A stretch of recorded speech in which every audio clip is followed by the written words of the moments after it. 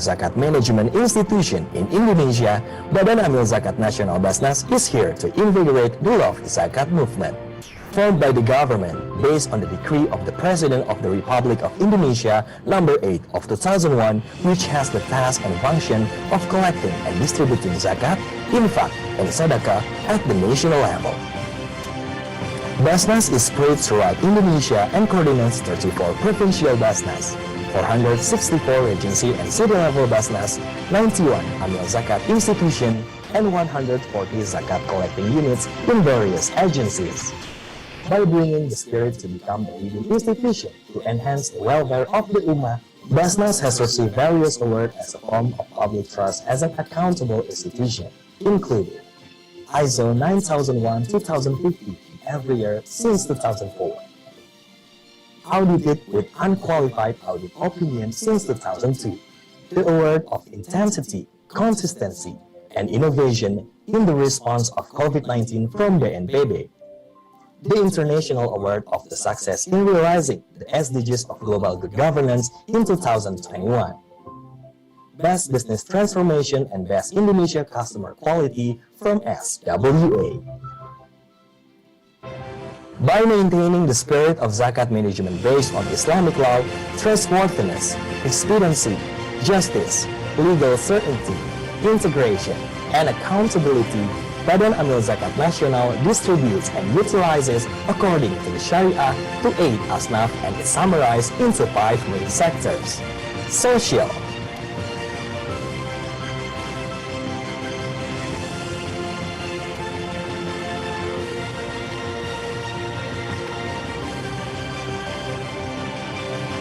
education,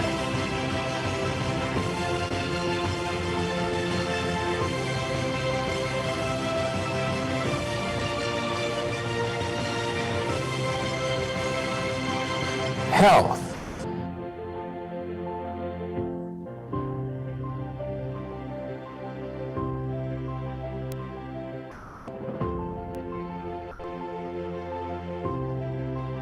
dakwah,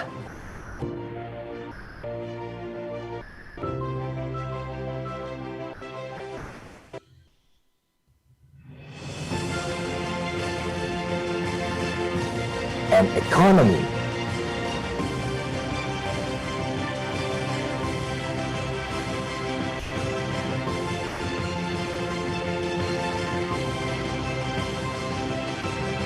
By continuing to facilitate sharing access for all people, Basnas provided various payment channels through the counter, mini market, transfer services, up to dozens of channels and digital wallets. Basnas continues to expand the benefit of various productive and effective programs that are based on the principles of safe Sharia, safe regulation, and safe for the unitary state of the Republic of Indonesia. Together with Basnas, create a just and prosperous society all around Indonesia.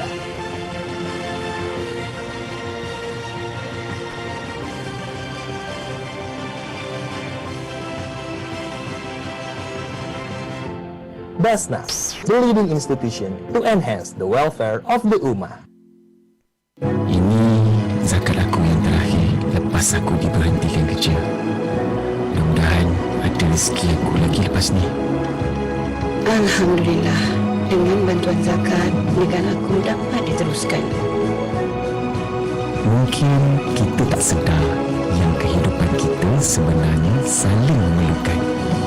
Alhamdulillah, rezeki Allah itu luas. Welcome to Rumah Zakat. We are the philanthropic organization that manage zakat, infak, sadaqah, waqf, and other humanitarian funds through a series of integrated programs in the fields of education, health, economy, and the environment to bring happiness to people in need. Together with you, we are working to build the village economy through the Empowerment Village program, and also to help those affected by disasters through a series of humanitarian actions. With the spirit of World Digital Philanthropy, Rumah Zakat strives to expand its benefits so that more will be helped both in Indonesia and in the world. Thank you for being part of Rumah Zakat Big Family. We hope to continue this collaboration for happiness together.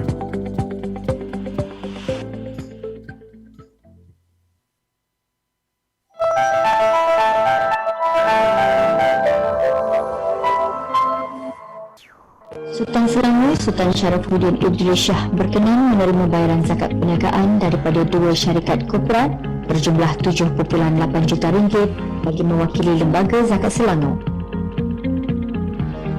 Bayaran zakat itu diterima daripada Tenaga Nasional Berhad TNB dan QSR Brands Holdings Berhad yang diserahkan dalam satu majlis yang diadakan di Istana Bukit Hawangan di Shah Alam. TNB yang diwakili Ketua Perkhidmatan Pelanggan Negeri Selangor, Datuk IR Mat Yuslan Yusof, menunaikan zakat perniagaan bagi tahun keuangan 2017 dan 2018 berjumlah 5.4 juta ringgit. Manakala QSR Brands Holdings Berhad pula diwakili oleh pengarah urusannya Datuk Seri Azhari Muhammad Kamil dengan jumlah zakat perniagaan bagi tahun keuangan 2018 sebanyak 2.36 juta ringgit. Turut hadir pada majlis itu ialah Pengerusi LZS Tan Sri Syed Anwar Syed Putra Jamal Layan dan Ketua Pegawai Eksekutif LZS Saifullah Zamul Yusof.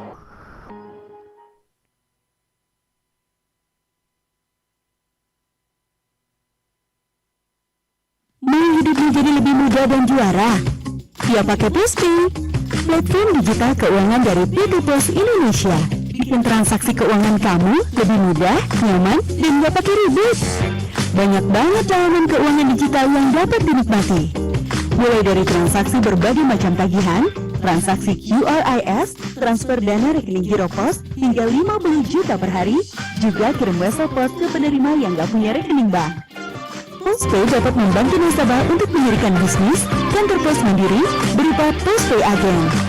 Postpay juga menjangkau layanan kebutuhan para pekerja migran Indonesia untuk melakukan transaksi keuangan dari luar negeri loh. Postpay adalah solusi bagi pelaku bisnis konvensional dan syariah, wirausaha milenial sampai UMKM. Jangan khawatir, bagi masyarakat yang tidak memiliki rekening bank, dengan Postpay, kamu bisa bertransaksi seperti layanan perbankan. Postpay, emang paling ngerti kamu.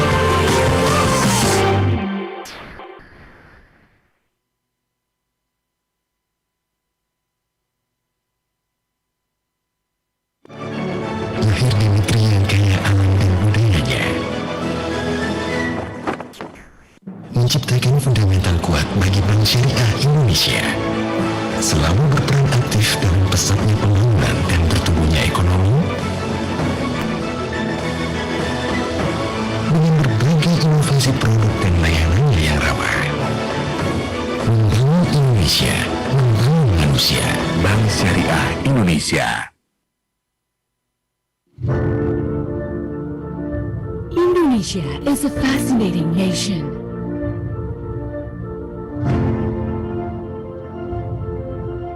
Reserve a right for high hopes and greater future.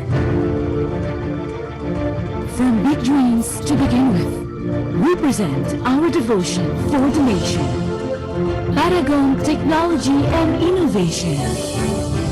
One of the largest cosmetics companies since 1985 until today.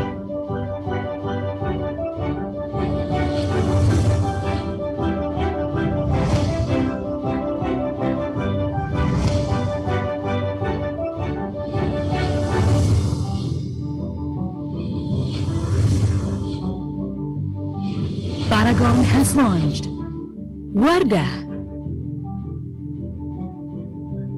Makeover, Amalina.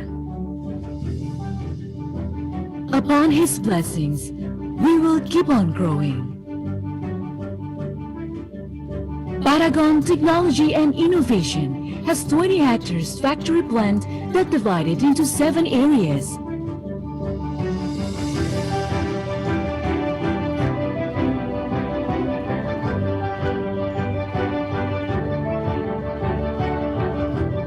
establishes 32 distribution centers across Indonesia and Malaysia.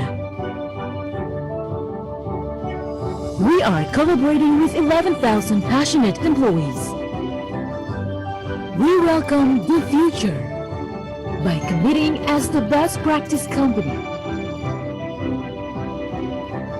and create high-quality product that gives added value for Patagonian, business partners, society, and environment.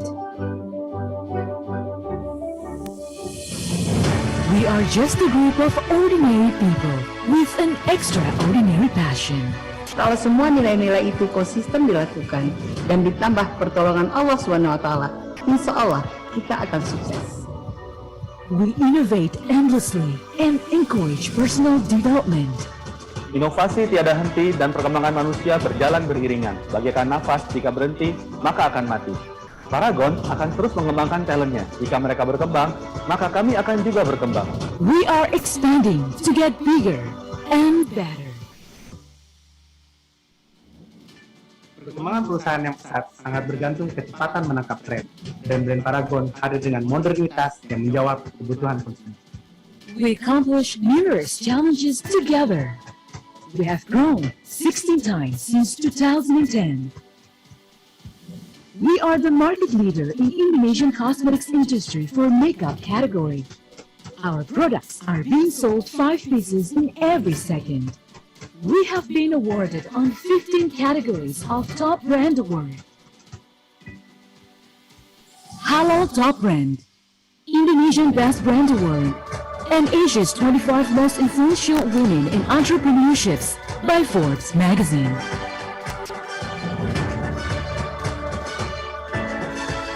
We contributed to the nation based on 4 pillars. The first pillar is education, such as Paragon scholarships, training for teachers through Wardah inspiring teachers, and good leader, good teacher. The second pillar is health, by supporting many programs such as YKI, YKPI, and WeCare.id. The third pillar is environment. One of them is providing clean water in Wairinding, Sumba. The fourth pillar is women empowerment through Wardah Inspiring Movement Program.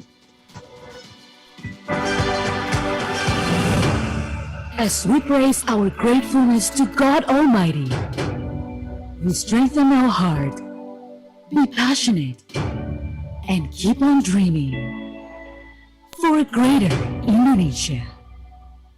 Paragon Technology and Innovation.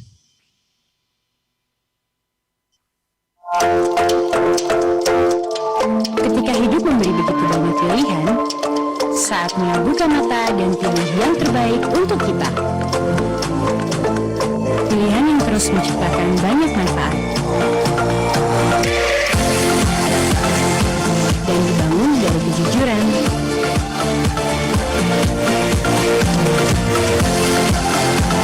Pilihan yang mengerti semua kebutuhan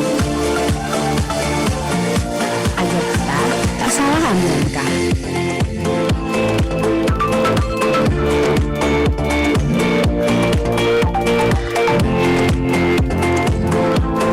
Dimulai dari berbagi dengan sejuta kebaikan.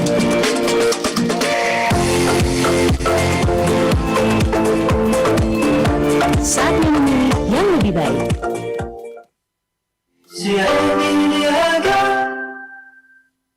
Mau hidup menjadi lebih mudah dan juara?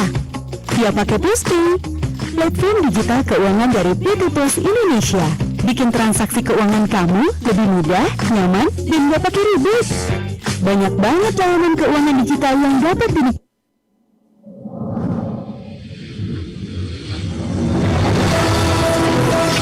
Kami hadir memberikan layanan perbankan sesuai dengan prinsip syariah untuk Anda. Senantiasa menjaga integritas dan profesional dalam mendorong pertumbuhan perekonomian daerah.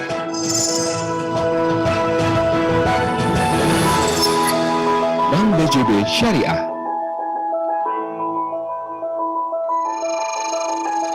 Salam maslahah.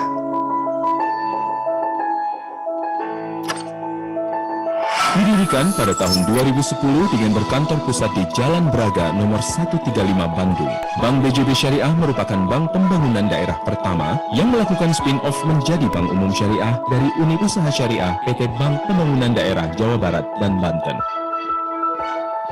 Dengan visi menjadi 5 bank syariah terbesar di Indonesia dengan kinerja yang baik dan menjadi solusi keuangan pilihan masyarakat, didukung dengan misi memberi layanan perbankan syariah yang berkualitas prima. Melalui kemudahan akses, inovasi produk dan sumber daya insani yang profesional, serta nilai tambah yang optimal bagi stakeholder. Dalam mendorong pertumbuhan perekonomian di daerah, terutama usaha kecil dan menengah. Dengan inovasi produk yang berkesinambungan dan berbagai layanan yang bekerja sama dengan Bank BJB selaku induk perusahaan, telah kami hadirkan untuk menunjang kebutuhan masyarakat Jawa Barat, DKI Jakarta, dan Banten. Seperti layanan call center 24 jam, kantor cabang, payment point, gerai syariah, serta jaringan ATM di wilayah DKI Jakarta, Banten, dan Jawa Barat. Adapun produk dan layanan penghimpunan dana yang kami sediakan antara lain Giro IB Maslahah, Tabungan IB Maslahah, Tabungan Haji IB Maslahah,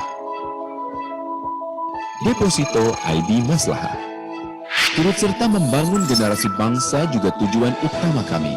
Dengan adanya tabungan anak IB Maslahah dan simpanan pelajar atau Simple IB Maslahah. Bagi mereka yang membutuhkan modal membangun usaha, kami menyediakan produk pembiayaan produktif seperti investasi dan modal kerja. Dan untuk kebutuhan konsumtif sehari-hari, ada pembiayaan rumah, pembiayaan kendaraan bermotor, pembiayaan beragun emas, serta pembiayaan serbaguna.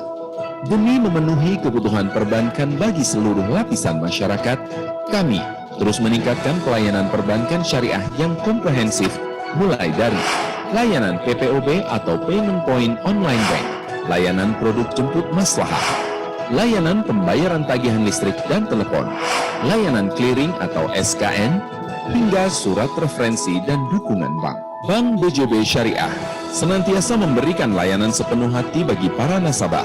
Hal ini dibuktikan dengan penghargaan yang telah diraih. Atas pencapaian tersebut, kami juga tidak lupa untuk menjalankan tanggung jawab sosial kepada masyarakat. Oleh karena itu, kami akan terus memperluas jaringan yang maslahah dan amanah hingga sudut negeri. Sehingga di masa mendatang, dukungan dari kami akan mampu menjadi bagian dalam memperkokoh ekonomi bangsa.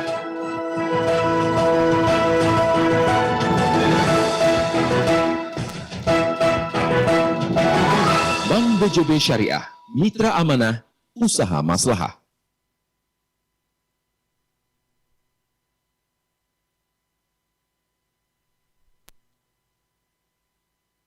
Forum, a place for every person in the world to collaborate to achieve social welfare through zakat.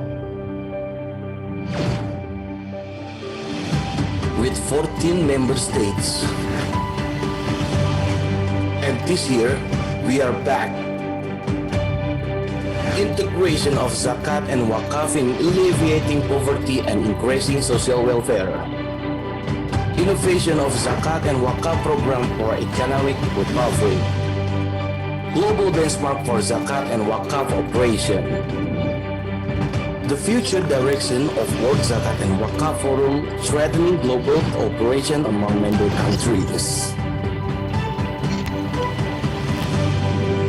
World Zakat Forum 10th International Conference 2020 strengthening zakat and waqf synergy in the post-COVID-19 economic recovery.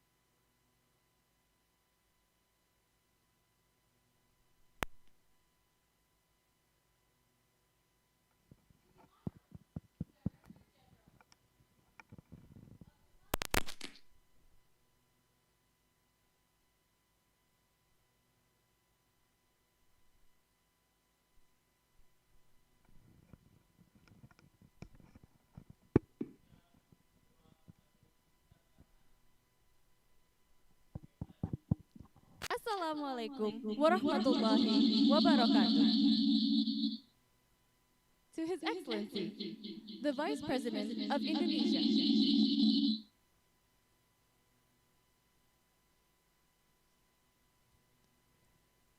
Ladies and gentlemen, we have some slight technical difficulties. Please wait a moment.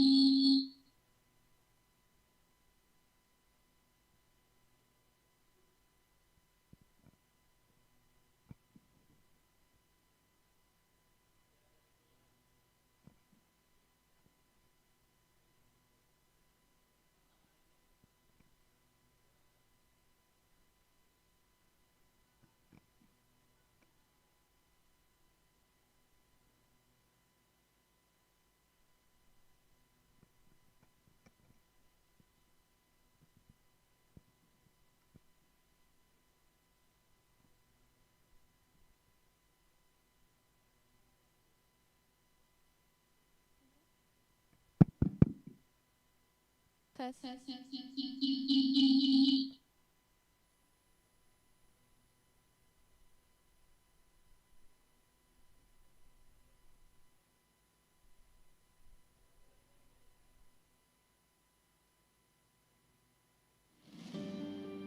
Since 2007, World Zakat Forum a place for every person in the world to collaborate to achieve social welfare through zakat.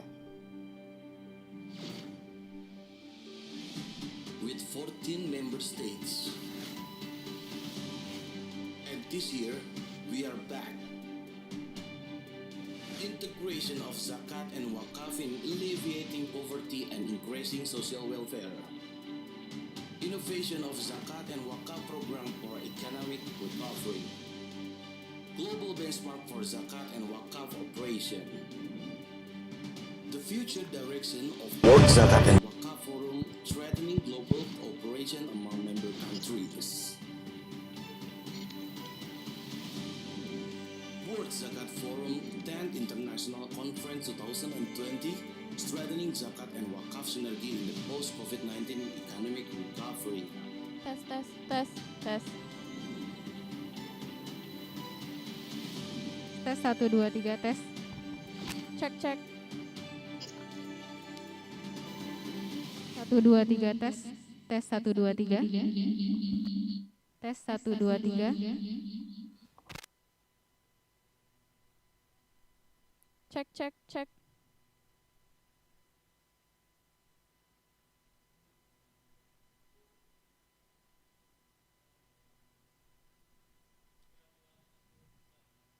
Assalamualaikum warahmatullahi wabarakatuh. To His Excellency, the Vice President of Indonesia, Professor Dr. Kiai Haji Ma'ruf Amin. To His Excellency, the Secretary General of the World Zakat Forum, Dr. Zainul Bahar Nur. To the Honorable Director General of the Islamic Community of the Ministry of Religious Affairs of the Republic of Indonesia, Professor Dr. Phil Haji Kamaruddin Amin, M.A. To the Honorable Expert Staff for Financial Services and Capital Market Ministry of Finance of the Republic of Indonesia, Bapak Suminto, MSc, PhD. To the Honorable Deputy Secretary Generals of the World Zakat Forum, to the Honorable Chairman of Basnas, Professor Dr. Nur Ahmad, M.A. To the Honorable Chairman of BWI, Professor Dr. Haji Muhammad Nuh. To the Honorable Resident Representative at the ISDB Group Regional Hub in Indonesia, Mr. Salah Jalasi. To the Honorable Basnas Board of Commissioner. To the Honorable BWI Board of Commissioner. And also the distinguished speakers and invited guests of the 10th World Zakat Forum International Conference. Welcome to the 10th World Zakat Forum International Conference 2021. Greetings from Jakarta, Indonesia. Alhamdulillah, praises to Allah, for He has blessed us all with health and has granted us the opportunity to gather here today for this event. Allow me to introduce myself. My name is Arwafila Ditya Rasokta, and I will be serving as the Master of Ceremony for this event. Ladies and gentlemen, the global economy is facing a remarkably strong but highly uneven recovery.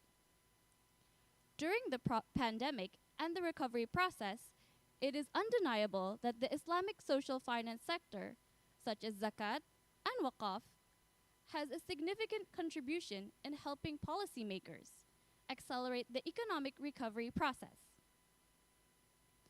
The World Zakat Forum, as a home for global Zakat and Waqf institutions in more than 40 countries, has a very strategic role in moving Islamic social finance institutions in addressing global economic recovery. Therefore, this year, the World Zakat Forum will hold the 10th International Conference and Annual Meeting virtually under the theme Strengthening Zakat and Waqf Synergy in the Post-COVID-19 Economic Recovery. Ladies and gentlemen, before we start the event, we would like to announce that this event was organized by the World Zakat Forum, Badan Amil Zakat Nasional, Basnas, Badan Waqaf Indonesia, Pusat Pungutan Zakat, Lembaga Zakat Selangor, and Rumah Zakat. This event is also supported by PT Pos Indonesia, Bank Syariah Indonesia, Paragon Group, CIMB Niaga Syariah, and Bank BJB Syariah. Now, before we start the event, I would like to read the agenda for today. After the opening, we will all sing and listen to the national anthem of Indonesia, which is Indonesia Raya. This will be then followed by the recitation of the Holy Quran and several opening speeches. Then we will enter the welcoming speech and official inauguration of the 10th World Zakat Forum International Conference. Then we will listen to the keynote speech and enter the first plenary session. After the plenary session, we will listen to another keynote speech, which will be followed by the second plenary session, and finally, the closing of day one. Now, ladies and gentlemen, we will now begin the first agenda, which is singing the Indonesian national anthem, Indonesia Raya. To the audience, please rise for the Indonesian national anthem.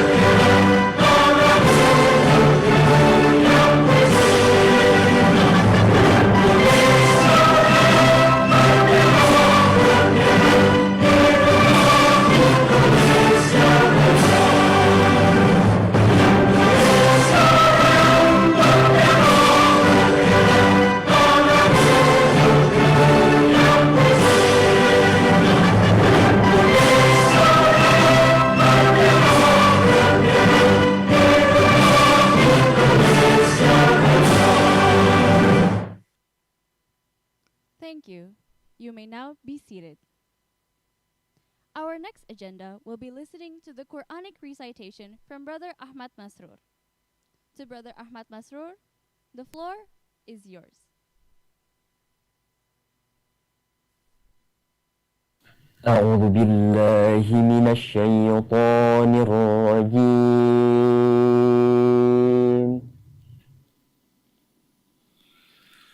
بسم الله الرحمن الرحيم.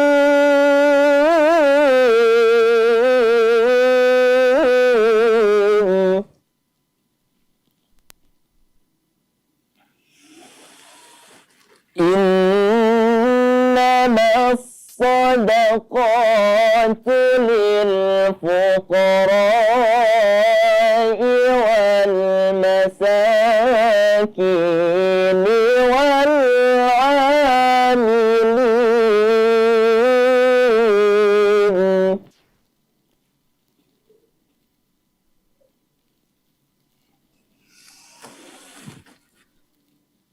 والمساكين والعاملين عليها والمؤلفة قلوبهم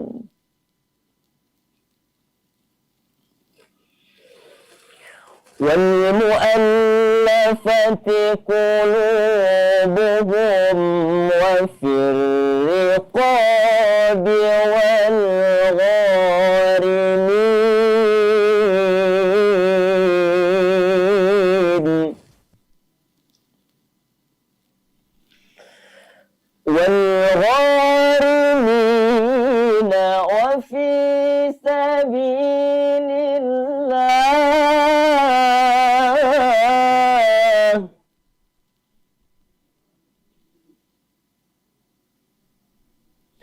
وابن السبيل فريضة من الله والله عليم حكيم.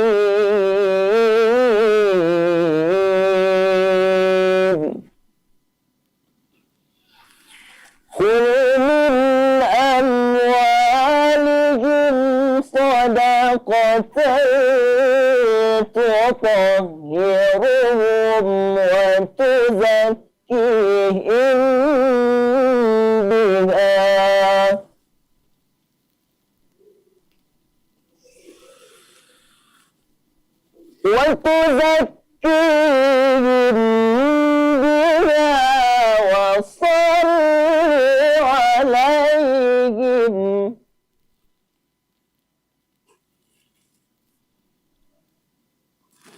إن صلاتك سكن لهم والله سميع عليم.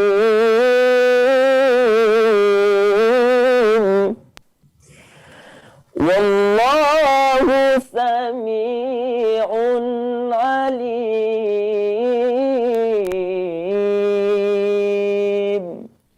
صدق الله العظيم. Thank you, Brother Ahmad Masroor, for the beautiful recitation of the Quran. We will now continue to our next agenda, which is the opening speech from the Secretary General of the World Zakat Forum. To His Excellency, Dr. Zainul Bahar Nur, the floor is yours.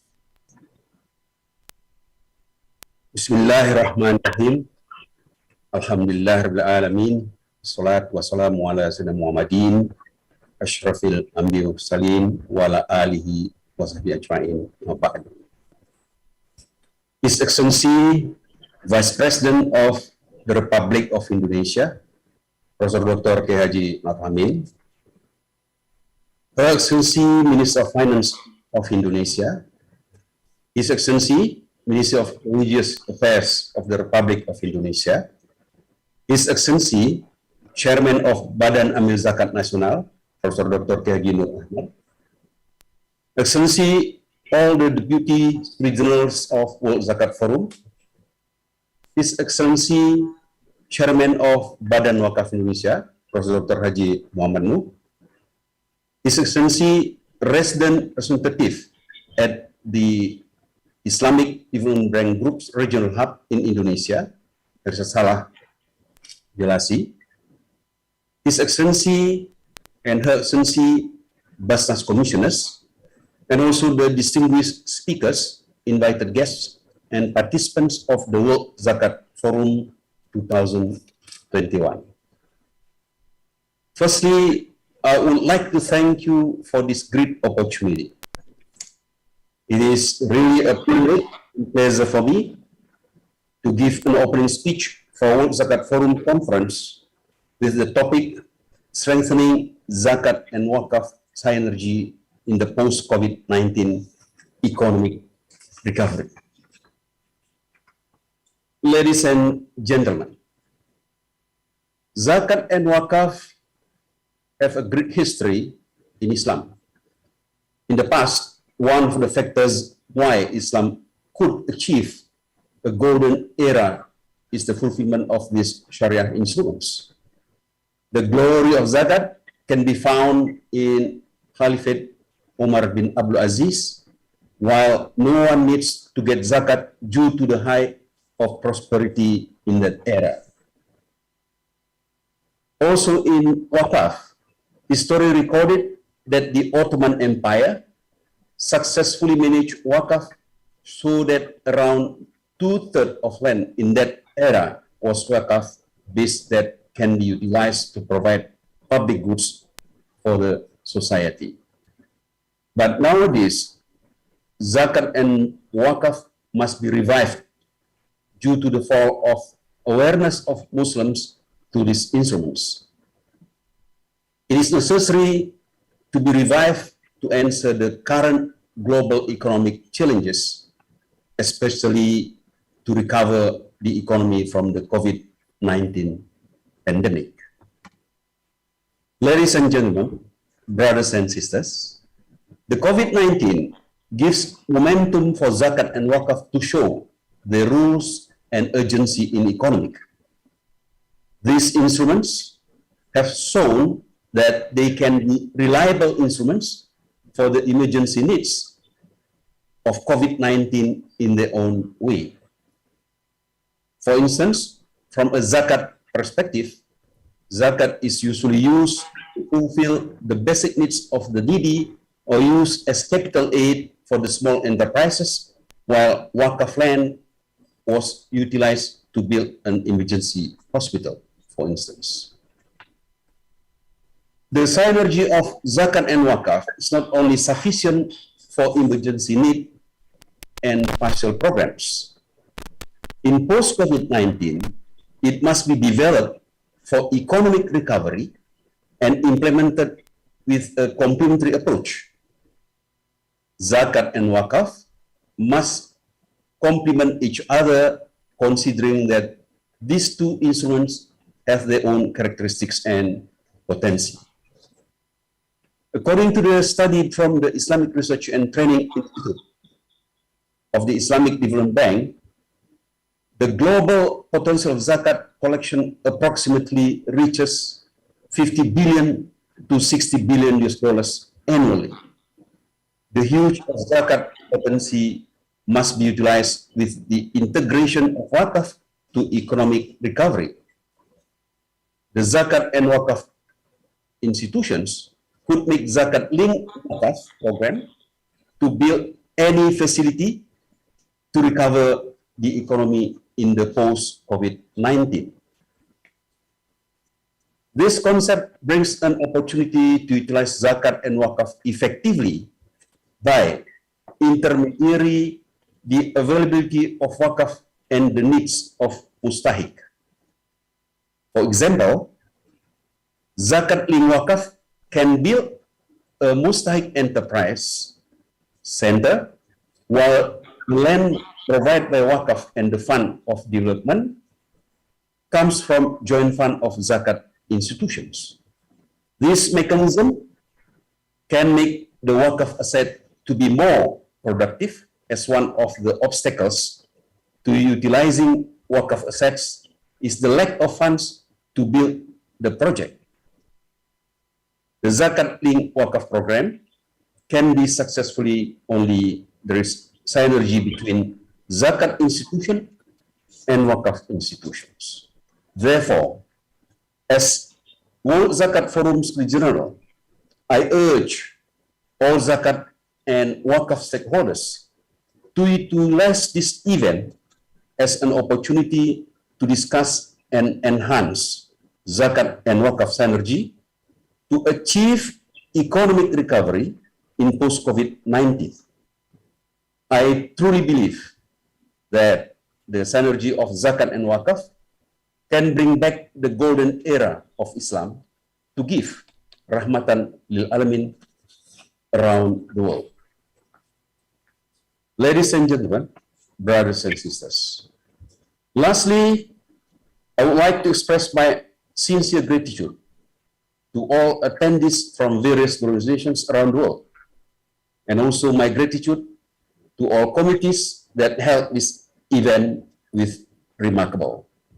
I pray to Allah that the 10th World Zakat Forum Conference can improve the synergy of Zakat and Waqf development in the world.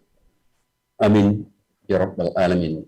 Wassalamualaikum warahmatullahi wabarakatuh. Waalaikumsalam warahmatullahi wabarakatuh.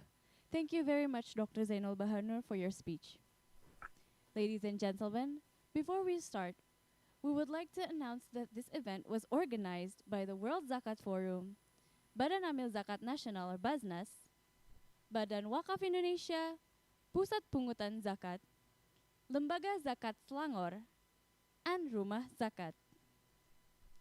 This event was also supported by PT Pos Indonesia, Bank Syariah Indonesia, Paragon Group, CIMB Niaga Syariah, and Bank BJB Syariah. Ladies and gentlemen, we will now move on to our next agenda, which is an opening speech from the Basnas chairman.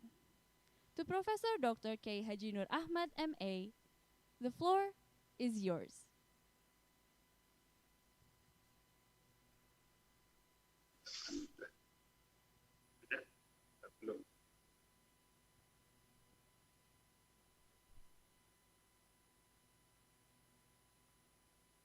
Assalamualaikum warahmatullahi wabarakatuh. Bismillahirrahmanirrahim. Alhamdulillahi rabbil alamin. Wassalatu wassalamu ala asyrafil anbiya wal mursalin.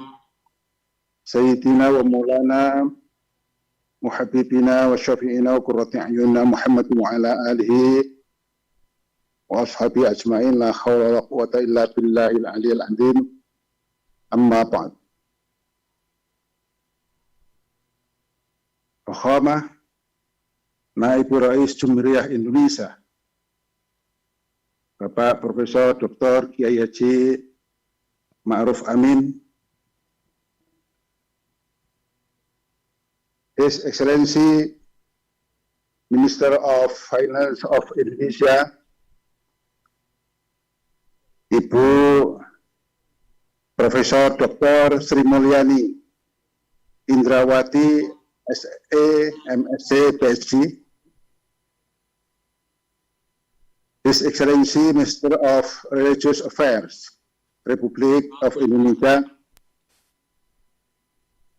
Gus Yakut Khalil Qomas, His Excellency Secretary General of Zakat Forum, my best friends, Dr. Kiai Haji Zainul Bahanur, His Excellency, all the Deputy Secretary General of World Zakat Forum, His Excellency Chairman of BWI, Professor Dr. Haji Muhammad Nuh,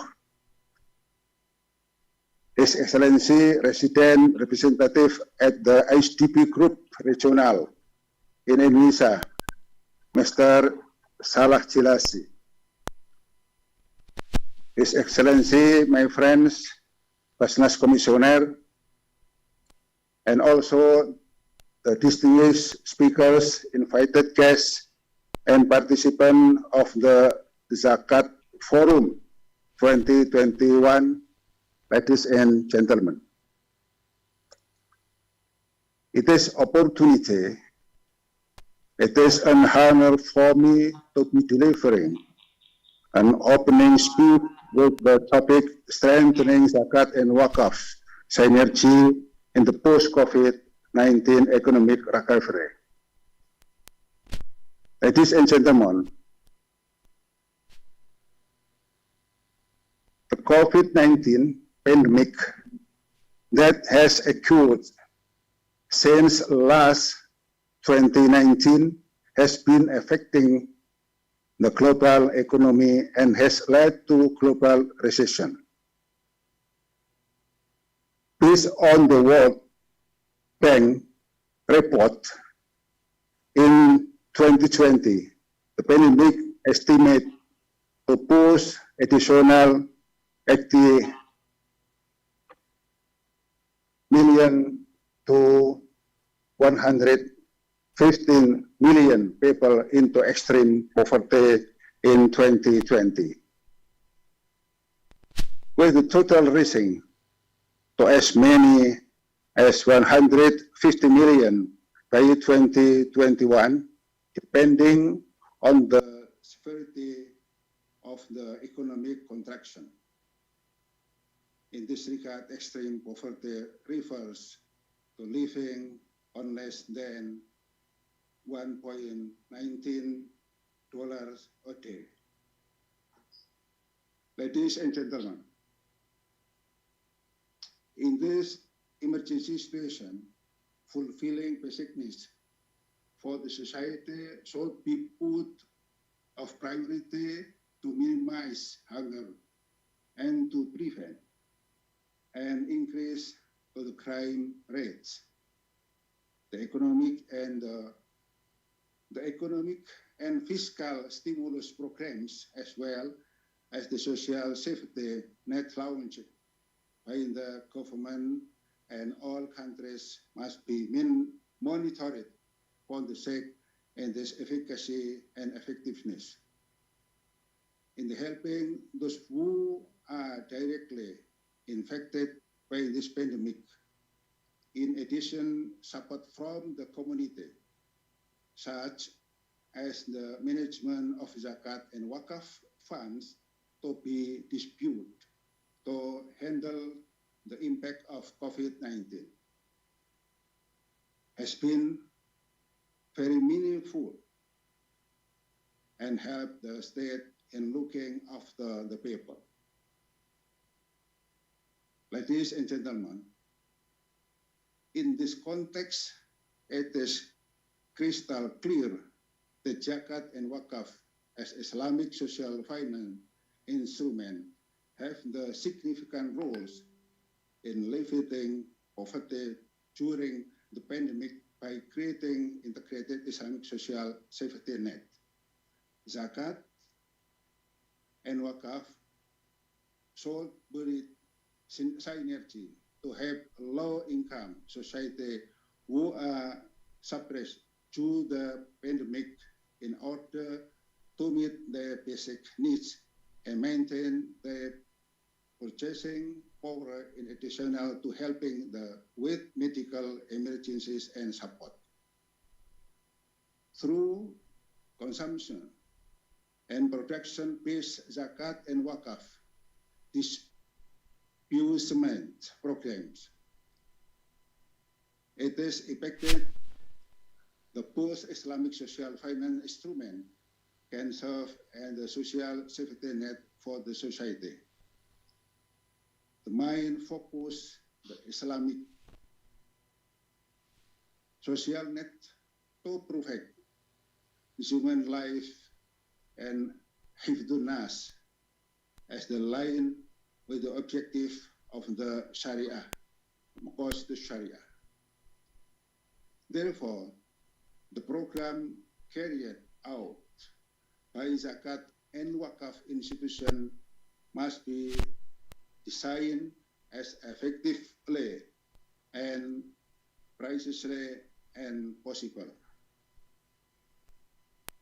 Ladies and gentlemen, lastly, I would like to convey the support of Badan Amil Zakat Nasional for the conduction of the World Zakat Forum 2021 is it is in line with Basnas Vision number 9 that Basnas will play an active role to participate and become the reference for the World Zakat movement. Basnas will play an active role to participate and become the reference of the Zakat of the World Zakat movement. I have come to end of my speech. Thank you very much for your kind attention.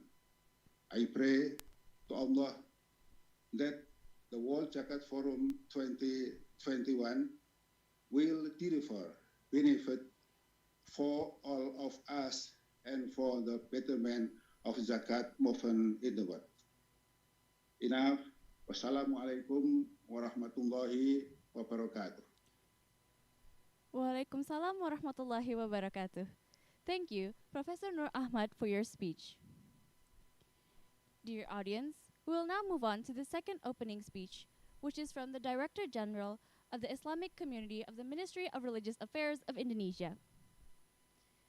To Professor Dr. Phil Haji Kamarudin Amin, MA, the floor is yours.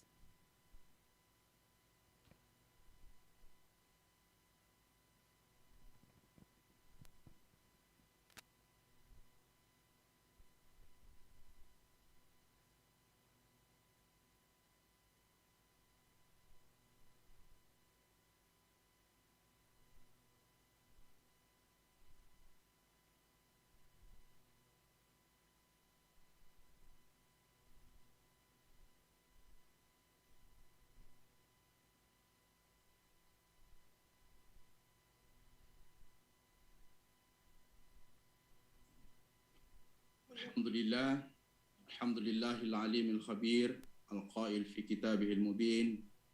A'udzu billahi minasyaitonir rajim. Bismillahirrahmanirrahim. La khaira fi katsirin min najwahum illa man amara bi shadaqatin aw ma'rufin aw islahin bainan nas. Yaf'al dzalika ibtigha'a mardatillah fasawfa nu'ti. Sadaqallahul azim wa huwa asdaqul qailin. Wa nahnu ala dzalika minasyahidin wasyakirin. Fakhama Naib Ar-Rais Jumhuriyah Indonesia Al-Mukarram Al-Alim Al-Allama Al-Ustaz Al-Doktor Bapak Kiai Haji Ma'ruf Amin Atalallahu umrahu wa aktsara min amsalih.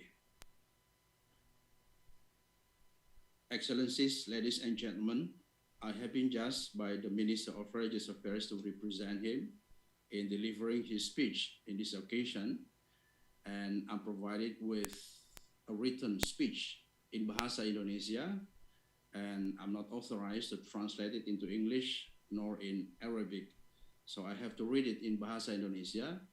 I do apologize and hoping to be translated into English or Arabic by translator. Bapak Ibu yang saya hormati, saya diminta oleh Pak Menteri untuk mewakili beliau dan sudah ada draft speech yang harus saya sampaikan dalam bahasa Indonesia dan saya tidak menerjemahkannya ke dalam bahasa Inggris atau bahasa Arab, mohon ada yang menerjemahkan. Yang terhormat Bapak Wakil Presiden Republik Indonesia, Bapak Profesor Dr. Kiai Haji Ma'ruf Amin, yang saya hormati Sekretaris Jenderal World Zakat Forum, yang saya hormati para pimpinan Basnas dan organisasi pengelola zakat lainnya, yang saya hormati para pegiat zakat, pemerhati dan akademisi, seluruh peserta konferensi dari mancanegara yang berbahagia. Pertama-tama, marilah kita panjatkan puji dan syukur atas nikmat dan karunia Allah Subhanahu wa Ta'ala, sehingga pada hari ini dapat diselenggarakan konferensi internasional World Zakat Forum. Salawat dan salam kepada junjungan kita Nabi Muhammad SAW beserta keluarga, sahabat, dan seluruh umat yang mengikuti risalahnya sampai akhir zaman. Saya menyambut baik konferensi World Zakat Forum yang dilaksanakan di tengah upaya negara-negara di dunia mengatasi pandemi COVID-19 dan melakukan pemulihan kondisi sosial ekonomi masyarakat.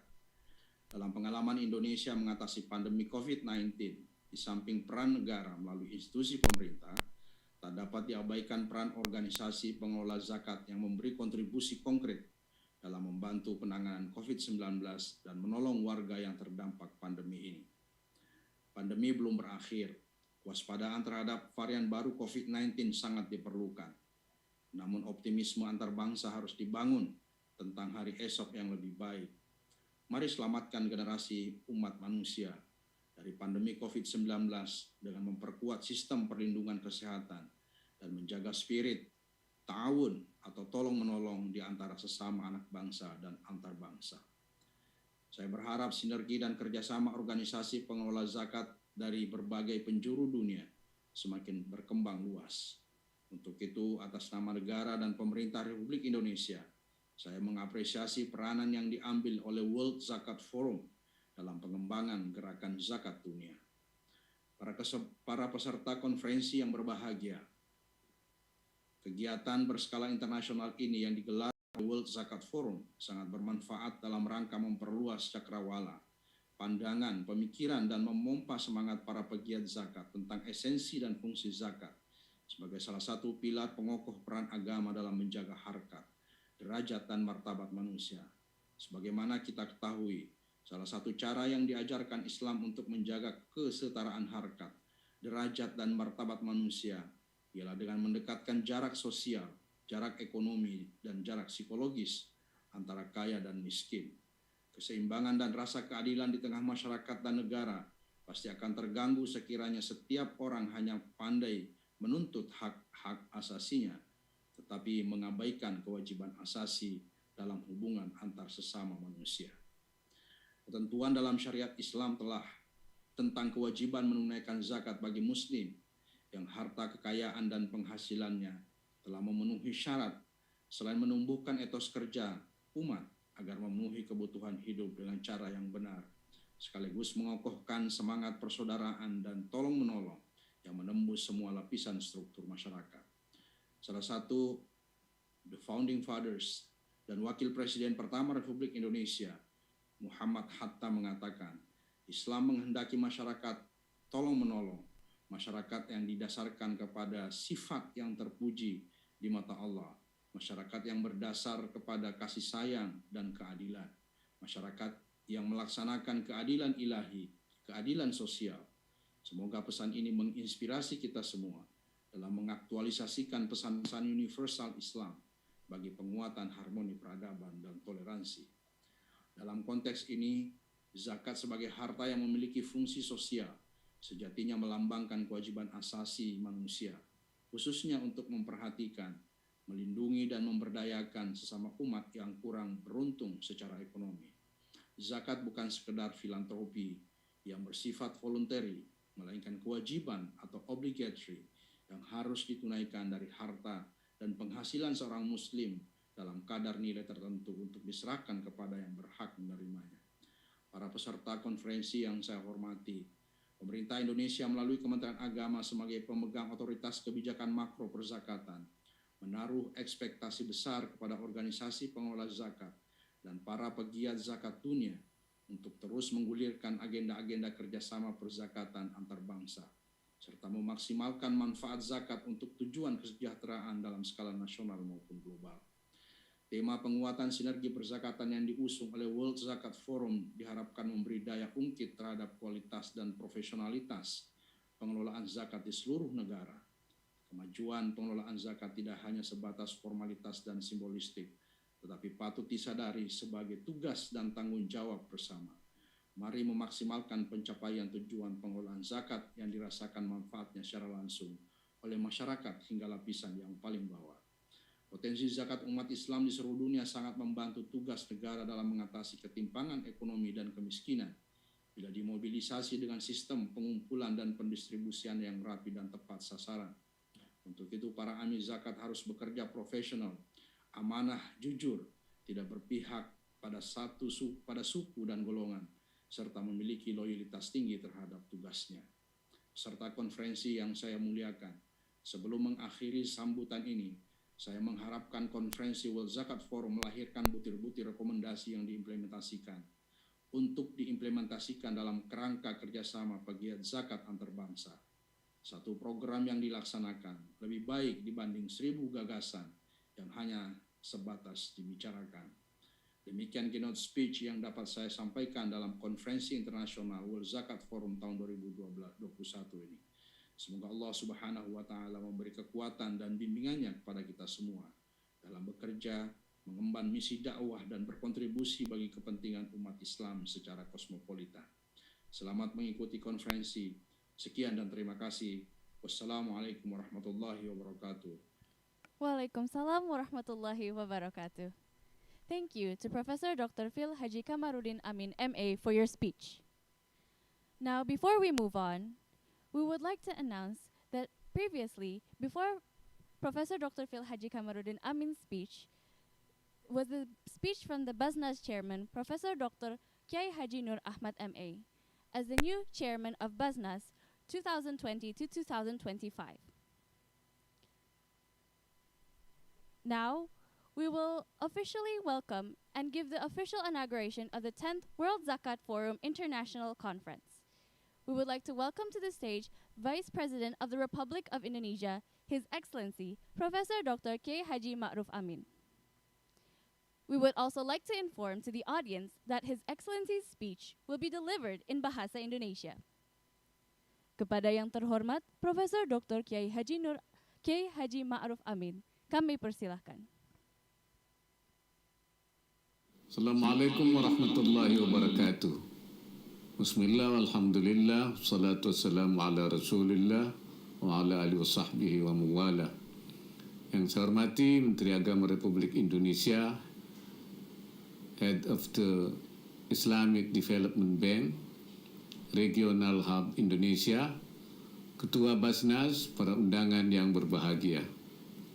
Pertama-tama marilah kita panjatkan puji syukur kehadirat Allah Subhanahu wa Ta'ala karena atas limpahan karunia-Nya kita bertemu di kesempatan yang baik ini. Saya senang dapat hadir dalam World Zakat Forum ke-10 tahun 2021 yang mengambil tema memperkuat sinergi zakat dan wakaf dalam pemulihan ekonomi pasca Covid. Hadirin yang berbahagia, selama 2 tahun belakangan, kita dan seluruh bangsa di dunia menghadapi ujian berat yaitu pandemi COVID-19 beserta dampaknya. Kita telah melakukan ikhtiar terbaik demi menyelamatkan jiwa, memulihkan ekonomi, dan menjaga stabilitas kehidupan kita di tengah segala perubahan yang terjadi pasca COVID-19. Selama COVID-19 belum berakhir, selama muncul varian baru yang tidak dapat kita prediksi, maka kita harus terus waspada. Tidak boleh lengah meskipun angka kasus di negara kita menurun. Tidak dapat dipungkiri dari pengalaman menghadapi pandemi COVID-19, selama 2 tahun terakhir, kita banyak belajar, baik sebagai individu, komunitas, maupun bangsa. COVID-19 telah memaksa kita berubah agar kita survive. Ia memaksa kita kreatif dan adaptif dalam mencari solusi agar dunia dapat segera pulih bersama. Penanggulangan pandemi COVID-19 membutuhkan gotong royong, kerja bersama, berjamaah seluruh komponen bangsa. Kita patut bersyukur karena disebut sebagai negara paling dermawan di dunia. Survei ini merefleksikan karakter masyarakat kita yang mau saling membantu, mau berta'awun. Karakter inilah yang menjadi salah satu kekuatan bangsa kita dalam menanggulangi COVID-19. Hadirin yang saya hormati, pemerintah secara intensif mengembangkan Islamic social fund berupa zakat, infak, sedekah, dan wakaf. Dalam konteks pemulihan ekonomi nasional pasca pandemi, zakat telah berperan penting dalam menjaga stabilitas perekonomian negara.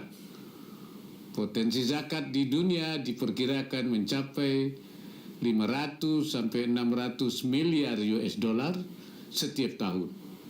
Dan di Indonesia mencapai 327,6 triliun. Potensi yang luar biasa ini harus dapat terrealisasi dengan baik. Untuk mencapai tujuan tersebut, tata kelola zakat harus ditingkatkan, mulai dari pengumpulan hingga penyalurannya.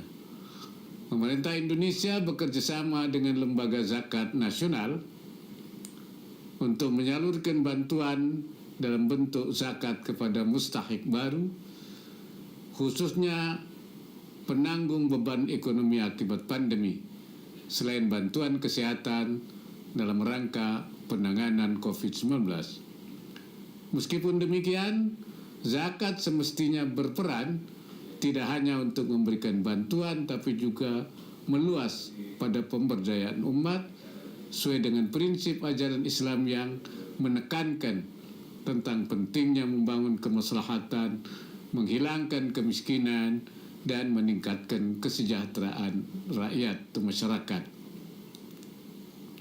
Selain melalui zakat, pemerintah juga berupaya meningkatkan kesejahteraan rakyat dengan mendorong peran wakaf produktif, salah satunya melalui gerakan wakaf uang yang pencanangannya telah dilakukan oleh Presiden.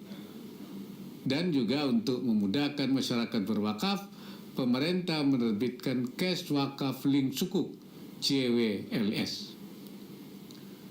Pada prinsipnya, dana wakaf adalah dana abadi umat yang jumlah pokoknya tidak boleh berkurang. Pemerintah bersama Badan Wakaf Indonesia terus mendorong dan memastikan perbaikan tata kelola wakaf agar dana yang dihimpun memenuhi kaidah-kaidah wakaf dan bersifat produktif. Hadirin yang saya muliakan, sinergi peran zakat dan wakaf dalam upaya pemulihan ekonomi pasca pandemi perlu kita upayakan bersama. Kita memahami bahwa aspek literasi juga harus ditingkatkan agar kemanfaatan zakat dan wakaf lebih optimal. Peningkatan literasi perlu dibarengi dengan pengembangan, pengelolaan dana sosial syariah yang terdigitalisasi dan terintegrasi. Menutup sambutan ini, saya ingin menyampaikan apresiasi kepada World Zakat Forum yang terus aktif berkontribusi dalam kerja bersama dan berjamaah untuk menuntaskan berbagai pekerjaan rumah, terutama pasca COVID-19. Dengan mengucapkan Bismillahirrahmanirrahim, World Zakat Forum tahun 2021 saya nyatakan resmi dibuka. Semoga Allah Subhanahu wa Ta'ala memberikan inayahnya dan meridai semua upaya yang kita lakukan. Wallahul muwaffiq ila aqwamit thariq. Wassalamualaikum warahmatullahi wabarakatuh. Waalaikumsalam warahmatullahi wabarakatuh. Terima kasih kepada yang terhormat Bapak Wakil Presiden Republik Indonesia Profesor Dr. Kiai Haji Ma'ruf Amin yang telah membuka secara resmi kegiatan World Zakat Forum International Conference. Thank you to His Excellency Professor Dr. Kiai Haji Ma'ruf Amin for officially opening the 10th World Zakat Forum International Conference. Ladies and gentlemen, we will now continue to our next agenda, which is a keynote speech from the resident representative at the Islamic Development Bank Group Regional Hub in Indonesia. To the Honorable Mr. Salah Jalasi, the floor is yours.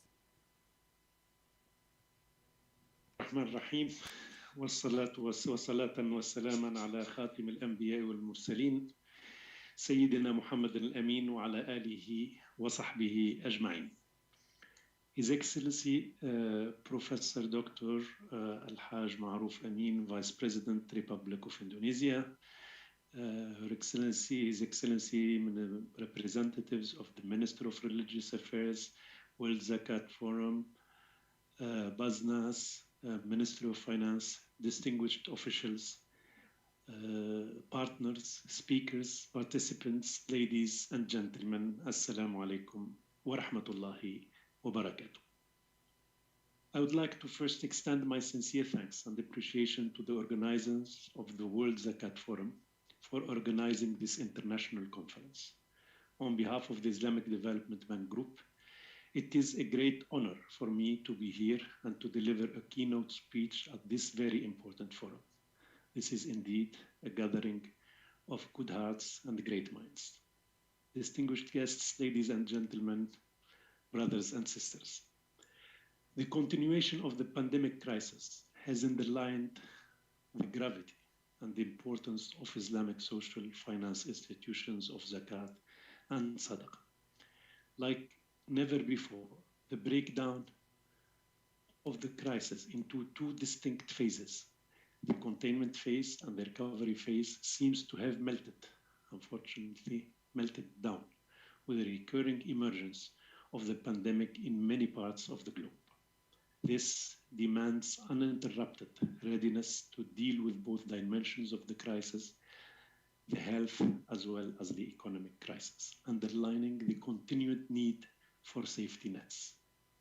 They call for expenditure on healthcare, sanitation, testing, and increase in the capacity of quarantine centers and hospitals, and also investment in greenfield hospitals, scientific research, establishments and laboratories in the quest for effective drugs, vaccines, and treatment.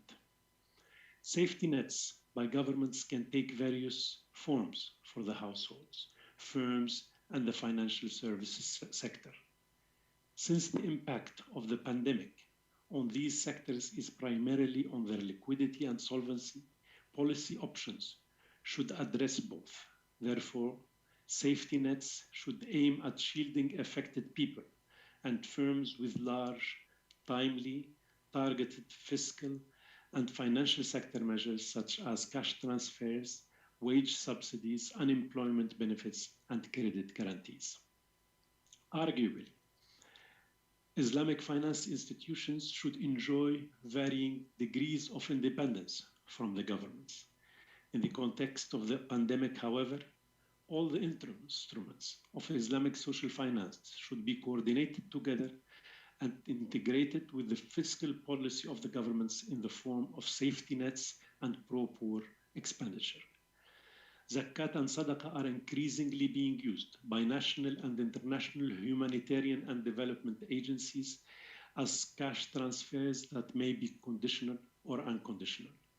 These have also been used in many ISDB member countries in recent times to create funds for provision of interest-free loans, startup equity, micro-takaful, and other forms of microfinance.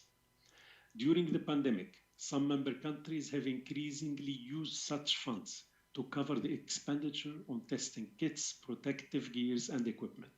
In Indonesia, the BASNAS Pay for Work initiative to engage two-wheeler drivers in sanitizing the streets of the capital city deserves our admiration and commendation.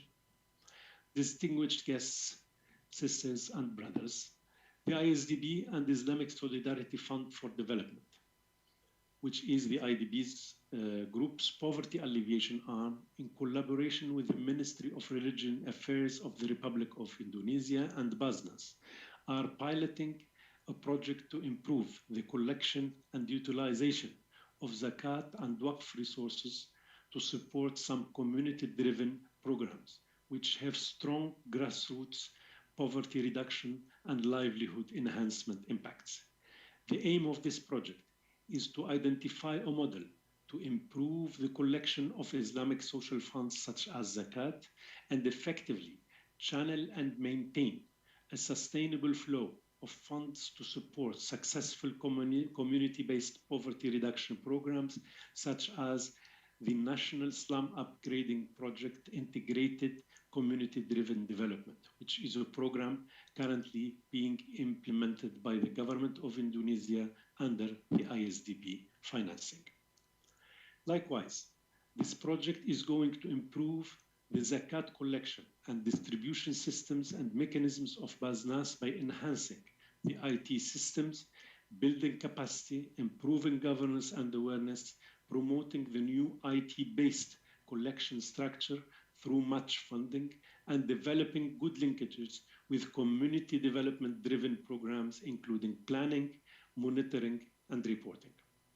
Recognizing the immense need to support communities in dealing with the COVID-19 pandemic, part of the grant from the ISDV are being utilized to support Basnas in dealing with COVID-19 response activities and serve to stimulate the leveraging of Zakat to augment these efforts on a sustainable basis.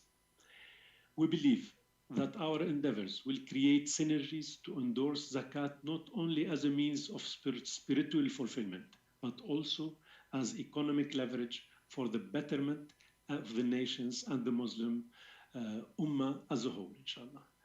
Today, we tend to think of social policy and welfare state as new inventions. However, the very foundation of transferring resources from the rich to the poor as a means to alleviate social inequality is already well reflected in the practice of Zakat.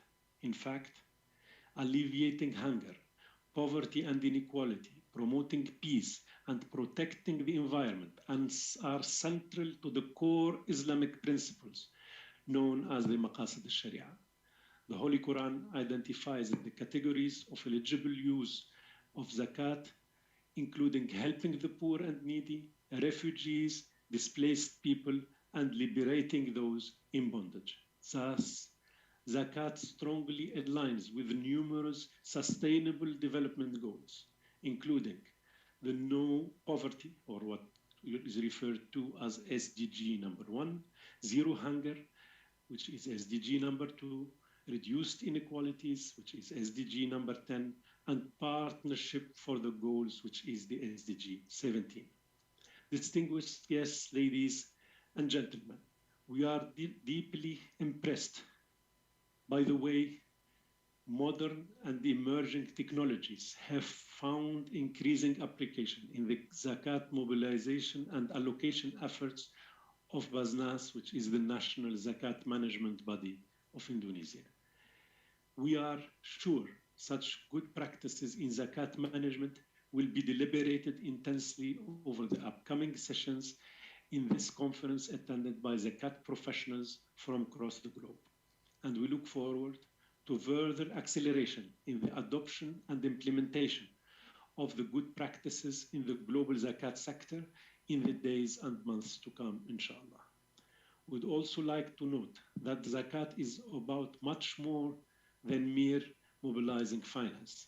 Zakat and Islamic finance have an underlying philosophy that embodies responsible development that promotes peace, development, harmony, collective prosperity, and tolerance. Therefore, on behalf of the Islamic Development Bank Group's Chairman, His Excellency Dr. Muhammad Sulaiman Al-Jasser, would like to reiterate that ISDB Group's readiness to promote this global awareness campaign on Zakat, Sadaqah, and Waqf, as the bank is fully aligned with the importance of leveraging Islamic social financing in mitigating the impacts and adverse impacts of COVID-19 pandemic through providing the needed support for poverty alleviation, economic recovery, pandemic response, and sustainable development. In concluding, I wish the conference to foster very fruitful deliberations and practical and successful application of the achieved outcomes and results for the benefit of the Muslim Ummah, inshallah. Wassalamu alaikum wa rahmatullahi wa barakatuh.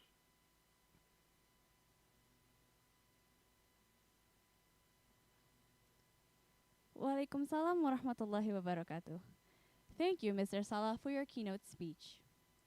Ladies and gentlemen, before we continue, we would like to inform that this event was organized by the World Zakat Forum, Basnas, Badan Wakaf Indonesia, Pusat Pungutan Zakat, Lembaga Zakat Selangor, and Rumah Zakat. This event is also supported by PT Pos Indonesia, Bank Syariah Indonesia, Paragon Group, CIMB Niaga Syariah, and Bank BJB Syariah. We will now move on to the first plenary session. This session will discuss the topic of integration of zakat and waqaf in alleviating poverty and increasing social welfare. This session will be moderated by Dr. Ahmad Juwaini. To Dr. Ahmad Juwaini, the floor is yours.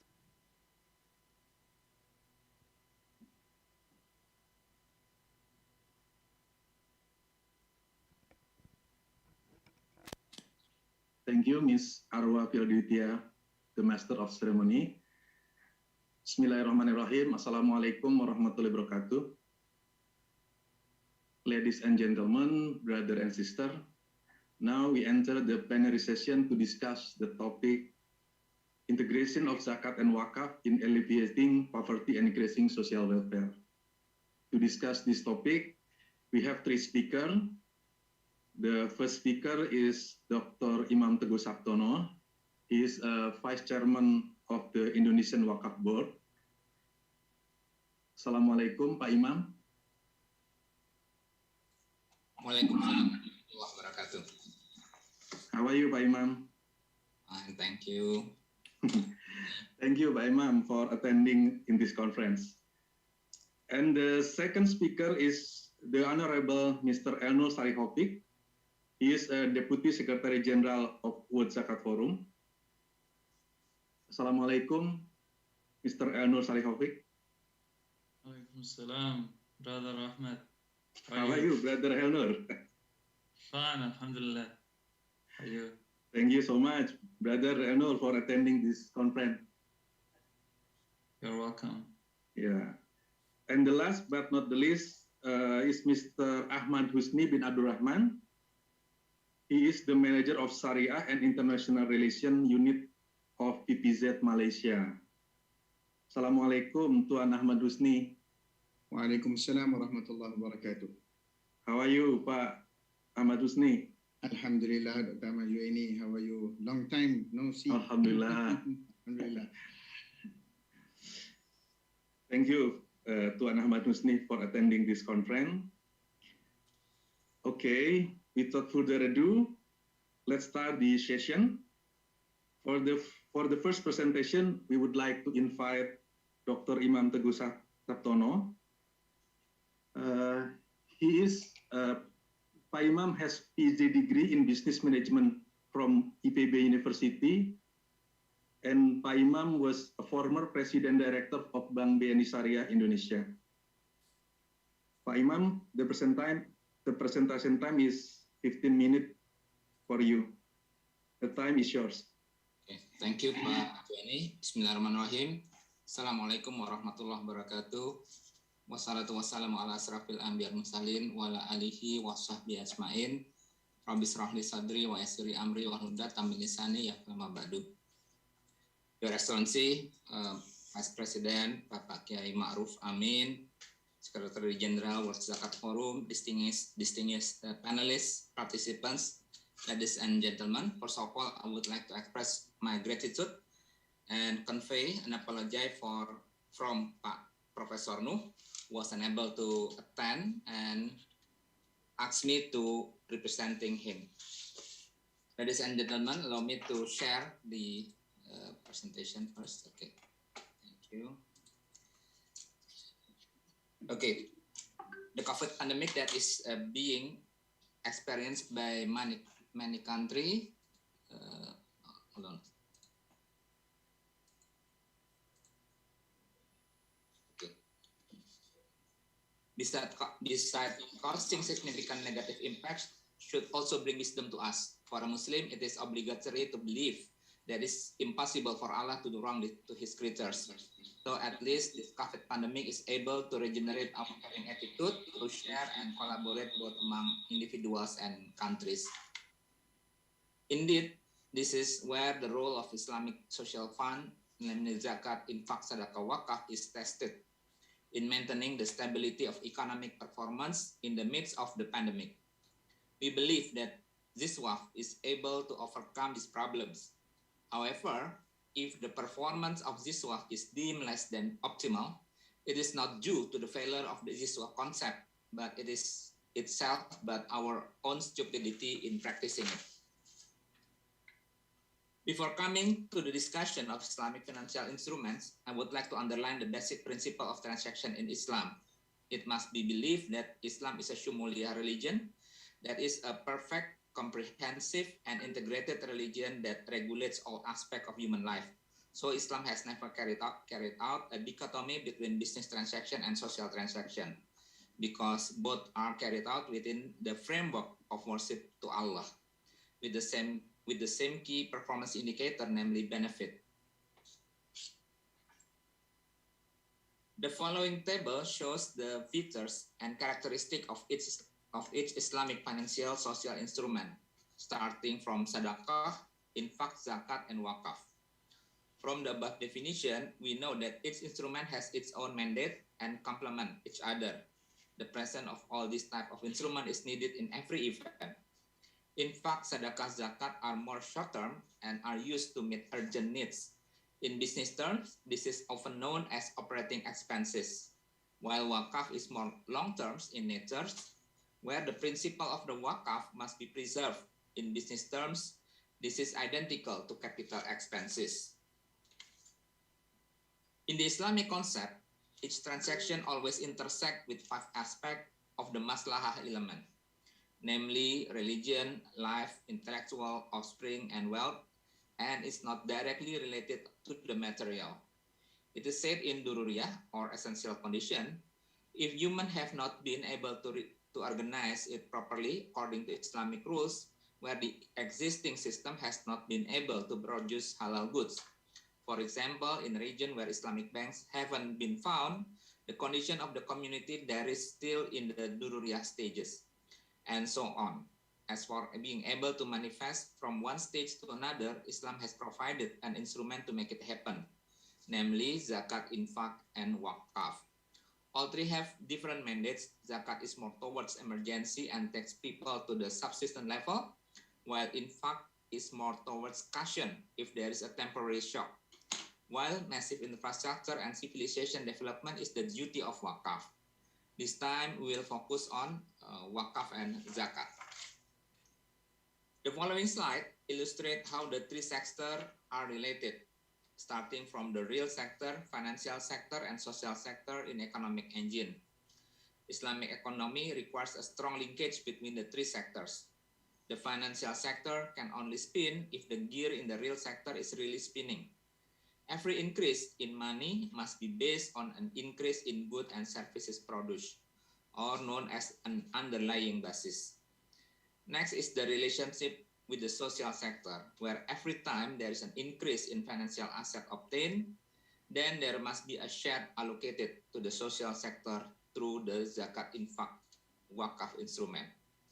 Therefore, these three sectors will be connected by a strong and interconnected belt. As a comparison, we can see how the conventional economic system creates an uncontrolled financial asset bubble. And in turn, every economic bubble that bursts will create an economic crisis whose greatest impact is always detrimental to the lowest of the marginal group. In history, we must have heard story about Khalifah Umar Abdul Aziz, who was able to prosper his people within 3.5 years. This story is often used by the Amil Zakah institution to encourage its target Muzaki to pay zakah. However, if explore the story further, as told by Yusuf Qardawi in his book Alleviating Poverty by Islamic Way, which contains the history of Umar Abdul Aziz, it is stated that the extraordinary performance of zakah is also supported by great waqaf practices. And both zakat and waqaf are included in the mainstream component of the state economy through the role of Baitul Mal. The following is hypothesis on the role of Waqf and Zakat on macro basis, where in the fact Zakat this Waqf will directly assist the government in terms of reducing poverty, accelerating economic growth, improving income distribution, preventing budget deficits, and reducing government spending. Thus, it is necessary to reconsider providing tax incentive for the ZISWAF instrument to obtain an optimal multiplier effect. At least a number of countries have made ZISWAF a tax deduction component, especially in Malaysia. Ladies and gentlemen, on the micro side, in the context of macro approach, Waqf asset normatively have a number of advantages that must be considered by business people, including legal certainty, certainty of future asset utilization plan, low total investment. In fact, certain projects such as hospital, empowerment of farm, which involving mustahik as target, the operationalization of this asset can utilize Zakat fund for their operation. With this characteristic, commercial assets that build on Waqf land have the advantage of the higher IRR, faster BEP, and stronger resilience in the event of economic shock. But in reality, the fact is actually happen the opposite, where business people actually avoid investing in the Waqf asset. Waqf assets are considered inferior because they do not have access to formal financing sources. Although hypothetically, the development of commercial asset on Waqf land is more competitive and profitable than regular land, in practice, Waqf land is avoided by business people.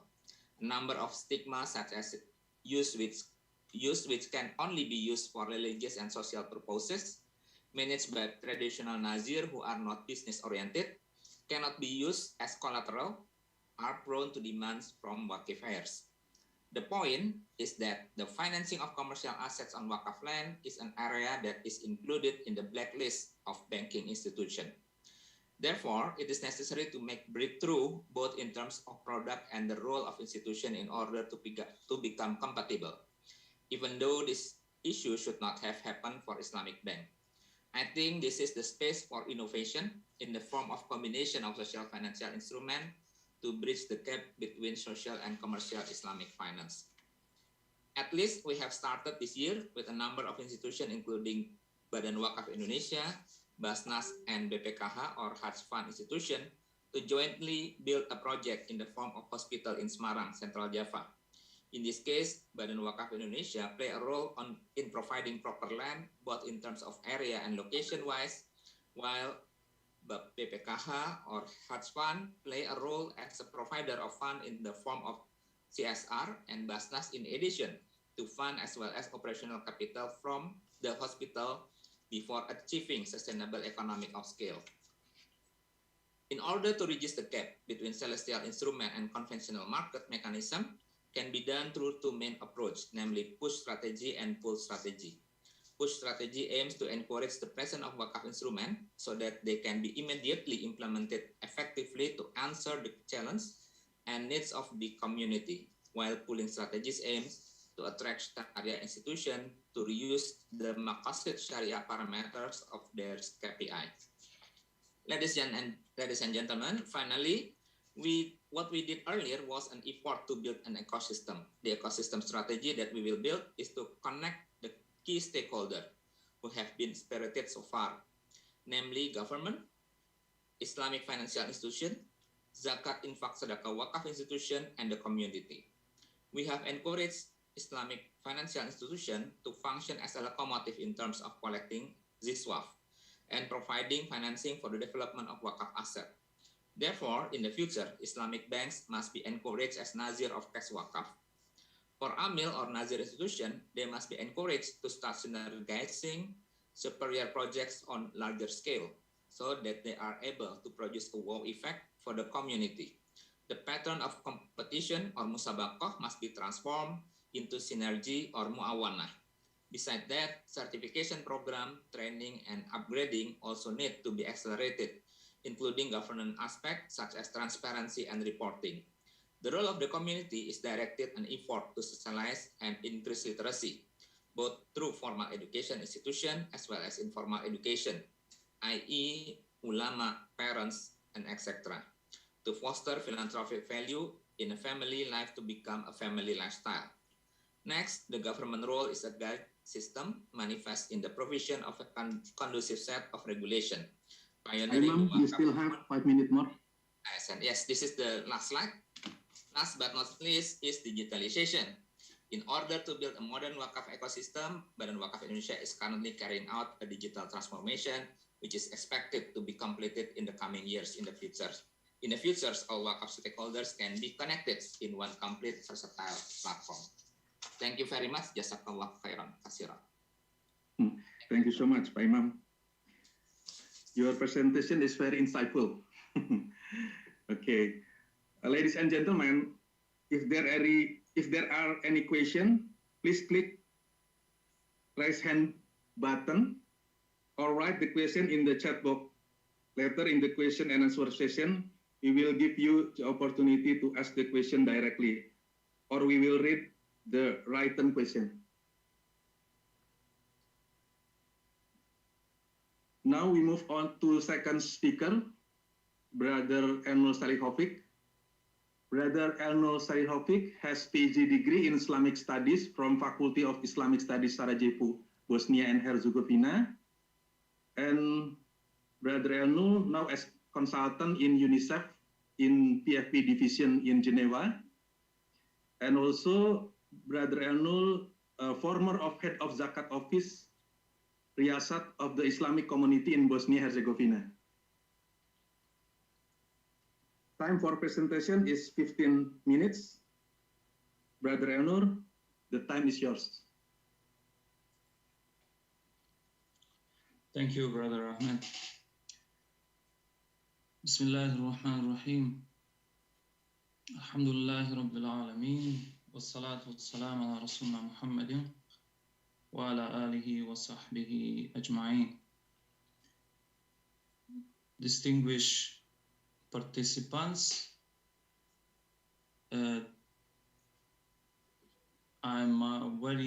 it's my great pleasure today to address to this conference, 10th World Zakat Forum International Conference, and this is the very great achievement of World Zakat Forum, and all the people and from the Secretary General and all former Secretary Generals and deputies and executive secretary and all the staff and people who contribute to the World Zakat Forum work since the beginning till today. I don't know, just to see if there is a possibility from the organizer, from the secretariat to share my presentation. Can you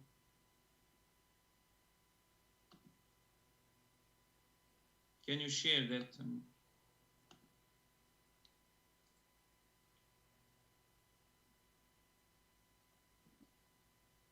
The committee, please help to share presentation from Brother Elnur.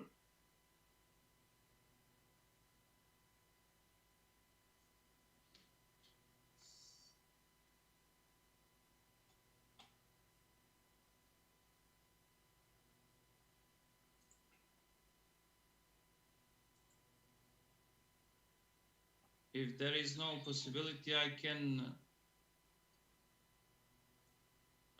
try to share, but have some problem with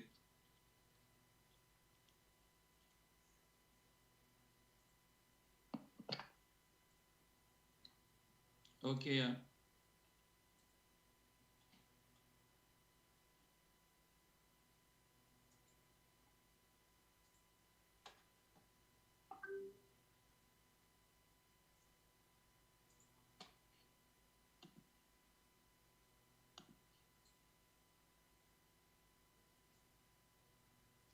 Maybe I can start to speak, and then if there is committee can share, you will see the presentation. Yeah, maybe while the committee prepare to share your presentation, you can speak the presentation. This is here is, yeah. Okay. The topic is integration of Zakat and Waqf in alleviating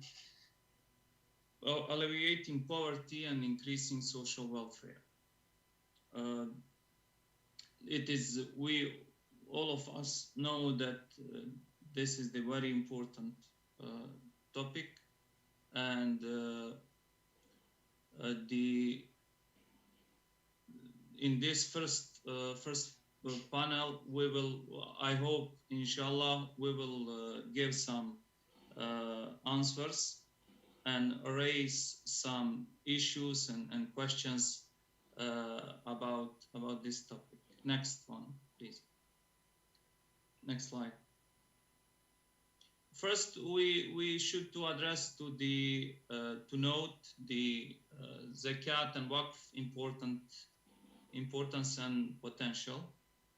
As we all know, Zakat is most important institute or instrument of Islamic social finance for efficient poverty alleviation, social welfare, and strong support for reaching SDGs. Annual Zakat collection potential is up to 600 US billion globally. Of course, there are various projections, but one of the, I believe this one is close to be most appropriate, is that the annual Zakat collection potential is up to 600 US billion globally. And this may have huge impact on boosting local and global socio-economic stability and welfare. Together with Zakat, Waqf is leading institute of Islamic social finance for poverty reduction and social welfare. A potential integrated global impact of Zakat and Waqf is more than 1 trillion US dollar. We know that several Muslim countries, please still on the first, okay. Several Muslim countries have been introducing Zakat and Waqf management with significant success, but still it is far from the full potential. We know we see very good Zakat and Waqf management in countries such as Saudi Arabia, in Indonesia, Malaysia, Kuwait, in some other Muslim countries, but we know that still there is a huge potential that should be leveraged in the coming period. In Muslim history, Zakat and Waqf have played very important role in socio-economic stability and development. We know, and as I can recall, the Secretary General for Zakat Forum in the opening speech also mentioned the social welfare in the time of the Caliph Omar ibn Abdul Aziz, and also in the Ottoman Empire. Waqf represent 1/3 of the budget of this very and one of the most successful and the strongest Muslim states or empires in the history. Integration of Zakat and Waqf as most important institute of Islamic social finance can contribute greatly to socio-economic recovery. That is very important today, when we believe, inshallah, that very soon we will go out from these problems, that we will soon overcome this pandemic and many problems that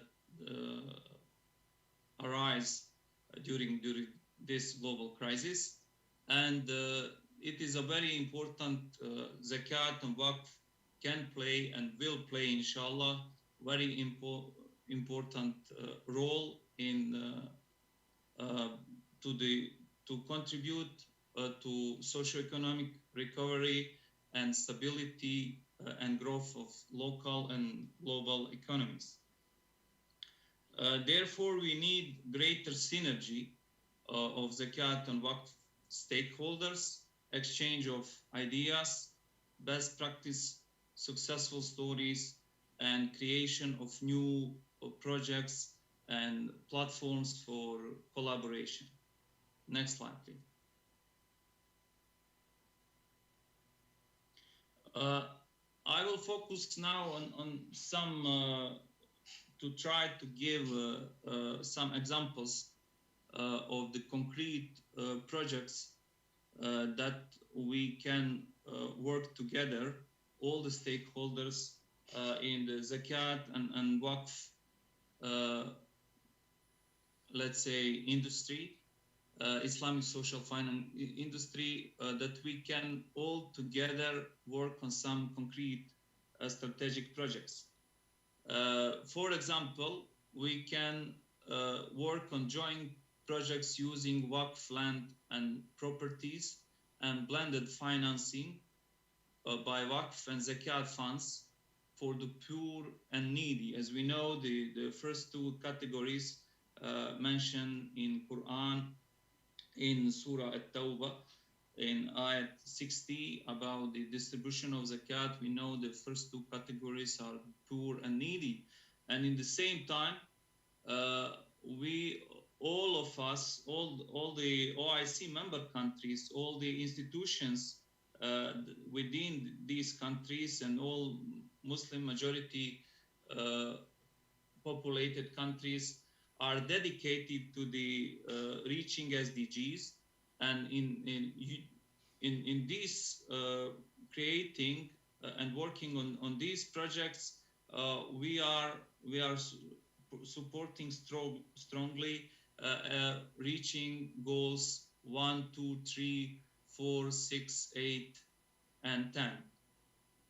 We also can work on health projects for the regular and mobile clinics established by Waqifs and financed by zakat and waqf funds. Also, we know it is a very important. We saw how is important the prevention of spread of viruses such as this COVID-19 virus, coronavirus, and pandemics. Importance of vaccination, sanitations, and other measures related to the health. And this is related also to the SDG 3 and SDG 6. Schools, faculties, universities, education, scholarship funds, and foundation established by Waqifs and financed by zakat and waqf funds. And we have, alhamdulillah, we have a great tradition and examples in Muslim history as well as today. We know that the most of the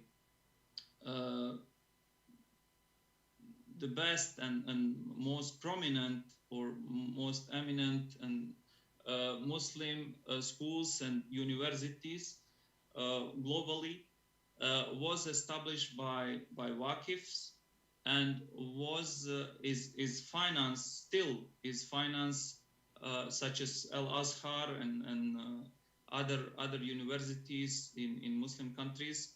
Also in my country, in Bosnia, we have all the madrasa and Islamic schools and faculties was established by Waqifs and is financing by the zakat funds.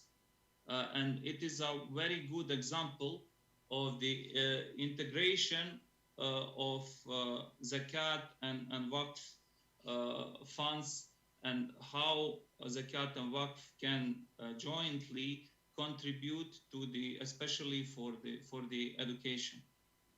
And you still have 5 minutes more. Okay.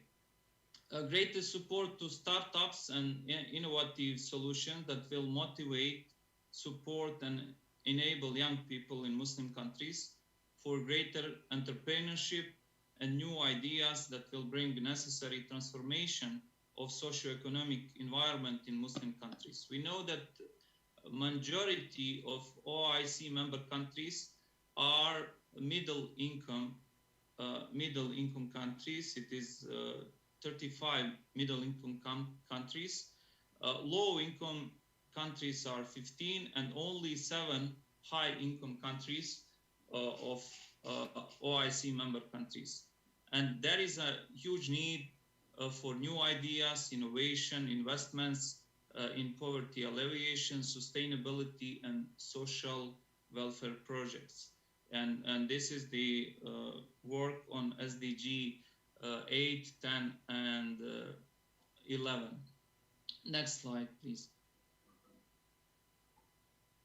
Also, everybody now talk about the climate change, green projects, and it is also a huge opportunity for Zakat and Waqf stakeholders to work more on green projects for preventing and reducing climate change and mitigation of actual negative impacts of that, supporting local communities to invest in clean energy, as well as greater support to irrigation projects to prevent negative impacts of drought and food shortages.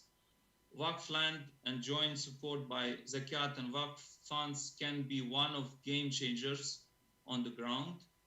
Waqf land can be used for solar plants, irrigation, farming, and Zakat and Waqf funds for supporting local sustainability and innovative entrepreneurship projects. And it is work on SDGs 6, 7, 11, 12, 13, 14, and 15. Integrated activities of Zakat and of Awqaf institutions should be part of poverty alleviation and social welfare strategies of majority Muslim populated countries or OIC member and other countries.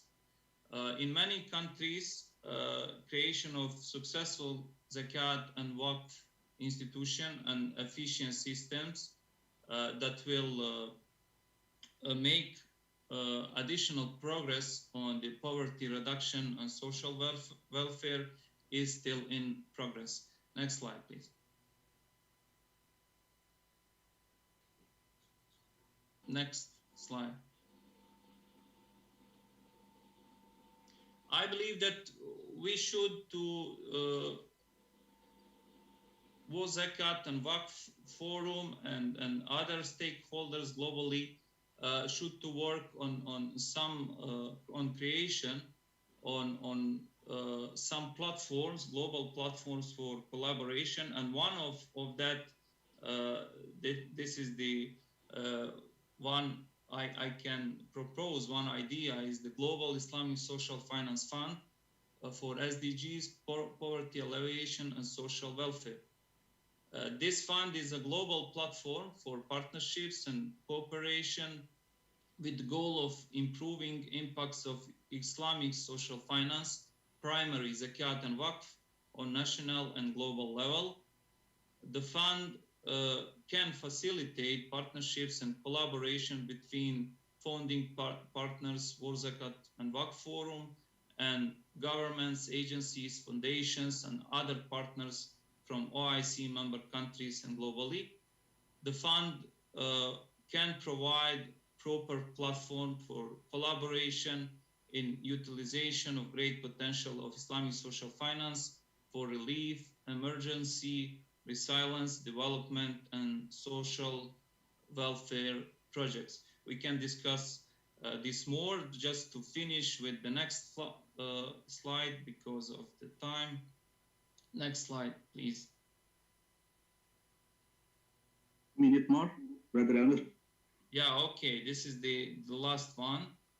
Okay. And I believe we should to put some goals and targets for the next time, for the coming period, and I believe till 2030 we should to have the target of $300 billion of Zakat and Waqf funding for poverty alleviation and social welfare. We should to jointly work on strategic action of OIC or Muslim majority Muslim populated countries for reaching SDG priorities, SDG 1 and SDG 2, that will not left any citizen of these countries below poverty line. World Zakat and Waqf Forum can play important role in coordination of strategic actions of its members and other main stakeholders in reaching these goals. This will require strengthening and improving performance of local, national Zakat and Waqf institutions and their collaboration on national, regional, and global level. Thank you. Thank you very much to Brother Elnur. A very useful presentation. Okay, I would like to repeat for all participants, if there are any question, you can write a question in the chat column or chat box. Either in the question and answer session, we will read the written questions. Okay. We move to the third speaker, Mr. Ahmad Husni bin Abdul Rahman. Mr. Ahmad Husin bin Abdul Rahman, a member to several committees under PPZ MA Majelis Agama Islam Wilayah Persekutuan Malaysia. He brings with him more than 10 years working experience, particularly in Zakat jurisdiction. Mr. Ahmad Husni Abdul Rahman, also a Sharia advisor at Amanah Warisan Berhad or Awaris, and a trainer for fundamental certificate in Sharia for banking and finance program in College University Islam Selangor. And Mr. Ahmad Husni Abdul Rahman has wrote many papers, articles, and books on zakat, among others on related fatwa on zakat, zakat calculation, and distribution of zakat. The present time is 15 minutes. The time is yours, Mr. Ahmad Husni. Assalamualaikum warahmatullahi wabarakatuh. Bismillahirrahmanirrahim. Alhamdulillah wa syukurillah wa salatu wassalamu ala rasulillah. First of all, I would like to thanks to moderator of the section, Dr. Ahmad Juwaini, and also all distinguished presenters in this parallel session and fellow participants of the World Zakat Forum 10th International Conference. First of all, I would like to share my opinion that I strongly agree with both presenters, Dr. Iman and Dr. Elnur's point of view regarding the integration of Zakat and Waqf in alleviating poverty, and they have provided us with a few examples and also ways which we can understand that the Zakat and Waqf can actually stand in together to alleviate poverty. I would like to share my presentation now.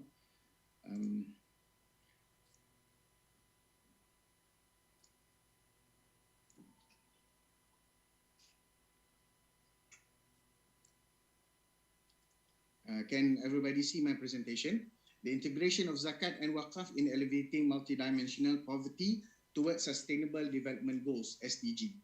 Okay, as for introduction, Zakat and Waqf, these are two fundamental instruments of Islamic philanthropy. We are now empowering Zakat and Waqf funds to contribute in alleviating multidimensional poverty because we have many challenges in poverty. It's not only one side of problem, but it is actually multi-dimensional poverty level. We are striving for integration of Zakat and Waqf in various dimensions that is crucial and possible to enhance the effectiveness of these particular instruments. Okay, when we're talking about integration, the dimensions of integration, we have three main pillars or three main important elements to make this idea a success. we have to collaborate with between the government, the management part, and also the funds part of the integration. Okay, first of all, we would like to talk about the government part.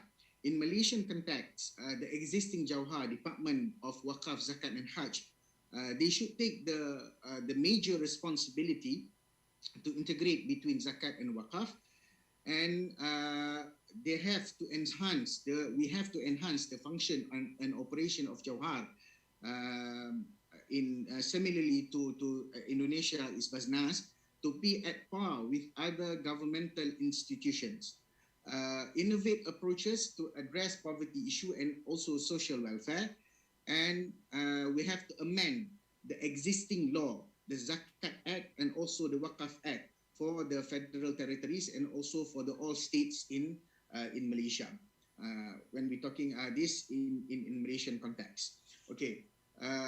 Next, we move to the management part of this integration. Religious authority is advised to revise the existing model of Zakat and Waqf management, because we are operating in a way that we are still operating in traditional way, even though we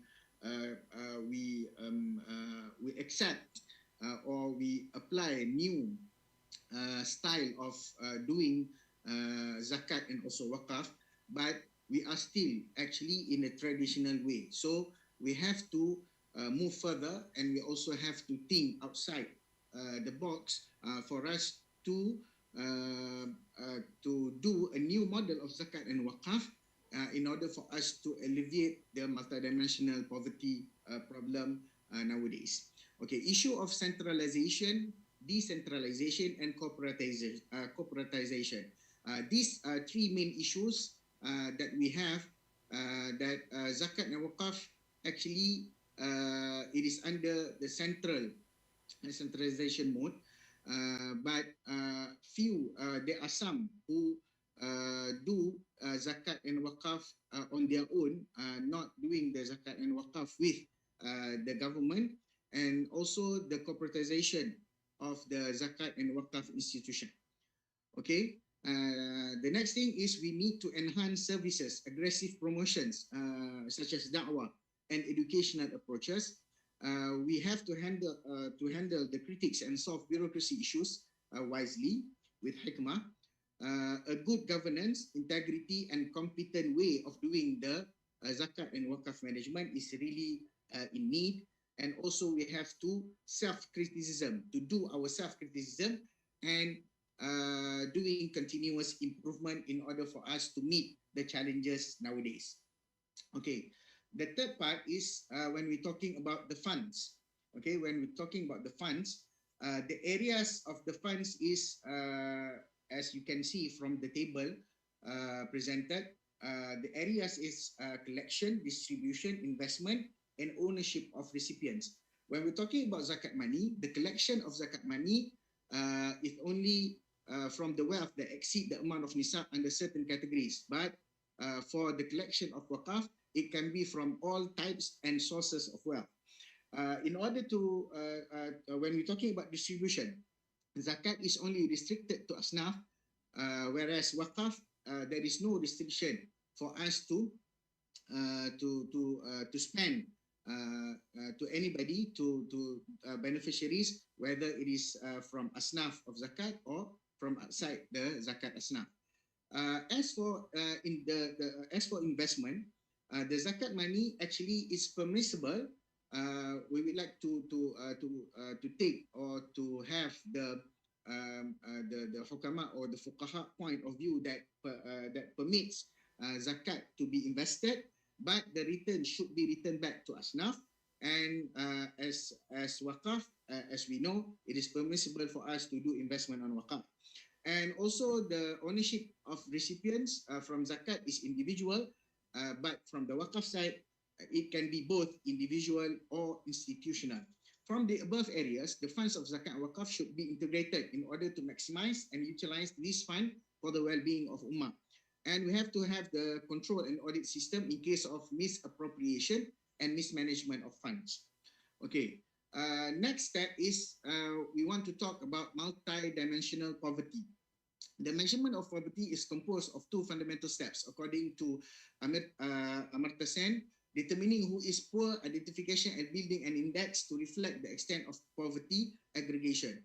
Both steps have been sources of debate over time among academics and practitioners. For a long time, unidimensional measures were used to distinguish poor from non-poor.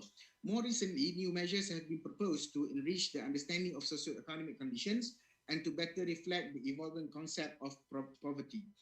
Unidimensional poverty mainly used household income for determination of the poor and needy, and according to Sen, 1981, called the direct method of poverty identification.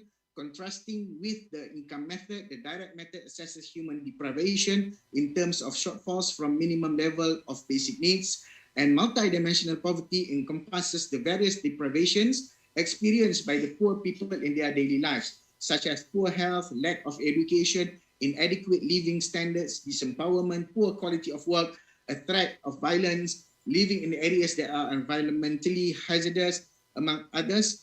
And these are the main areas that we want to work on the Zakat and Waqf integration.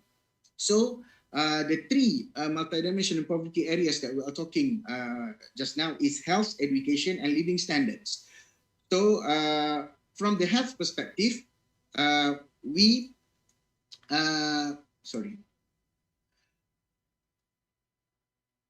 can help Asnaf through the Waqf and to the Zakat and Waqf funds, Waqf hospital for affordable healthcare service, and also the Zakat fund can be used to give help to those who are in need. We can form a dialysis center and also confinement and post-birth support center for Asnaf mothers. Okay. As for the education part, we can form an education fund from the Zakat and Waqf, sponsorship for Asnaf, Waqf and Zakat Center of Excellence, and also Waqf Zakat Boarding School and also University. These are the parts that we can play, that Zakat and Waqf can play their role in integrating the fund to benefit the education, especially for the needy. Okay, and last but not least, the living standards. We can use the Zakat and Waqf money to project housing project through Zakat and Waqf funds, cash and corporate Waqf model in case of expensive land issue, Zakat and Waqf Mart, recreational center through Waqf funds, and also microfinance for Asnaf entrepreneur. These are the areas that we can play our role in integrating Zakat and Waqf money or Zakat and Waqf fund to alleviate the poverty. Okay, now we are talking about Zakat and Waqf post-COVID-19. The concept of Islamic financial inclusion is not limited to promoting access and use of the Islamic financial services, but it is also a significant tool to encourage and raise awareness among members of the community in casting their Zakat and endowment or Waqf and charitable donations into dedicated funds in order to achieve the sustainable development growth of the society. And Zakat and Waqf is considered as crucial and critical instruments of Islamic social finance through financing of project, goods, basic needs, and also services, healthcare and education. We can do also a form of Qard Hasan, Waqf Sukuk, Waqf Siyasah Syariah, and etc. Okay. You still have 5 minutes more. Yes. To summarize my presentation over here is we can see the simulation from Zakat and Waqf. We can pull the fund to do special project or special investment, as we said before, as I portrayed before in the presentation, and the proceeds can go to the beneficiaries. These are the main area that we can play from Zakat and Waqf, and I think I rest my presentation up to this point. Okay, thank you, Dr. Ahmad Juwaini. I pass back the session to you. Thank you. Tuan Ahmad Husni for your presentation. A very nice presentation. Ladies and gentlemen, now is the question and answer session. Before I give the audience a chance to ask question, I would like to ask a speaker a question.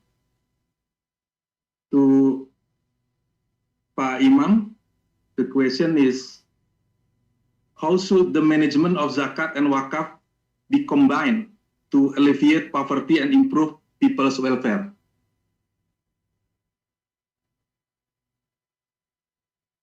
Please, Pak Imam, you can answer the question.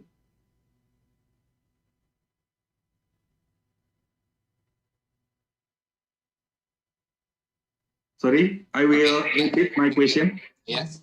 How should the management of Zakat and Waqf be combined to alleviate poverty and improve people's welfare?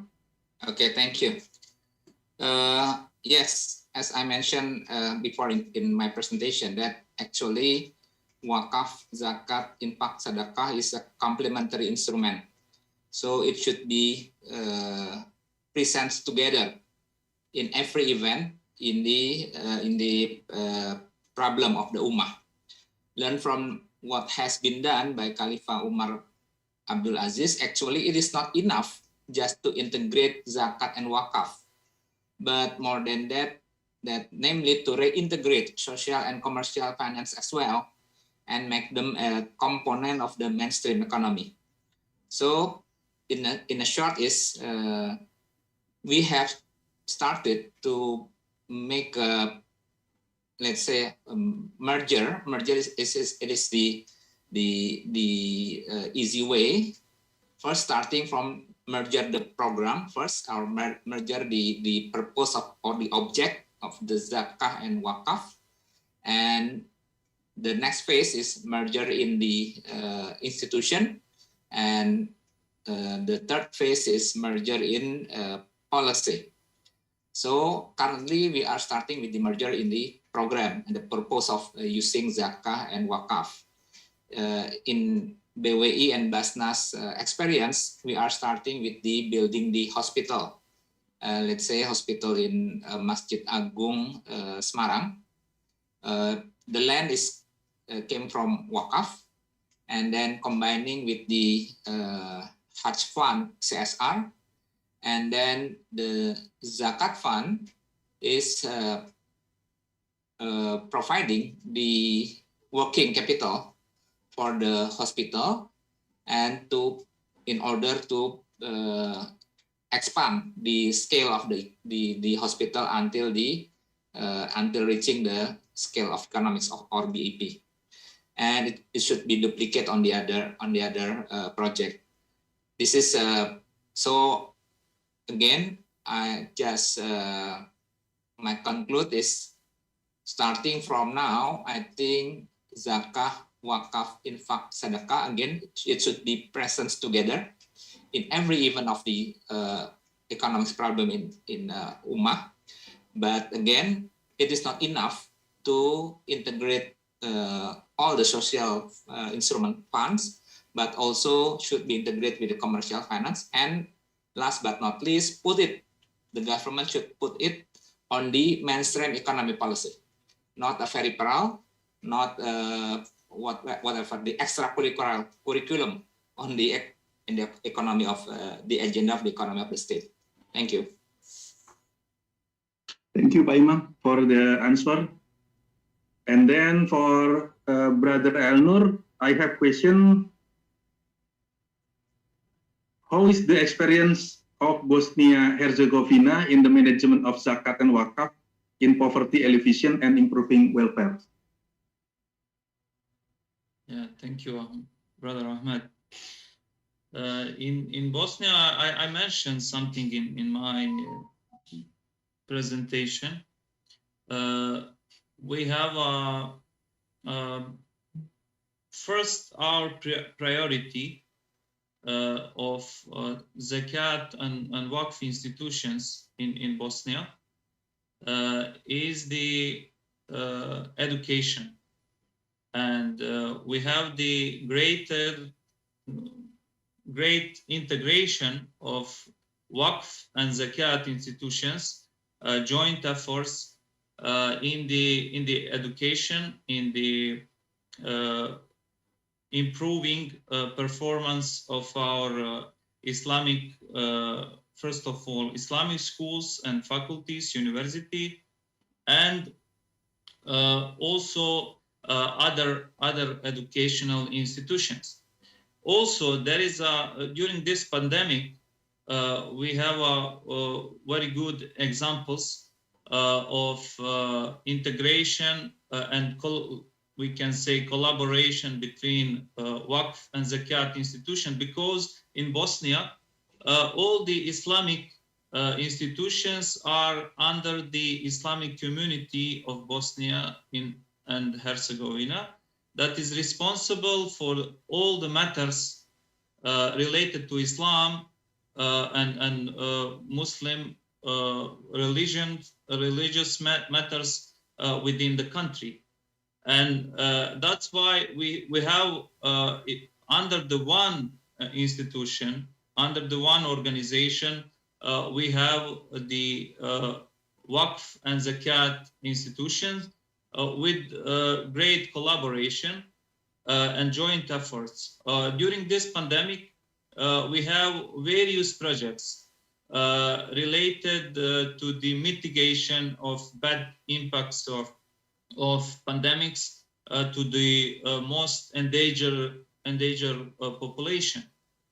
We have great agricultural projects where we make blending of some Zakat and Waqf funds for the farming and agricultural production on the Waqf land for the poor and needy population.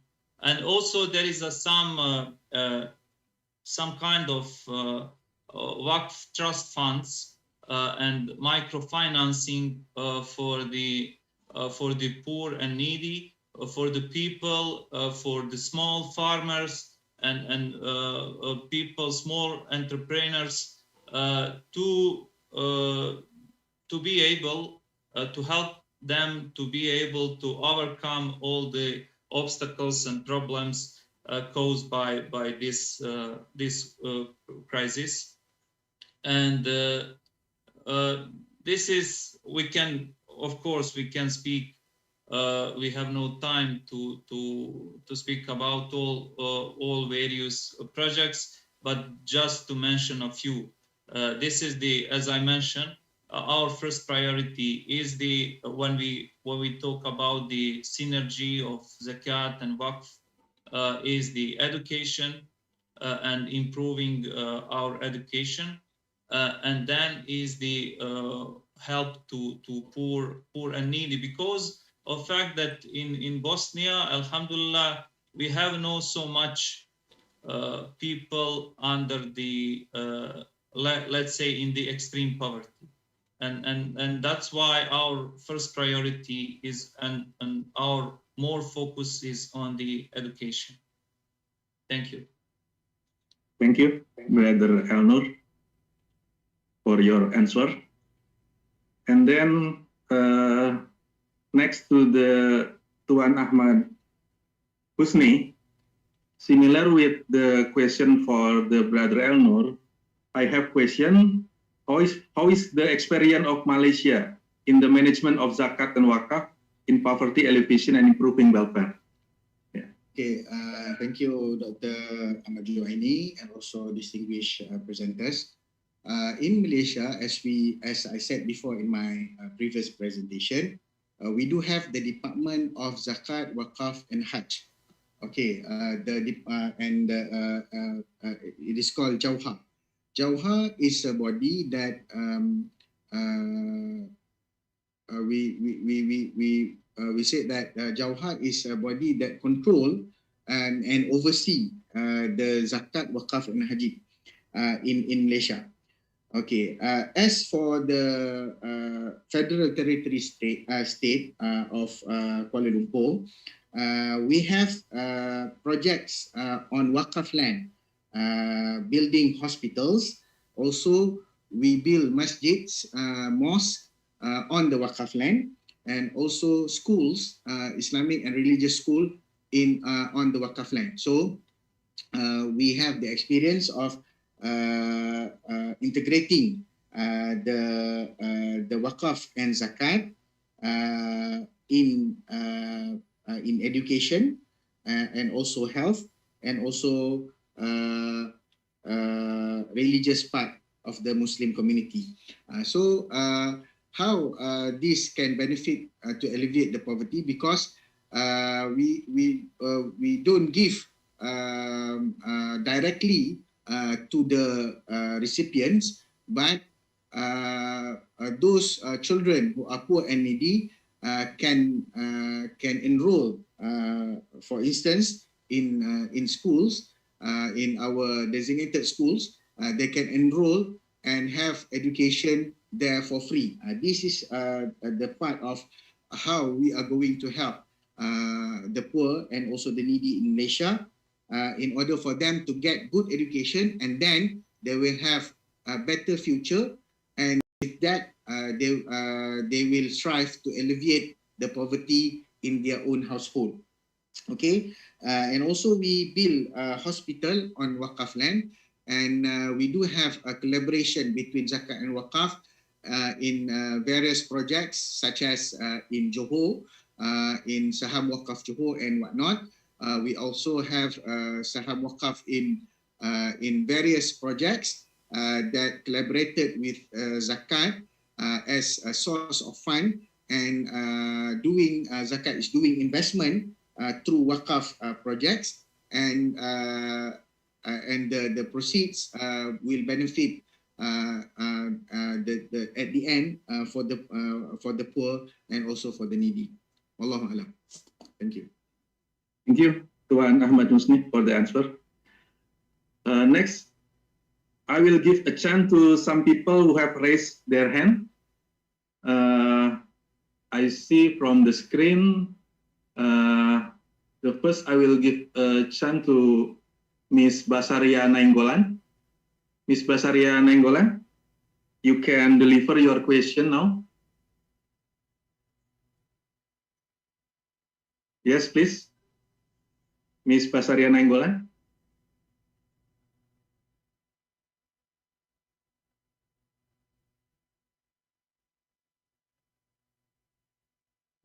I can hear your voice. Please speak louder, maybe. Oh ya, iya tadi penadian. Assalamualaikum warahmatullahi wabarakatuh. Waalaikumsalam warahmatullahi wabarakatuh. Ya, yang pertama terima kasih sudah diberikan kesempatan untuk mengomentari.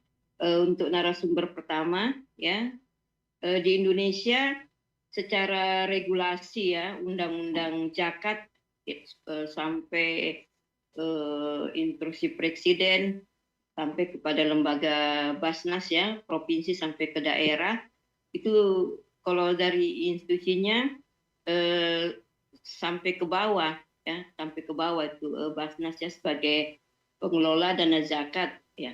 Namun kalau kita lihat secara implementatif ya, maksudnya secara kenyataan di masyarakat, Basnas sepertinya belum optimal dalam mengelola zakat, sehingga termasuk kami yang di Provinsi Maluku Utara ya, sehingga belum kelihatan gerak pengentasan kemiskinannya.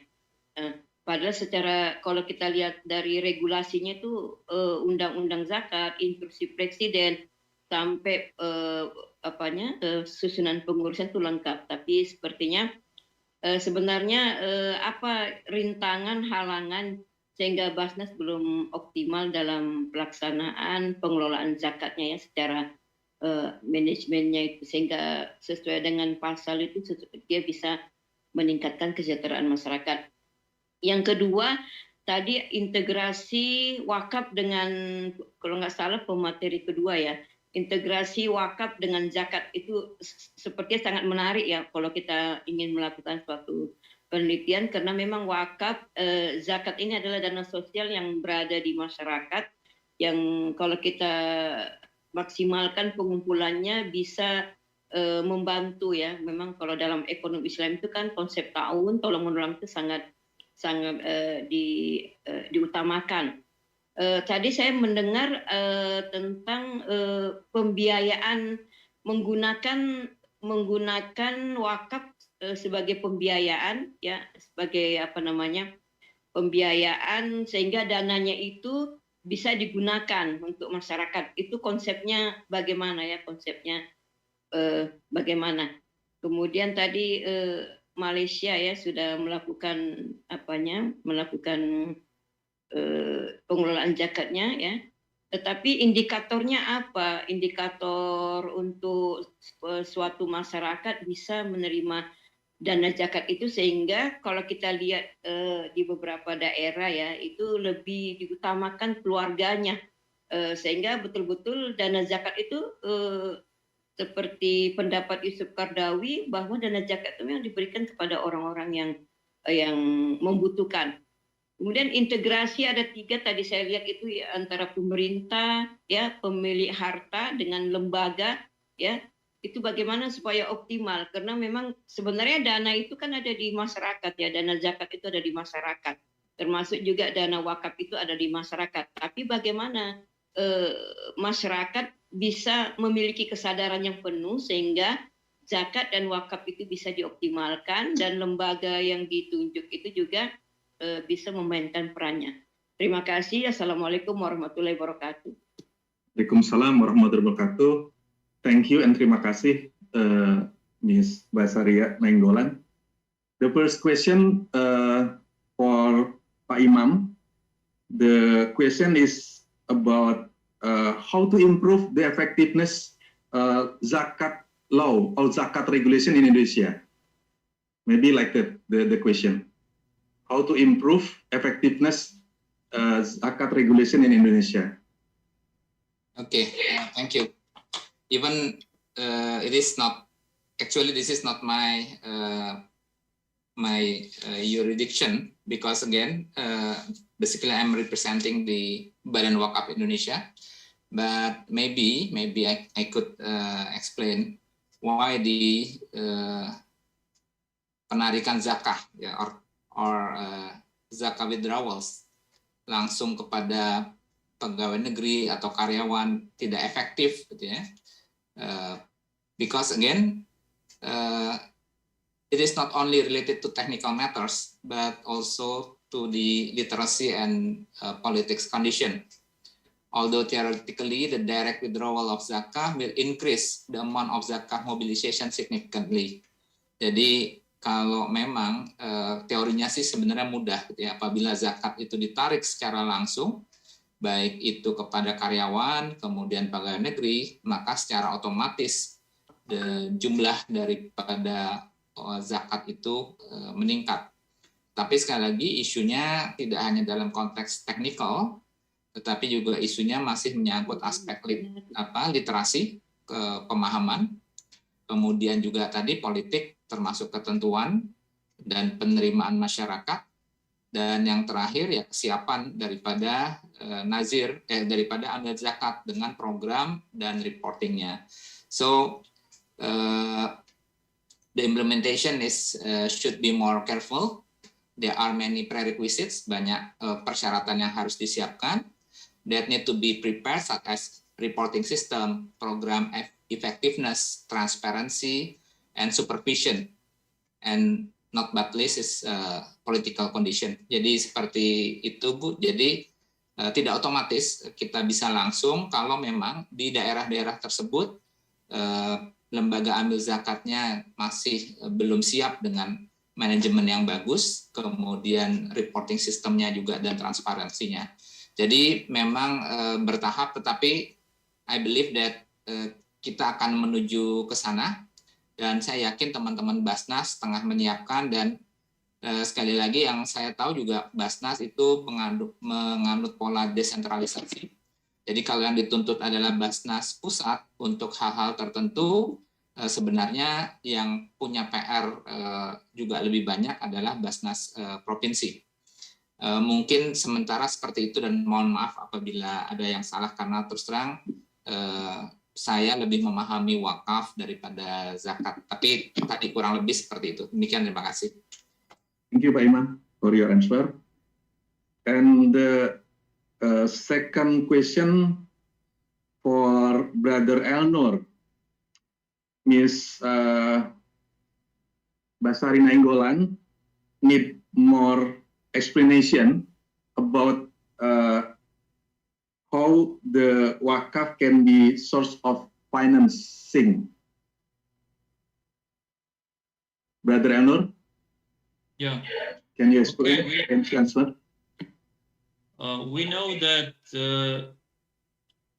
recently there are more and more cash waqf, so-called cash waqf, and we have in many Muslim countries, including within the Islamic Development Bank, there is a more and more Waqf trust funds, and I can give some examples from the one trust fund that was operated under the Islamic Development Bank that contributed greatly to the some small farmers in Bosnia, in my country, in Bosnia and Herzegovina, through the Islamic microfinance, and that's the we have various opportunities, potentials for improving Waqf impact through the using this Waqf trust funds. And I can say I was involved in my country, in Bosnia, almost 10 years or more than 10 years. I was involved in the board of the this Waqf trust fund of the Islamic Development Bank for Bosnia and Herzegovina. And through this fund, hundreds or thousands of small farmers and small entrepreneurs get very significant support, and that was the through the microfinance, and that was the real help for them. And there is a various, I believe, in the still there are many examples, but I believe, inshallah, in the near future we will have more and more various instruments with blending zakat, cash waqf, and zakat funds for supporting the and we really need, if we want to, as I mentioned in my presentation, we have most of Muslim countries are the developing countries, and some of them 15 or more are the low income countries.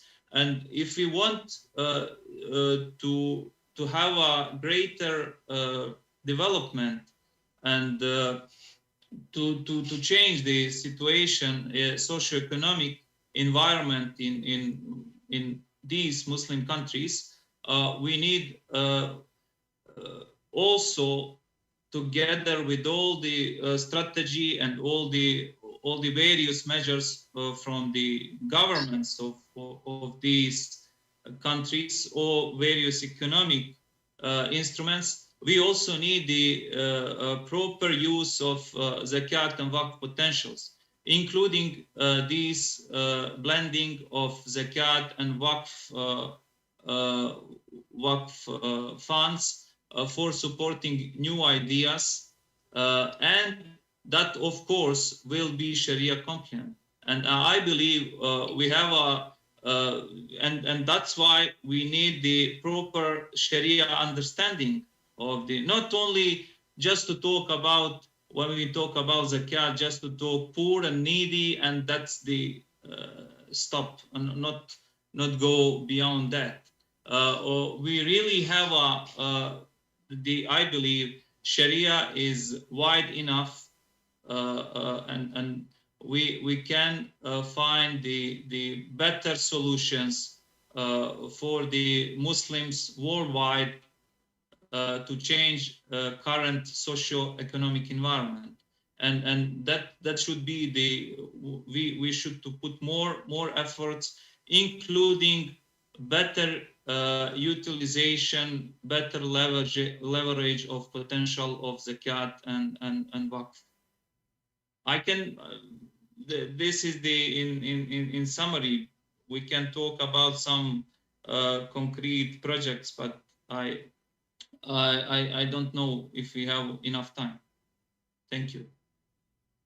Thank you, Brother Eleanor. The third question from Ms. Basaria for Tuan Ahmad Husni. The question is, what are the requirements if someone in Malaysia can receive zakat as mustahik? What's the requirements? All right. Okay, thanks, Dr. Ahmad Juaini. We have a special indicator to determine the eligibility of zakat recipient based on hadul kifayah or sufficient limit. We actually done a research, empirical research, to determine the household needs in family. Based on this data, we form a sufficient limit. So had kifayah is not only for individuals but also including families. So when a household income, let's say in Kuala Lumpur, they have not more than 2,500 ringgit per month. Okay, we are talking about Malaysian currency.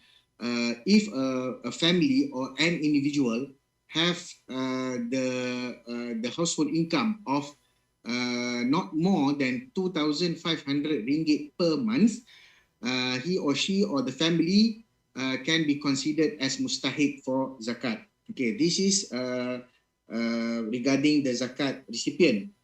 And I also heard the question from our participant, how to optimize the zakat and waqaf fund. First we have to put trust to the community with good governance, transparency, and also integrity. And we are now in Malaysia, especially I'm talking in the Kuala Lumpur state, federal state territory. We are in the midst of enforcement of the law pertaining zakat to be presented to the parliament, known as Rang Undang-Undang Zakat or the Bill of Law for Zakat. And when the Bill of Law of Zakat for Zakat is being approved in the parliament, then only we can empower and also we can enforce the law to make zakat as an obligatory requirement to the Muslim community and be at par with the obligation of tax. Okay, thank you. Thank you, Tuan Ahmad Husni. Okay, next we give chance to who have raised their hand is Mr. Turai A. Usman. Mr. Turai Usman, you can deliver your question now.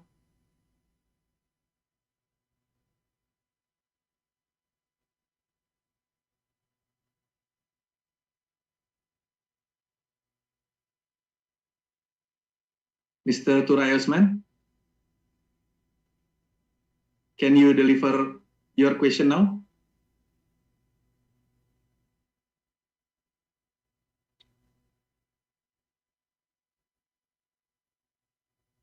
Okay. Please, Mr. Turai Usman, it's your time.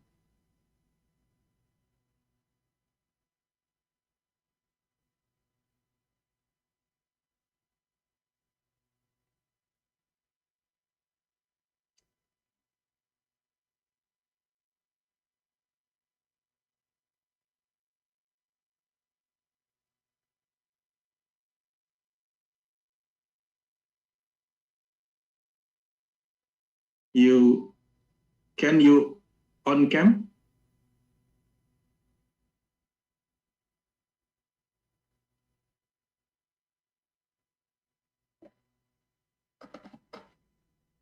I can't hear your voice.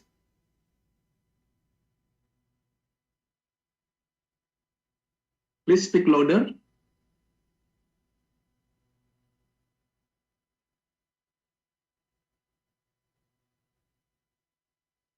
I cannot hear your voice.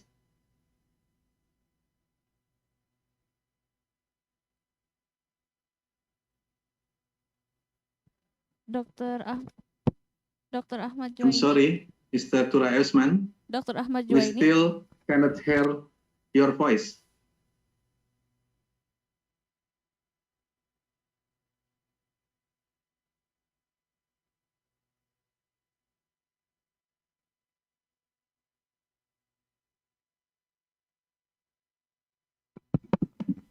Hello? Hello, Mr. Tura Usman. You can have my hair, my. Dr. Ahmad?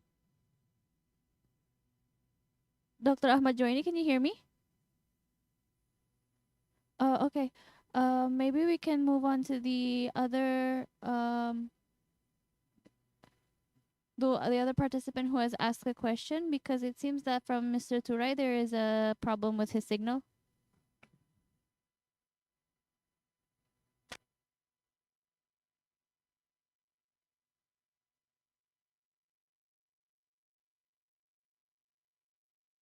From this forum, because we are actually back. We saw South Africa and places like Egypt, but in Central Africa,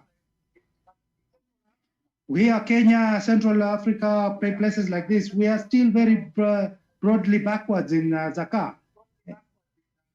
The community is suffering, and in a way that they cannot connect. This management system is very important. And until we get to know exactly how to run it, there is a lot of corruption and trust issues. This is where I call for partnership between all these other countries that are doing it, so that we can have a very basic understanding and how we can raise the community up. This question is actually, how do we partner? How do we partner to achieve synergy in making it happen? Thank you. Thank you, Mr. Rafiq. Yeah, maybe this question can answer by Brother Elnur, because Brother Elnur is as a Deputy Secretary General for Zakat Forum also. Mr. Rafi, thank you. Information about the synergy or cooperation, about Zakat organization, please. Thank you, Brother Rafiq from Kenya, for his contribution to this panel and for his question. I believe that we can organize through the World Zakat Forum committee. We can organize that our brothers from Kenya get first support from the countries from Africa that are involved already in the World Zakat Forum, such as our brothers from and sisters from Nigeria, South Africa, that have a very good system of zakat. That zakat institutions operate very successfully in these countries. And I believe Brother Lawal Maidoki and Sister Yasmina can provide first proper support to brothers in Kenya. And of course, we can see for some other support from the Secretariat of World Zakat Forum and other member countries. And as I know, some of our member countries exchange experiences, and some of the we saw in last 3-4 years there was some visits, especially from our brothers from Africa, some member countries, to the two brothers in Malaysia, Indonesia, and this is a good examples of collaboration and exchange of experience. And I believe we can also involve brothers from Kenya in these programs. Thank you. Thank you, Brother Nur Sari Hofik. Maybe I will invite Mr. Muhammad Lawal Maidoki. You can give response or answer from the question from Mr. Rafiki also.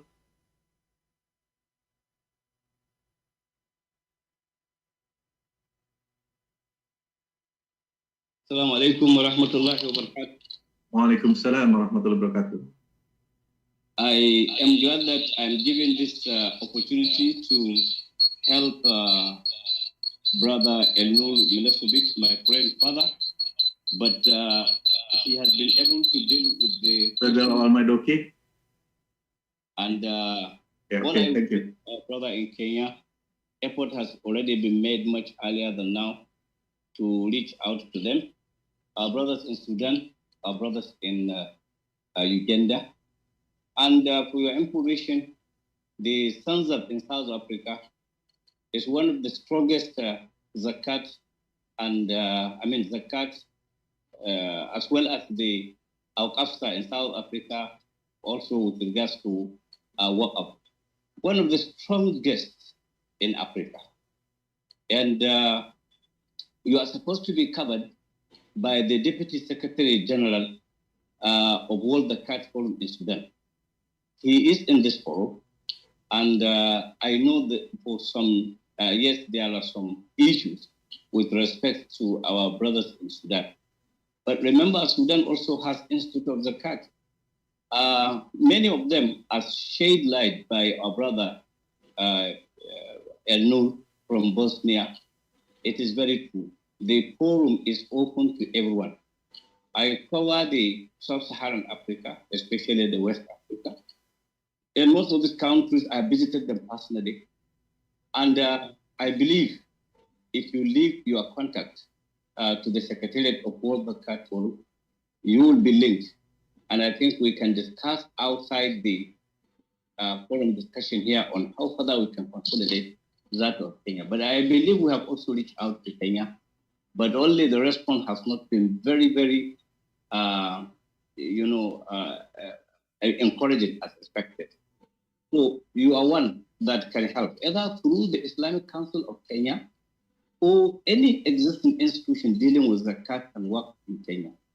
And I think in Bandung, if I'm not forgetting, maybe I've not forgotten, I think someone came from Kenya with respect to World Zakat Forum. I'm not very sure, but it's like, I want to remember whether it's from Kenya or from Tanzania. So you are most welcome, our brother. And our contacts are here.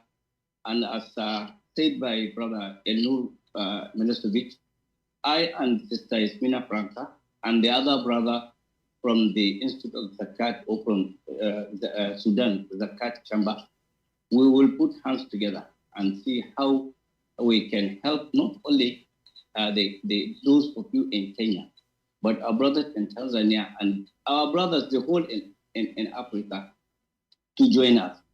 And let's put hands together, as Allah said, "Ta'awanu 'alal birri wat taqwa, wa la ta'awanu 'alal ithmi wal 'udwan."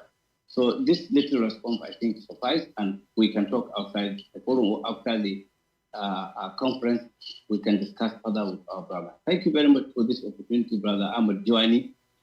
You are a living witness that I have visited you severally. I even came with my governor. You received him at KNKES, and that has strengthened Sokoto State Zakat and Endowment Commission. And Basnas has become almost a household name in Sokoto, Nigeria, because of our collaboration with Basnas.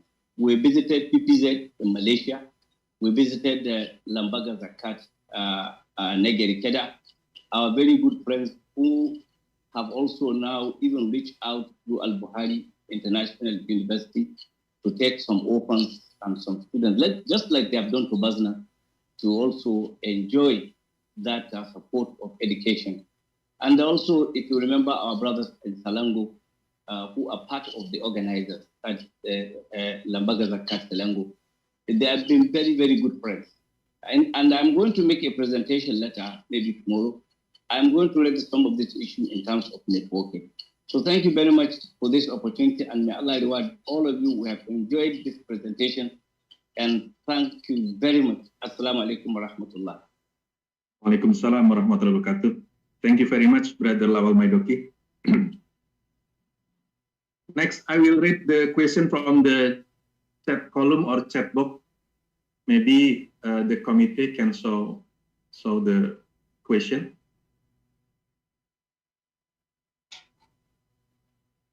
Yeah, the first question from Pertiwi Utami from STEBI Lampung, Indonesia to Dr. Imam Teguh Sabtono, related to the theme of the integration of zakat and wakaf in alleviating poverty and improving people welfare. What is the picture of a good integration that may be adopted by Indonesian Amil Zakat and Wakaf institution in the era of digitalization, and what are the possible challenges and obstacles? Please, Pak Imam, you can answer this. Thank you. First is, what is the picture of good integration? First, like I mentioned before, that like a business, that zakat is analogy or related with the operating expenditures, and wakaf is talking about the capital expenditures. So what we are combining is, let's say we select one project and then we spread the expenses into capital expenses and operating expenses. We are talking about operating expenses, we could use the source of fund coming from zakat, infak, and sadaqah. While the capital expenses like land, building, and other infrastructures, we could utilize the wakaf sources. And what is the relation with the digitalization? I think with the current advanced technology, we can make the fund mobilization using the e-platform or raising fund through the electronic channels. And we could also utilize the blockchain technology. If we are using the blockchain technology, the allocation of the fund is good monitored and reporting real time and very transparent. So I think this is a challenge for the Lembaga Amil Zakat and Nazir to utilize the current technology and combining the one project of Ummah by combining the source of fund using zakat, infak, sadaqah, and wakaf together. But again, by using the technology, we could reporting it and directly and very transparent.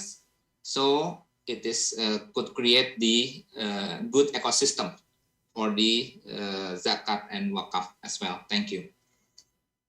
Thank you, Pak Imam. Next, to the second question from the chat column. Okay. Yeah, from Wahid Komari, from Basnas Kabupaten Tuban to Mr. Elnur Salihovic. The question is, you state that we need greater synergy of zakat and wakaf stakeholders, exchange of ideas, best practice, and creation of new projects. The only thing that I want to ask is how to implement IT, information technology, it's mean.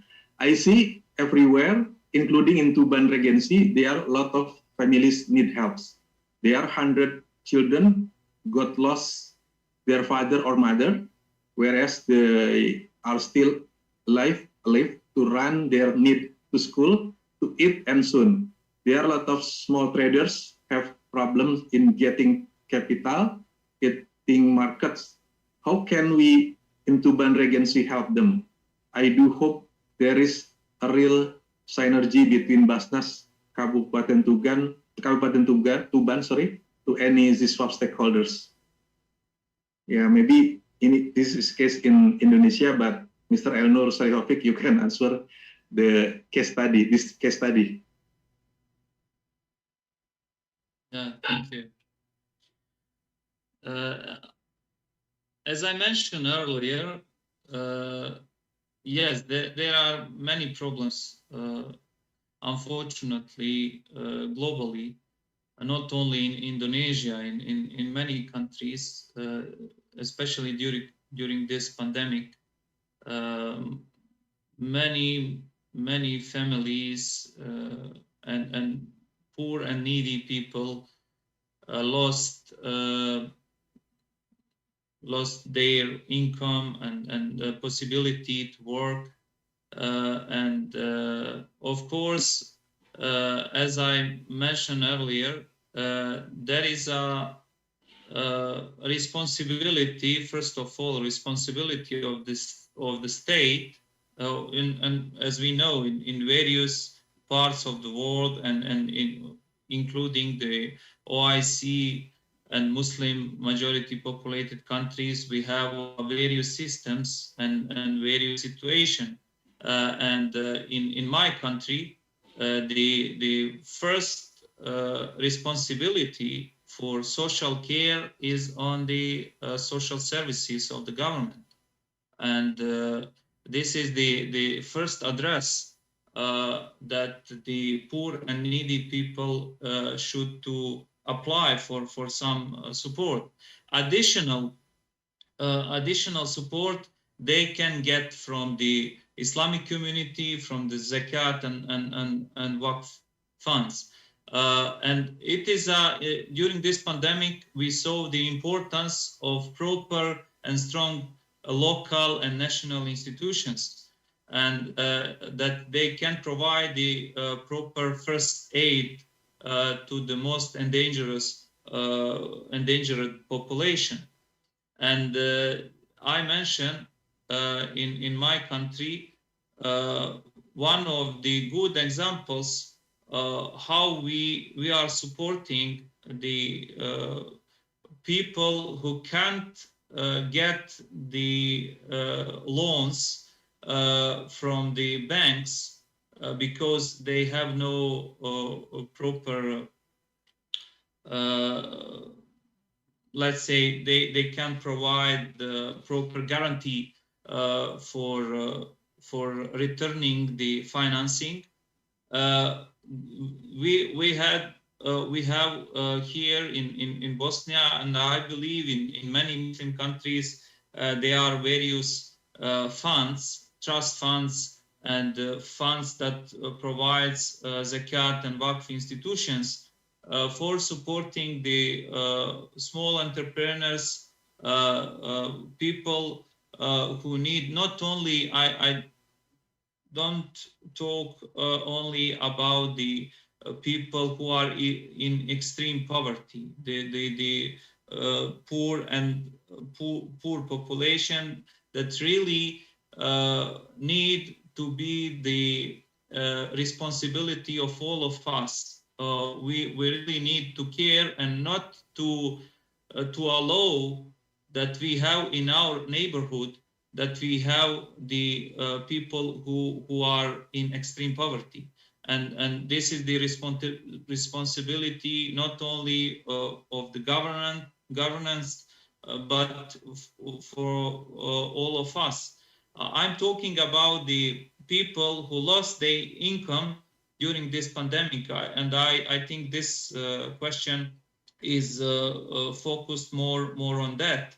And I believe we should to work more on creation the proper microfinancing, and as I said, the Waqf cash funds, trust funds can do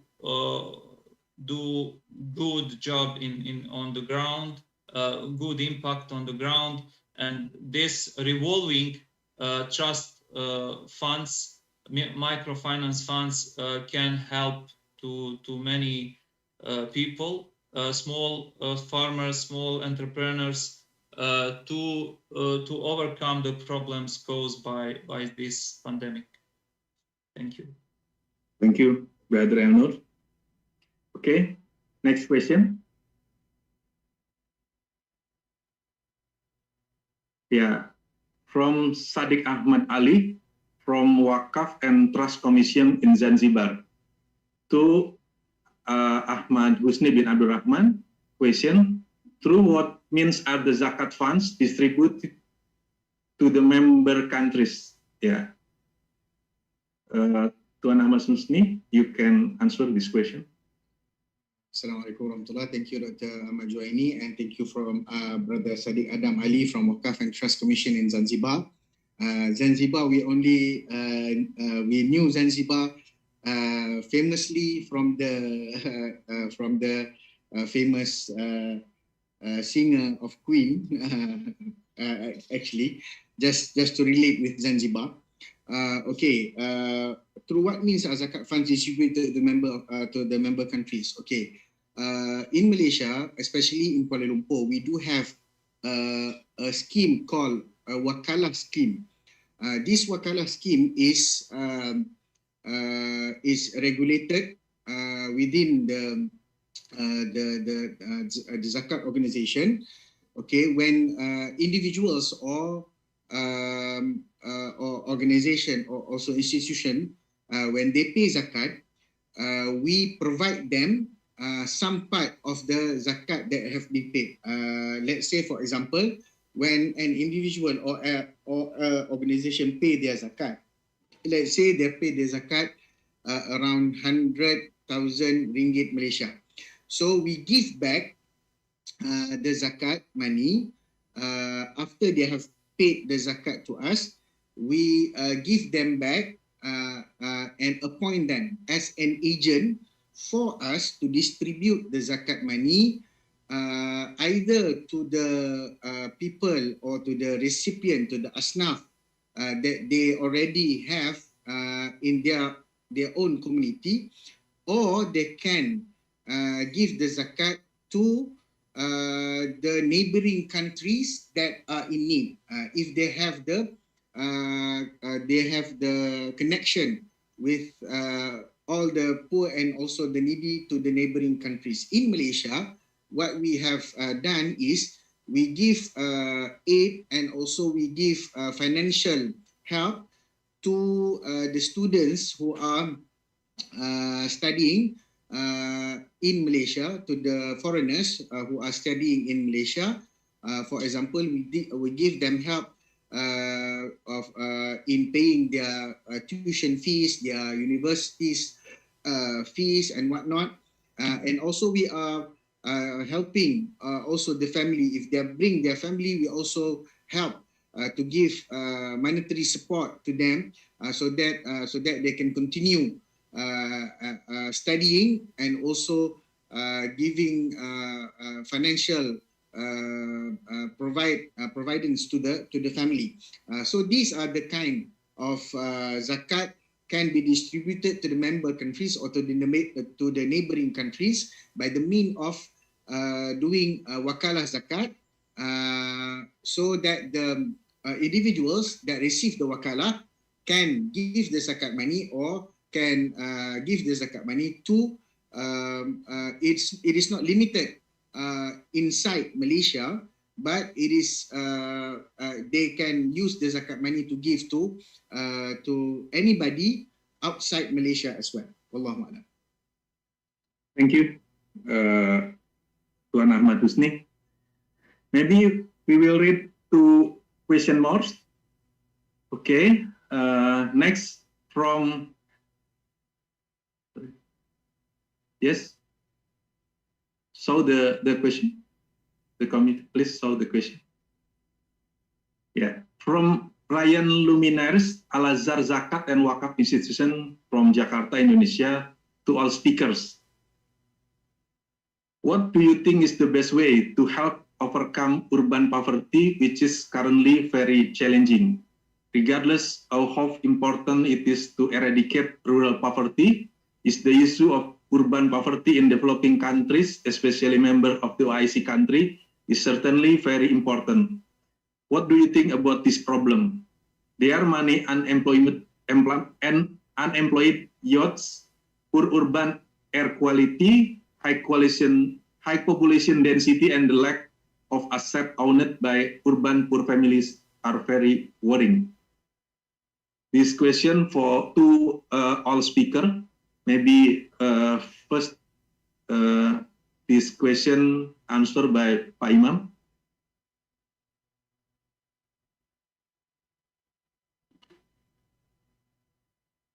Pak Imam, you can answer this question. Okay, thank you.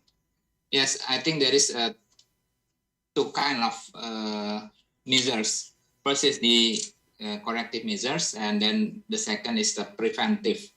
If we are talking about the corrective measures, if we are talking about the zakat and wakaf, there is a lot of program that could be run by combining zakat and wakaf.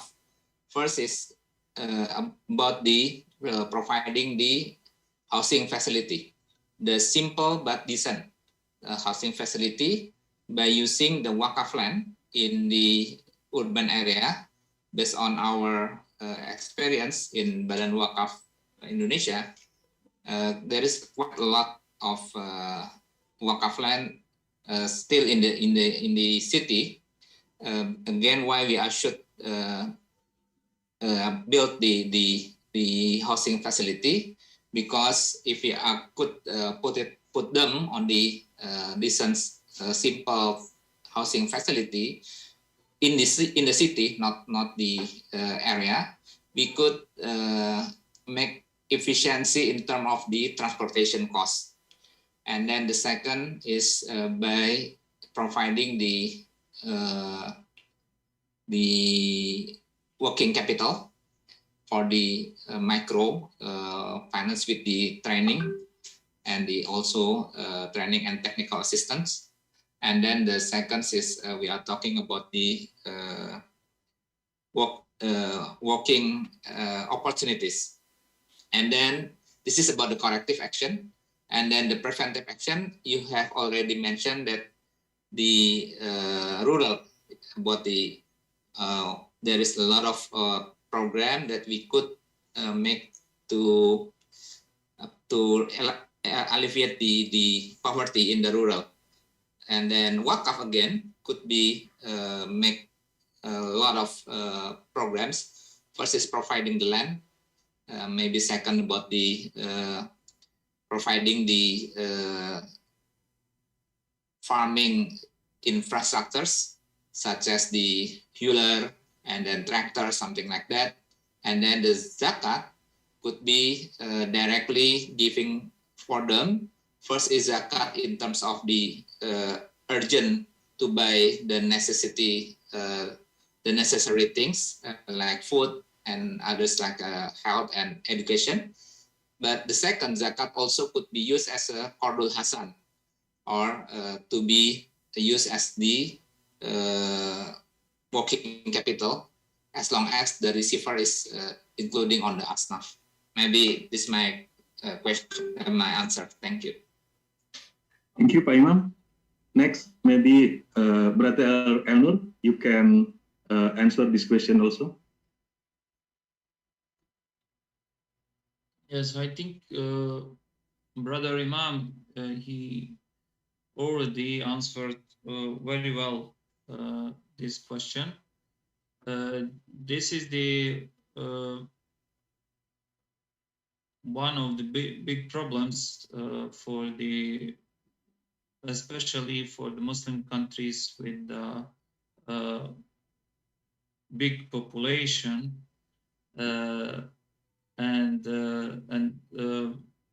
especially in urban areas, as already mentioned. First of all, there is a problem of proper housing, and there is a opportunity for the using Waqf land for providing proper shelter for these people who are in need. and of course, and there is a possibility, I believe, in most of Muslim countries, there is a possibility and there is enough Waqf land that can be used for proper for the building of proper housing. And then in these areas can be also can be established some kind of business incubators with the support of Islamic microfinance. And I mentioned already this trust Waqf funds for the start and support for some small businesses for these people, especially for the young population. Also, there is a possibility for the scholarships, providing proper scholarships for the young people who are still in school or who are finished their school and they need some additional training to be able to create or to start some own businesses. And there are many opportunities, but we should to note the importance of the proper local strategies in Muslim countries, and I believe, inshallah, soon, as I know, I attended many conferences and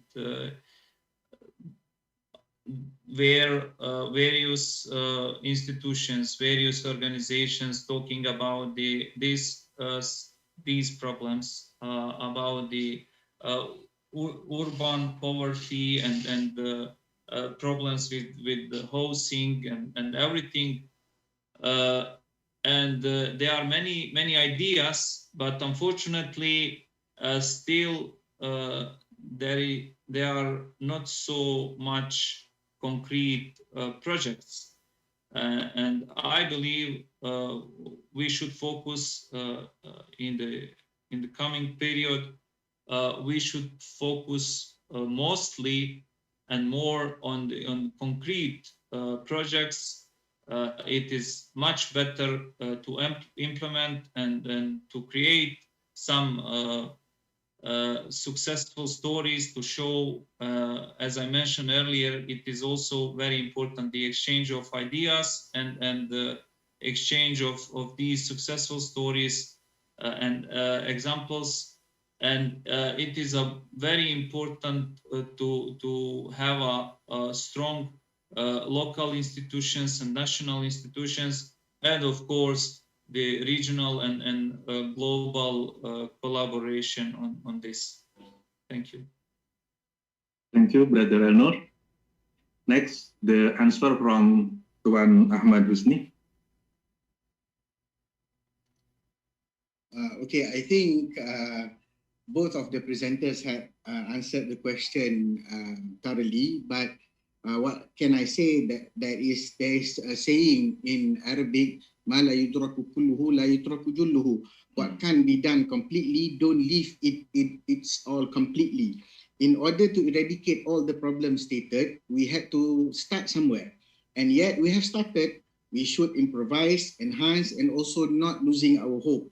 Continue to cut down the bureaucracy in governments and look more opportunity to work and collaborate with the community and also with the relating parties for us to enhance the link between the government and also the fund and also the managers of the fund and also the community. The community also needs to hand in hand with the government to help in order for us to make this problem, to eradicate the problem and make our dream a reality. Wallahu a'lam. Thank you, Tuan Ahmad Husni. Okay, next to the last question. The committee I think that's enough, Dr. Ahmad Juwaini. can show the question Hello? or finish. I think it's finished. Hello?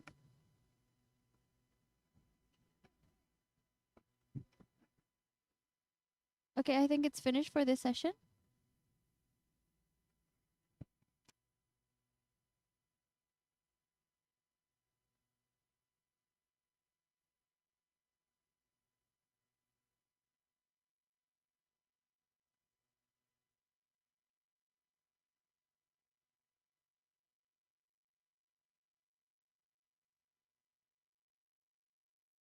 One is the integration of Waqf and Zakat is a necessity, like a business activity that requires operating expenditures and capital expenditures as well. Again, our biggest homework is in terms of building appropriate institutional design, building competencies and transparencies. Thank you. Thank you, Pak Imam. Next, the closing statement from Brother Andrew Salihovic. As we said already, we need more concrete projects on the integration of Zakat and Waqf, and I believe, inshallah, we will work much more on that, and we will improve our performance that what we already have on the ground. Thank you. Thank you, Brother Elnur. Next, to closing statement from Tuan Ahmad Husni, please. Okay, Alhamdulillah, we have discussed and we have put all means and ideas. Whatever remains is we need to implement it, inshallah. If the collaboration can be done by the government and also from the Zakat side and from the Waqf side, and I do agree with both of our presenters today that we need to collaborate furthermore and we need to form a good project, and also we need to implement all the ideas that has been discussed in the session and in the forum. Thank you. Allahumma. Thank you, Tuan Ahmad Husni. Thank you very much, Pak Dr. Imam Teguh Sabtono, Brother Elnur Salihovic, Mr. Ahmad Husni Abdul Rahman, for all the ideas and views that have been presented in this session. I will not summarize the views of the speaker of this session. All the content of the discussion will be used as input for making recommendation for this conference. Thank you very much. Wassalamualaikum warahmatullahi wabarakatuh. Waalaikumsalam warahmatullahi wabarakatuh. Thank you very much, Dr. Ahmad Juwaini, for moderating the plenary session, and to all of the speakers for their time and insights. Before we continue, we would like to kindly ask for all speakers and participants to turn on their camera for the photo session. The photo session will be led by the committee.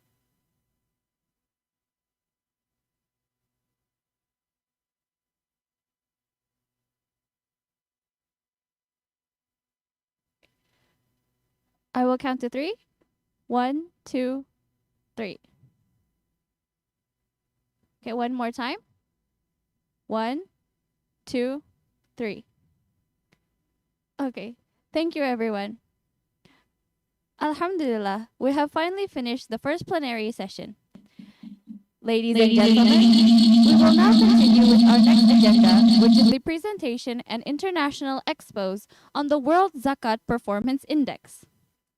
The World Zakat Performance Indicators is a measurement tool which was developed by the World Zakat Forum Research and Development Unit. Therefore, we would like to call Dr. Irfan Shauki Bek as the World Zakat Forum Executive Secretary to give the presentation to Dr. Irfan Shauki Bek.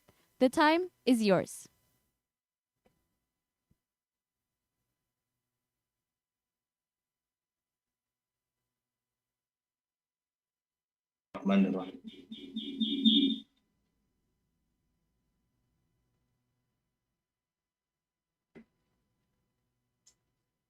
Okay, thank you very much. Bismillahirrahmanirrahim. Assalamualaikum warahmatullahi wabarakatuh. and a very good afternoon in Jakarta, good morning and good day, and even good night in other parts of the world. Nahmaduhu wa nusalli ala rasulihil karim wa ba'd. The Honorable Secretary General of the World Zakat Forum, Dr. Zainul Bahar Nur, the Honorable all deputies of the World Zakat Forum, the Honorable Chairman of the National Board of Zakat of the Republic of Indonesia, along with all board members of commissioners of Basnas, distinguished participants, ladies and gentlemen, brothers and sisters. In this very good opportunity, allow me to share with you about the World Zakat Performance Index, which is created by the World Zakat Forum, World Zakat Forum Research and Development. And as we all know that last year, we have established two subsidiary institutions under the World Zakat Forum, which were World Zakat Forum R&D, Research and Development, and WZF Youth. So one of the products of the WZF R&D is related to this issuance of World Zakat Performance Index. And in this very good opportunity, we also would like to inform you that, inshallah, in the next year, in the year 2022, we would like to measure the performance of Zakat institutions globally, particularly the WZF member countries and member institutions, so that we can see and observe the achievement and the position of World Zakat movement in this regard. So in this presentation, the outline will consist of 5 major parts, started with the background, followed by objective, and then Zakat performance measurement tools, and then the data and methodology, and it will be concluded with the dimension tables. So why we need to have this kind of index or indicators? Yeah, so actually there are various reasons why we need to come up with this performance index. Yeah, number one, we know that we are now facing complexity of zakat administration. Yeah, and we are also facing challenging situations and increasing requirement, especially from the muzaki and the donors who are willing to donate to zakat institutions. And what are their requirements? One of them is we need to show them the evidence on the achievement of zakat institutions and zakat programs. And how do we measure that achievement? Of course, previously, when we come up with the idea of zakat index, I mean, before we have the idea of zakat index, when we are asked by many how much the impact of zakat towards, let's say, poverty reduction, the answer will say that, Alhamdulillah, it has been able to reduce a certain level of poverty without mentioning the figures, the numbers.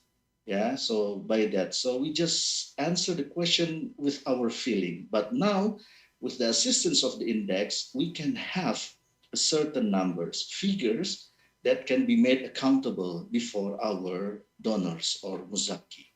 So, Alhamdulillah, through this effort, we also try to increase the public trust, because public require accountable aspects that can be that needs to be shown to them, and therefore it is in the interest of us to solve the public trust issue by providing certain standard of measurement so that accountability of zakat management and administration can be maintained. And then, of course, why also we need to have our WZ PI or World Zakat Performance Index is that as an institution, the World Zakat Forum is responsible, to encourage and to promote further development of zakat by strengthening the development of zakat through the issuance of this index. So this index is playing very important role in strengthening our effort in optimizing the potential of zakat, as has been highlighted by previous speakers, that the potential of zakat is actually very, very big. However, in terms of its actual collection, we see the gap, huge gap between the potential and also the actual collection. That's why through this World Zakat Performance Index, we are expecting all zakat leaders to have at least certain tools in their hand, to analyze and observe their current position and to take several actions and policies needed in order to improve the quality of the program, at both collection and distribution of zakat. And if we are successful in promoting this index, inshallah, we try to move to our younger brother, which is Waqf, because zakat and Waqf, they are brothers. Zakat is the eldest brother and the younger one is Waqf. So we hope to have both index for zakat and Waqf. But let us try and start with this WZF performance index. And there are some objectives that want to be achieved through this promotion of the index. Number one is to explore the theoretical framework of zakat management performance, both in terms of supervisory and internal zakat management. Secondly is to determine relevant indicators to evaluate the performance of zakat management in our member countries.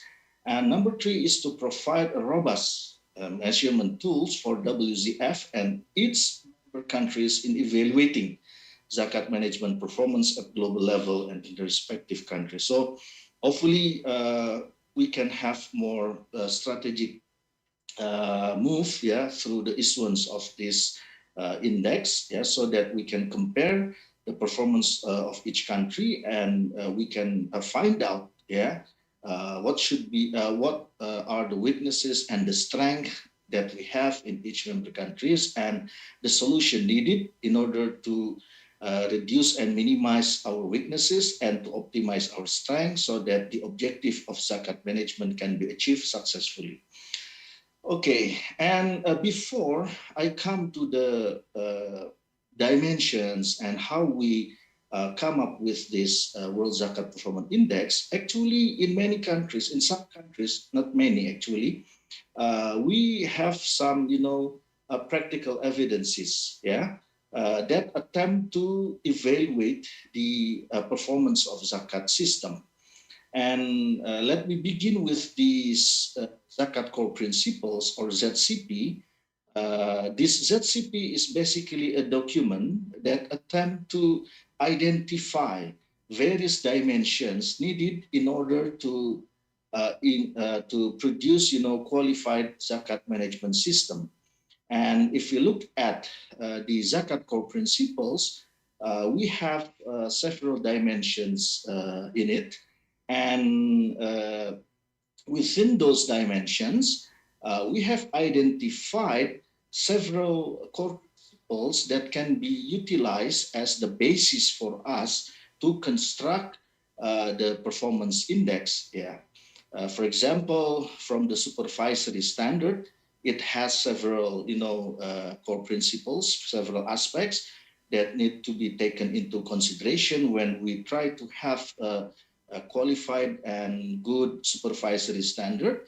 And also in terms of operational standard, you can see that many things are there, started from the AMIL governance, collection management, disbursement management, various risks, identified risks here in the operation of zakat, And then we come to the issue of audit reporting and disclosure transparency. And also we have to be careful with the abuse of zakat service, the possibility of the abuse of zakat service. So this gives us a basic foundation that we need to be very careful in analyzing those aspects.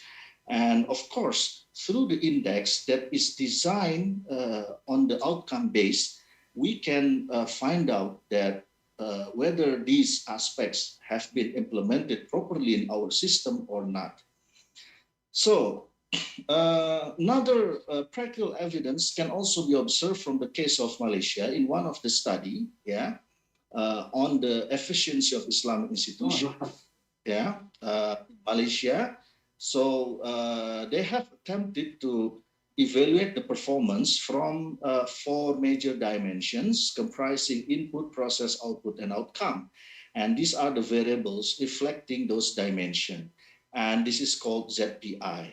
And what are the results? This is the result from that study. And if you look at several dimensions, the item, and also the index obtained by 2 institutions here that were observed, Lembaga Zakat Selangor, LZS, and then also Lembaga Zakat Negeri 9. You can see the result here.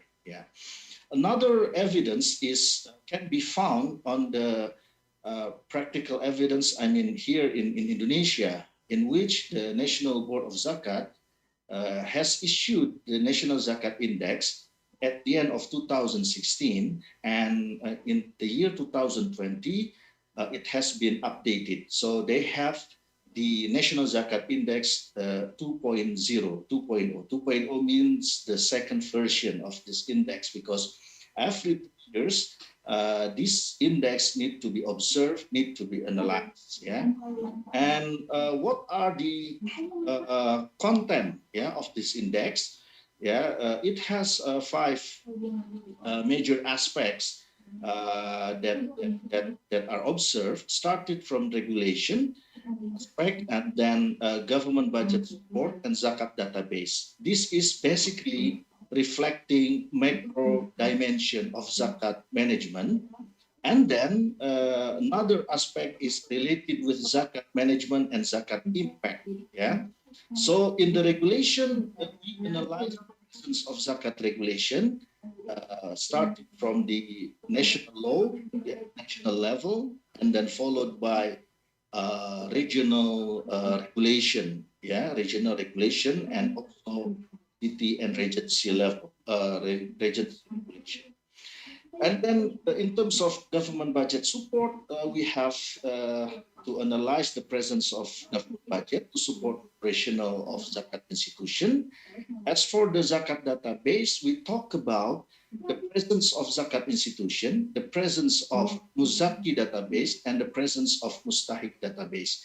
This is a very important thing, because without having the proper and precise databases, then how can you develop a proper and a good zakat management system?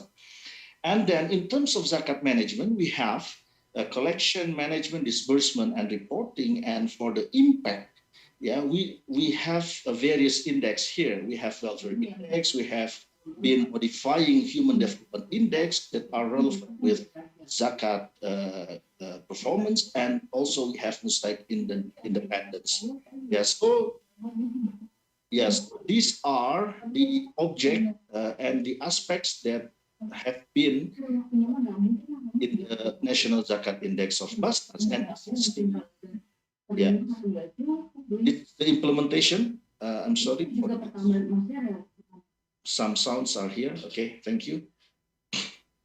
So this is the implementation of National Zakat Index, of Basnas. You can see here, and the publication can also be downloaded online. So if you are asking about it, so you can just go through the Basnas website and also the website of the Center of Strategic Studies, and then you will find the result of this National Zakat Index. And also, Basnas has been issuing and constructing the Sharia compliant index, which try to ensure that zakat practices are not against the Sharia principles. Yeah, so we need also to have this one. So people, especially the muzaki and the potential muzaki, can be convinced that the current operation of zakat is in line with the Sharia principles. And it's very, very important because zakat is part of the Islamic pillar. It is basically the third Islamic pillar. And therefore, we have to ensure that no Sharia aspect that is violated by zakat management. Okay. So these are the aspects, from the perspective of Sharia. And this is also the implementation of Sharia Compliance Index in 30 provinces throughout the country. And you can see that peringkat here means the category, the class, A class, B class, C class, you can see here. And nilai index means the value of the index. And on the second column from the left, it is the name of the province. So those are examples of practical evidence on how some countries attempt to have their own measurement standard to evaluate the performance of a zakat institution. And in this methodological approach that we are using in constructing a World Zakat Performance Index, actually WZF R&D combine the qualitative approach and quantitative approach. Qualitative approach is derived from two major activities, started from the literature study and then strengthened with the FGD, focus group discussion with expert. And then on quantitative approach, we apply the multi-stage weighted index. What does it mean? It means that the component of the index can be made as an index itself. So actually, the World Zakat Performance Index basically comprises all the index of its component. So that's why it is called the multi-stage weighted index. So after we conducted the studies and after the result have been discussed in the World Zakat Forum Secretary General and Deputy Secretary General meeting, a few months ago, this year. Then, Alhamdulillah, with the approval of the Secretary General and the Deputy Secretary General, I forget their meeting maybe somewhere on June, June or May this year. So they agree on this WZPI. And what are the dimension and variables of this World Zakat Performance Index? Okay, so let me come to this matter. We have 5 dimensions here. The first one is legal foundation. This dimension talks about the general framework, the permissible activities, and the licensing criteria. So general framework of the zakat system itself. The permissible activities define what is permissible, what is not, in terms of collection, in terms of distribution. For example, can we distribute zakat? Let's say to finance or to be used to purchase a weapon, for example.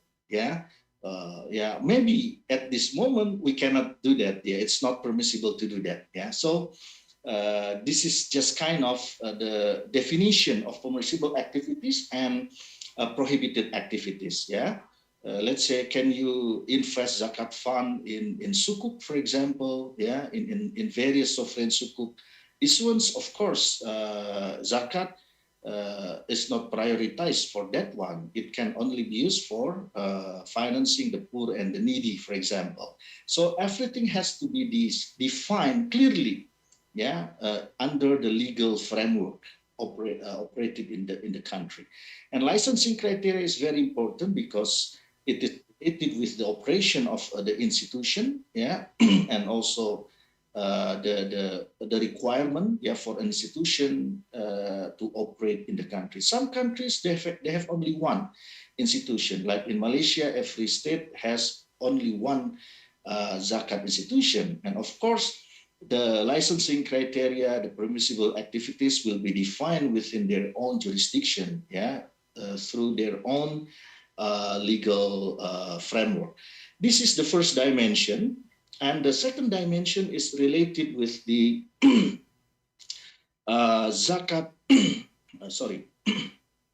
zakat supervision, which discusses the supervisory approach, the supervisory techniques and tools, and the supervisory reporting. How everything is supervised, the techniques, the tools, the approach, and the way we make the reporting on our supervision. This is a very important aspect. And the third dimension is related with the zakat reporting, in which it discusses about the audited financial statement, yeah, because it's very important as part of the financial accountability aspect.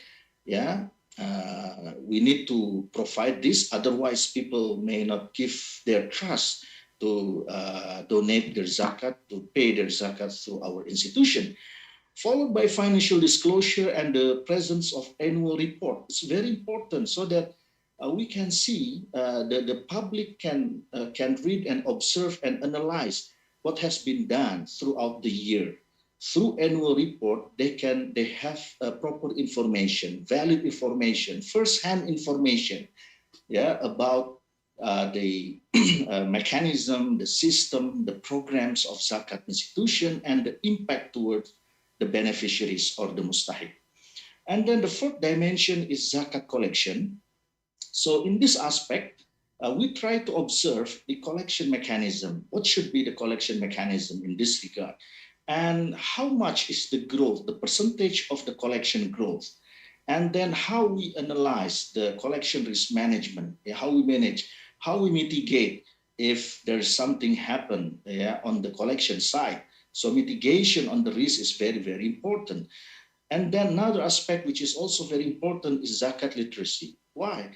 Because, you know, people will be happily paying their zakat when they understand why Allah subhanahu wa ta'ala and his messenger, the Prophet Muhammad sallallahu alaihi wasallam, yeah, have, you know, issued, yeah, regulated about this zakat aspect. So when people understand the reasons, the wisdom, the hikmah behind the revelation of zakat obligation, I believe they will be voluntarily and happily paying their zakat. Yeah. And then the last one is still on the zakat collection dimension, is on the presence or the existence of a database of the muzaki. And the last one is on zakat disbursement. In this regard, we are dealing with the disbursement mechanism. Yeah, how we allocate, how we distribute the fund, the mechanism, the types of programs. Yeah, what kind of programs? Whether we use the consumptive-based program or productive-based program, and under what proportion we have divided between the consumptive-based and productive-based program. This is number one. Number two is related with allocation to collection ratio. HCR has been included, you know, in the zakat core principles. We want to know how much of the fund that has been allocated within the year, yeah, compare with their collection. So if, let's say, the allocation to collection ratio reaches around 90%, it means that 90% of the fund, of the collected fund, has been distributed. So if the proportion of the allocation to collection ratio is very small, let's say 20%, it means only 20% from the collected fund that has been distributed. This means that the AMIL is not working properly. So there has to be some punishment to them because they are not working well. Yeah, so this is, you know, the reason why we have this allocation to collection ratio. And then we also want to have, you know, zakat impact assessment. Yeah, what are the impacts that can be measured? Let's say we can find out how much the percentage of the mustahik that can be transformed into muzaki, from being recipient to become donor, to become payer, from recipient to become payer. So it's very, very important to have that kind of impact data. And then we also need to have mustahik database, complete database by name, by address, exact database, and the other data needed. For example, the number of the burden, the household burden, let's say whether they have also suffered various illness or diseases, etc. The last one is the disbursement risk management. Risk management on the disbursement side is also very important, because sometimes we in the Zakat world, in the Zakat movement, do not have a sufficient understanding and sufficient tools to analyze the risk that may appear from our operation. Because if we don't understand and if we don't apply the proper risk management, I'm afraid that it may give bad impact towards our mechanism and system. So that's why the presence of this is very important. I believe I have 5 more minutes. So these are the details. The objective of each indicator. The objective of each indicator, and you can. Just press this button. You can see in the detail, because the book has already been published, so everybody can go online and you can search for the World Zakat Performance Index, and the book of this WZPI has already been available online, so you can download easily. So the objective of indicators can be easily identified. Here we have the goals. You can see the goal, the indicators, and what this indicator tells us about, and the reference. And this reference is related with the Zakat core principles. Why we always relate with the Zakat core principles? Because basically it was also a product that has been validated by World Zakat Forum in the process of discussion and production of this Zakat core principles. Some of us have been deeply involved in this discussion, and since it has been used as the reference, so everything will be based on that Zakat core principles. So you can see the details here. Everything related with the objective of the indicators of each dimension. So now let me come to the final, you can say, final part of how we do this assessment scale, and how we know, or how we conduct or construct, the criteria of World Zakat Performance Index. So from the dimension, we have the variables that have already been mentioned. And from the variables, we make the Likert scale, and we use 5 scores for the Likert scale, from 1 to 5. 1 is the worst, 5 is the best, from the bad to excellent. And although in some variables, we do not necessarily need to fill all the scale. Sometimes it is only needed, 2 types of score, good or bad, white or black, 1 or 5. For example, the presence of legal framework for the Zakat or charity organization, in this variable, this is just an example. We just need to apply 1 or 5, yes or no, available or not available. That's why we use this kind of scale. And then Zakat supervision, some of them we use 3, 1, 3, 5, good, average, bad. So the presence of average, something like that.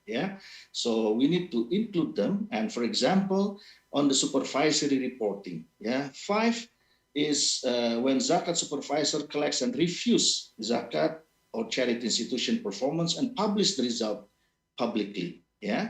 And then 3 is they just collect and review, but they don't publish it publicly. And the number 1 is they don't do anything. They do not collect, they do not review, and they don't have something to be published. publicly. So this is just an example on this aspect.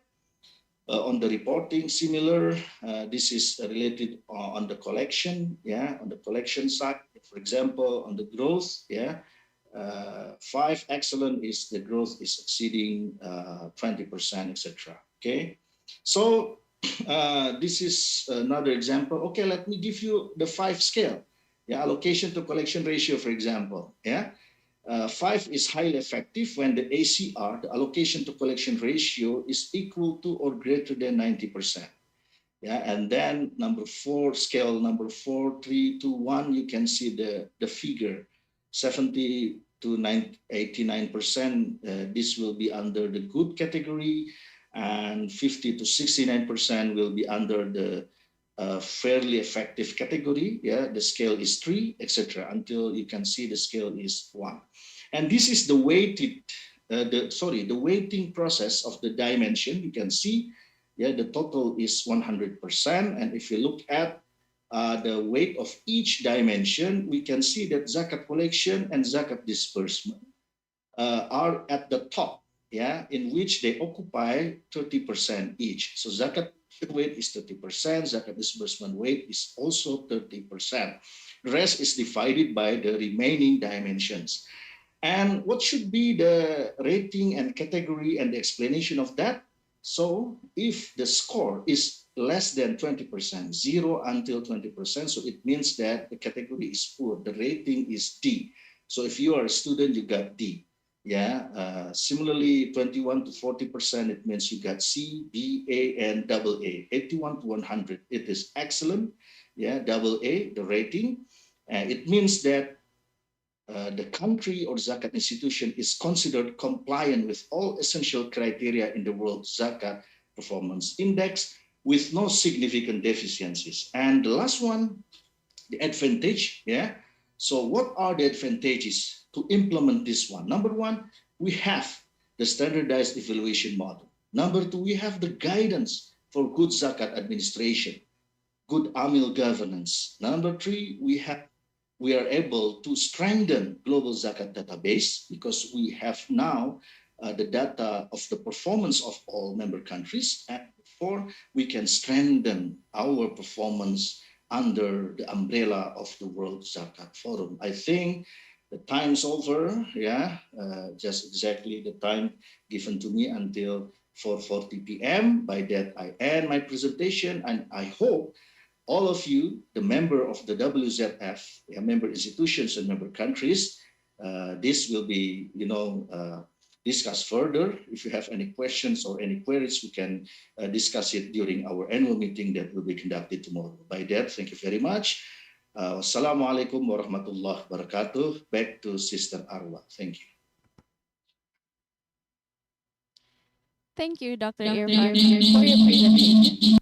We will now be moving on with our next agenda, which is a keynote speech from the Assistant Finance Minister for Financial Sector Policy from the Ministry of Finance of Indonesia. To Bapak Suminto, PhD, the floor is yours. Bismillahirrahmanirrahim. Assalamualaikum warahmatullahi wabarakatuh. Secretary General of World Zakat Forum, His Excellency Ambassador Dr. Zainul Bahar Noor, Secretary General of Waqf Public Foundation, Abdul Muhsin Al-Kharafi, Chairman of Basnas, Professor Dr. Kiai Haji Nur Ahmad, distinguished delegates, speakers, panelists, moderators, distinguished ladies and gentlemen, sisters and brothers. Alhamdulillah Rabbil Alamin, wassalatu wassalamu ala asrafil anbiya wal mursalin, wa ala alihi wa sahbihi ajma'in amma ba'd. Alhamdulillah, may the blessing of Allah subhanahu wa ta'ala be upon all of us who has allowed us to meet today in this hopefully very insightful international conference. Let us convey our salawats and salam to our beloved Prophet Muhammad Sallallahu Alaihi Wasallam. On behalf of Minister Sri Mulyani Indrawati, I would like to express our sincere appreciation towards Zakat Forum for conducting this event and bringing to the topic that is very timely and relevant. It is strengthening Zakat and Waqf synergy in the post-COVID-19 economic recovery. Distinguished ladies and gentlemen, sisters and brothers, we are still in the period of COVID-19 pandemic, which has had a significant impact on the society. All countries in the world take extraordinary measures, both in fiscal, monetary, and financial sector to manage the impact of COVID-19 on their lives and livelihood.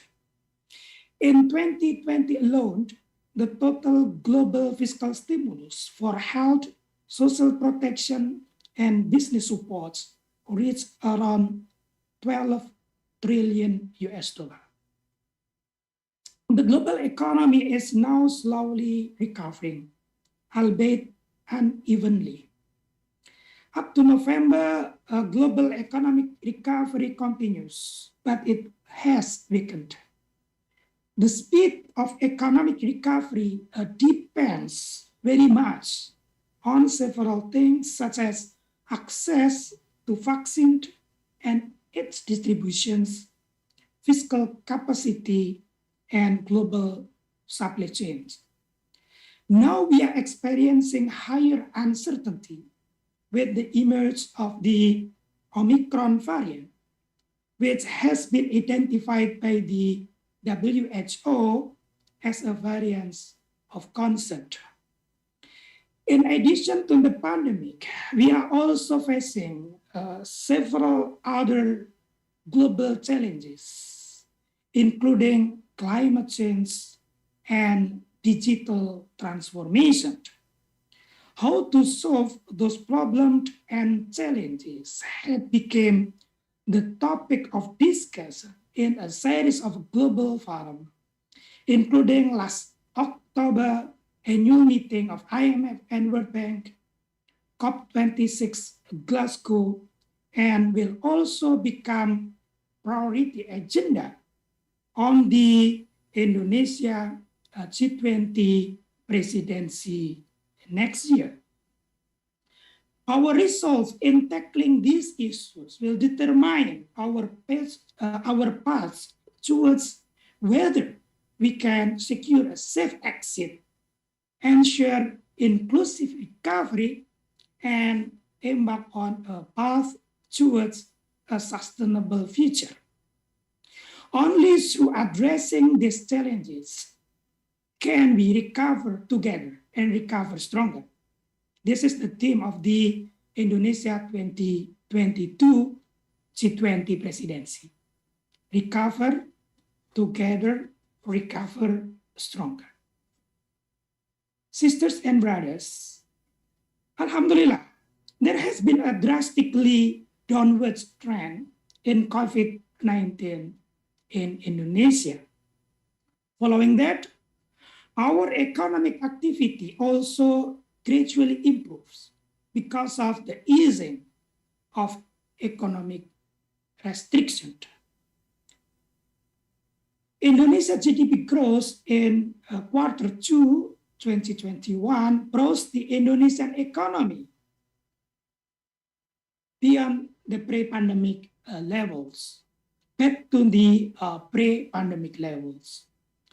The direction of economic recovery on the demand side has been evenly distributed, both in terms of consumption, investments, exports, and imports, as well as on the production side.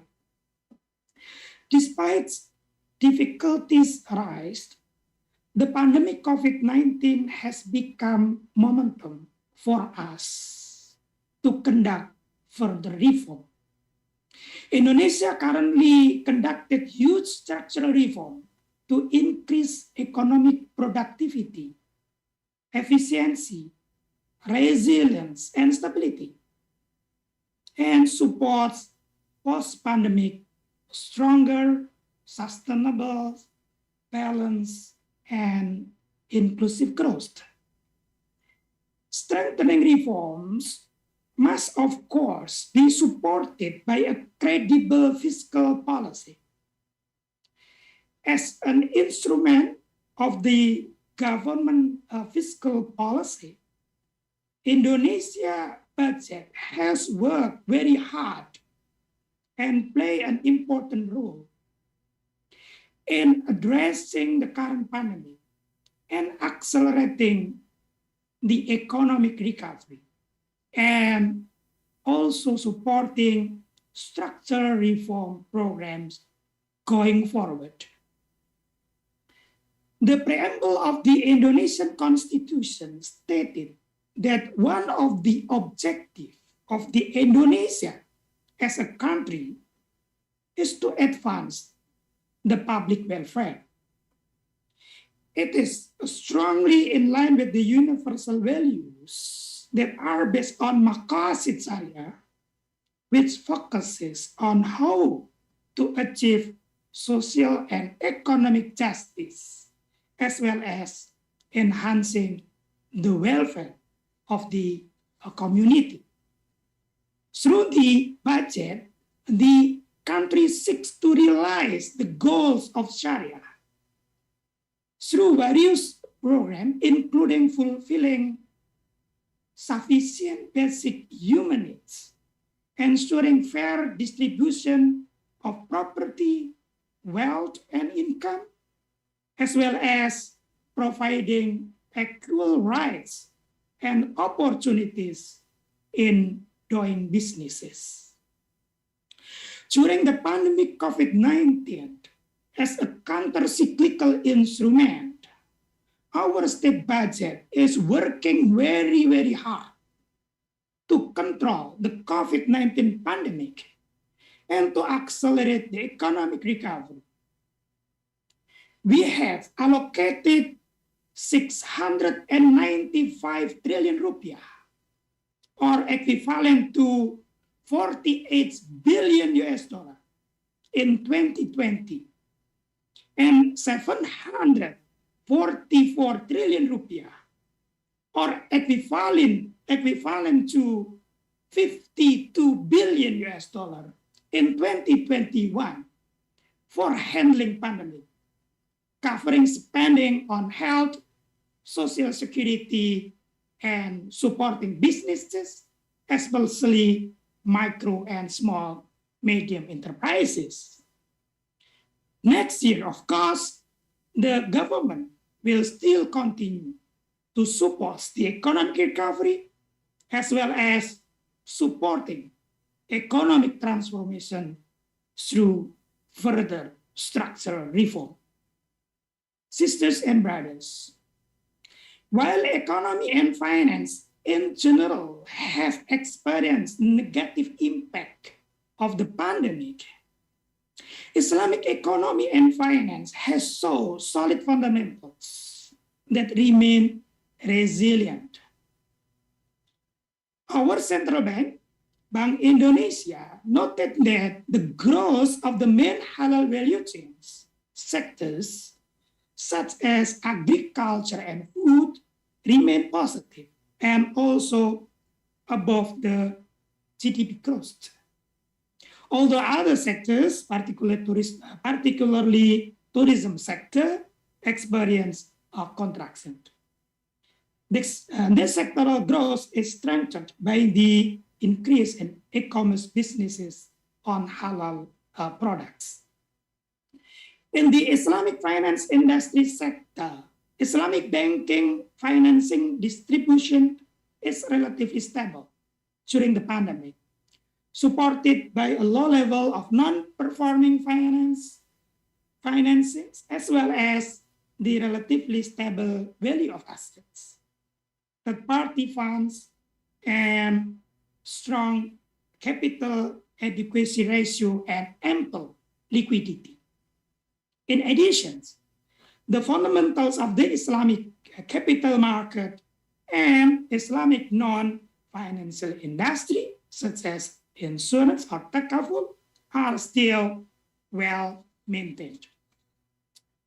In global Islamic capital market, Indonesia is the main contributor in the issuance of sukuk in the international markets, with 23.11% from the global issuance, or a total of 23.6 billion US dollar. Amid the uncertainty of the global market conditions due to the pandemic, in June this year, the government of Indonesia has successfully issued the sovereign green sukuk in the global market worth of 750 million US dollar. Furthermore, due to the pandemic, the Islamic economic ecosystem will be greatly influenced by three critical dimensions. There is economic dimensions, social dimensions, and technological dimensions. Sisters and brothers, on economic dimensions, we are seeing that the global economy is undergoing a massive overhaul. The pandemic has led to profound global economic disruption, both on the supply and demand sides. This causes deep scars in the economy, or scarring effect for the entire economy in the world. As the world moves towards recovery, there is an urgent need to address risk stemming from this scarring event. It is important to ensure that the whole countries recover together to avoid the buildup of imbalances. Policies ahead should identify strategies for overcome the scarring effect and ensure that economic growth is inclusive and sustainable, and there is no one left behind. There is no country left behind. On social dimension, we are facing extraordinary demographic changes with the dominance of young people and millennials who are very digitally literate and have a global perspective. On the other hand, we, Indonesia, has a rich culture and noble social values as a social capital that should be maintained. The culture of mutual cooperations, gotong royong, embedded in our society, for example, is an important social capital in our lives. We see that during the COVID-19 pandemic, it does not prevent us from giving and helping others. It is why the World Giving Index confirming this phenomenon, in which Indonesia was ranked as the most generous country in the world by 2021. This is an important consideration that must be integrated in the policy making and in the development process.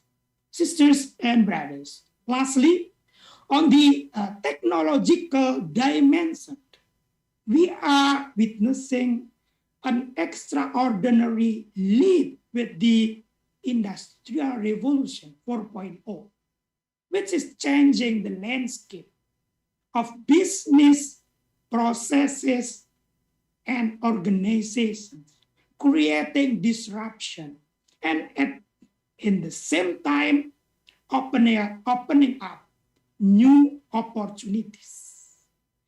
This opens up challenges as well as opportunities, and that must be taken seriously. The government continues to accelerate the development of connectivity and communication infrastructures so that we have better access to internet, for example, to suppose when we are facing the era of knowledge economy. In this respect, human resource quality is very much critical. We should support the human resource development, among others, by providing a conducive environment, including in supporting supportive IT infrastructures and environment. Sisters and brothers, during the COVID-19 pandemic, Zakat, infak, and Sodakot has provided social safety net to the people, complementing the social safety net program conducted by the government. According to the Basnas data, in 2020, Zakat collection in Indonesia reached 12.7 trillion rupiah, which is increased by 30% compared to the previous year.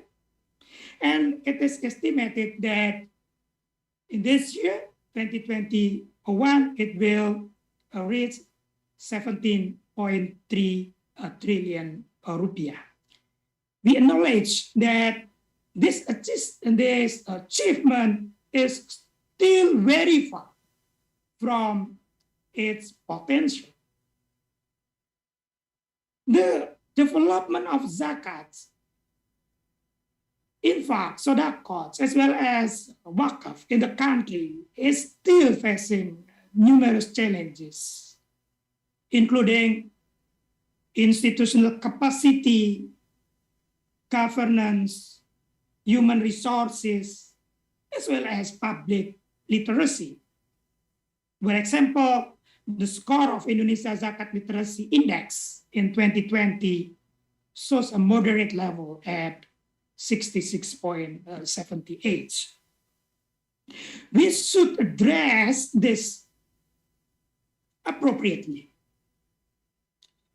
In the context of developing Islamic social finance, if we refer to the KNKS documents, KNKS has two priority programs, including establishing the transformative management of zakah, infak, and alms, and second, establishing the transformative management of waqf. To establish the transformative management of zakah, infak, and alms, connects KNKS will facilitate to strengthen zakat's regulations as well as governance and institutional capacity. The development of zakat's information system and optimization of zakat's collection and distribution should also priority to be carried out. Whereas to establish the transformative management of waqf, KNKS will facilitate to increase the literacy of waqf, promoting waqf inclusion, promoting product innovation, and strengthening waqf collection ecosystem. Sisters and brothers, discussing the synergy and integration between zakat and waqf, we have an initiative to issue what so-called Cash Wakaf Link Sukuk. This is the instrument issued by the Indonesia Ministry of Finance in collaboration with Badan Wakaf Indonesia, Basnas, and Indonesia Central Bank, as well as Financial Service Authority. This initiative is a breakthrough in the context of integrating fiscal policy with Islamic social finance and Islamic commercial finance. This Cash Wakaf Link Sukuk should be further developed to promote this integration and collaboration. Sisters and brothers, on March 2020, the government has successfully issued the first Cash Wakaf Link Sukuk with a nominal value of 50.8 billion rupiah, in which the returns from the sukuk are used to develop new wakaf assets and health services. In this respect is to provide the equipment of the health equipment in the hospital.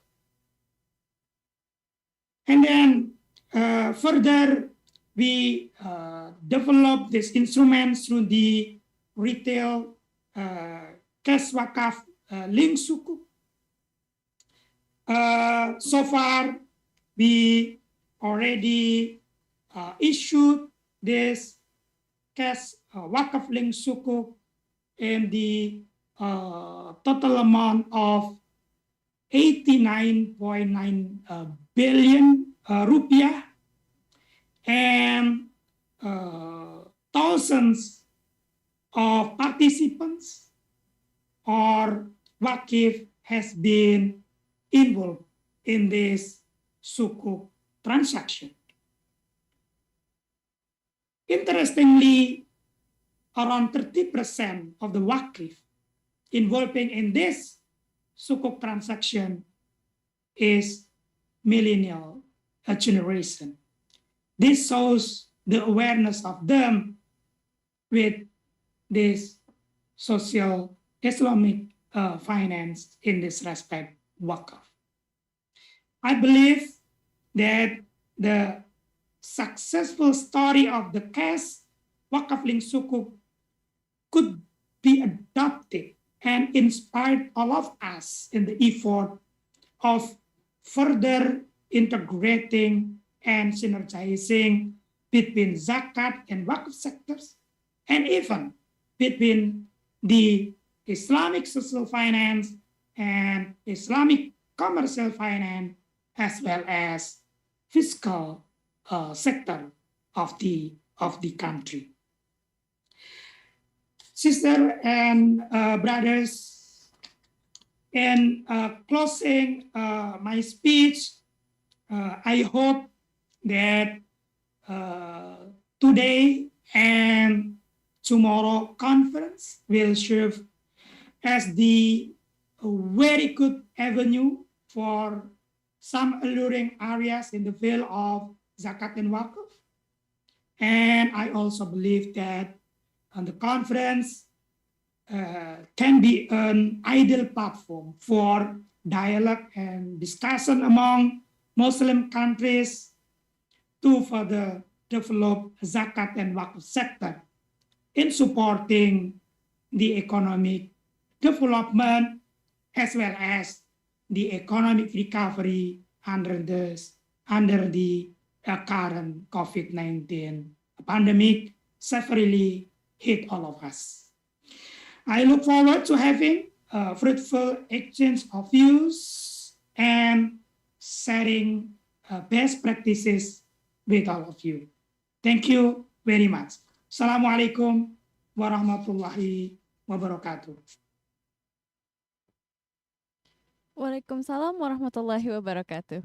Thank you, Bapak Suminto PhD, for your speech.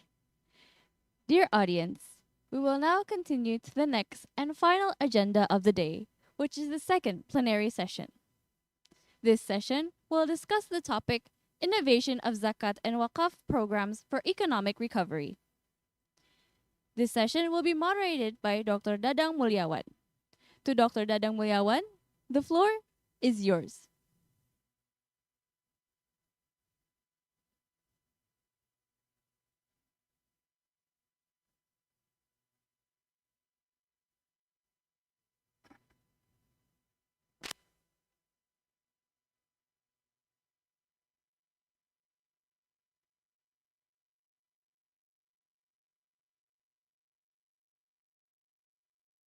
Hello, Assalamualaikum. Okay, first of all, I would like to thank for inviting me as a moderator in this 10th International Conference of Zakat Forums. That in this session, we would like to discuss potential innovation in the area of Zakat and Waqf for the national economic recovery. And Alhamdulillah, we will have 5 prominent speakers coming from South Africa, UK, Malaysia, and Turkey. Alhamdulillah. They are Sister Yasmina Franke, and then Brother Azim Kidwai, Brother Mosid Alam,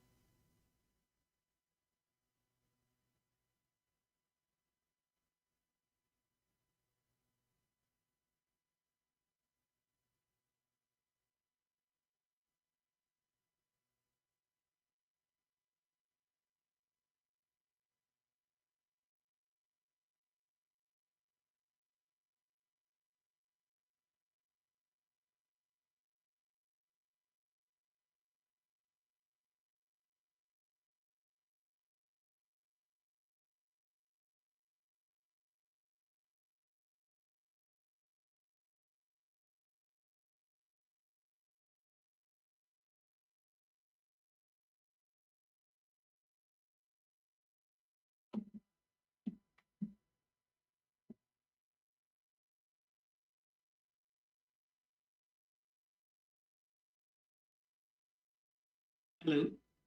Sorry, I think the internet has has gone down for a while. Let me continue. In this session, we will have 5 prominent speakers. Number 1, Sister Yasmina Franke, and then Brother Azim Kidwai, Brother Morshid Alam, Professor Murad Sisaska, and Brother Kamalrul Zaman bin Omar. Inshallah, in the next 90 minutes, we will have a full presentation from them. And due to the time limits, unfortunately, each of the speakers will be allocated a time for only 15 minutes. Without further ado, please welcome Sister Yasmina Franke for your presentation. The screen is yours.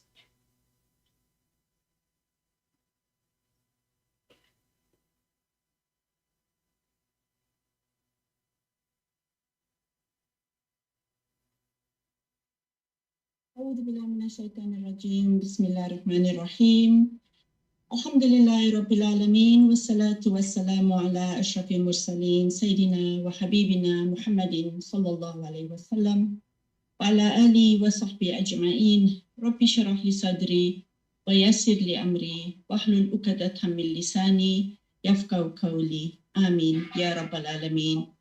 Jazakallah, Brother Dadang Mulyawan, for that introduction. His Excellency, the Vice President, Republic of Indonesia, His Excellency, Minister of Finance of Indonesia, His Excellency, Minister of Religious Affairs, His Excellency General, Secretary General of the World Zakat Forum, His Excellencies, all the Deputy Secretary General of World Zakat Forum, His Excellency, Chairman of BASNAS, His Excellency, Chairman of BWI, His Excellency, Resident Representative of the Islamic Development Bank, and His Excellencies, BASNAS Commissioners, and all distinguished speakers and invited guests to the 10th World Zakat Forum International Conference. First and foremost, I want to express my sincere gratitude and appreciation to the World Zakat Forum for consistently coordinating and delivering this annual conference of great importance globally with utmost professionalism and quality, alhamdulillah. May Allah subhanahu wa ta'ala grant the World Zakat Forum to go from strength to strength. Ameen. I am also indeed honored to be part of this, the 10th Annual World Zakat Forum, exploring the strengthening of synergies between Zakat and Waqf, and indeed a relevant and appropriate topic for us, as we find ourselves desperately seeking to recover, to revive, and to rebuild from a turbulent and trying time in which Allah subhanahu wa ta'ala once again showed us that His power, His might, His rahmah, and His plans reign supreme. We make dua that soon, inshallah, we will be able to host this conference in person again, as there is so much value in meeting you all and having informal discussions throughout the few days of the conference and learn from each other's experiences.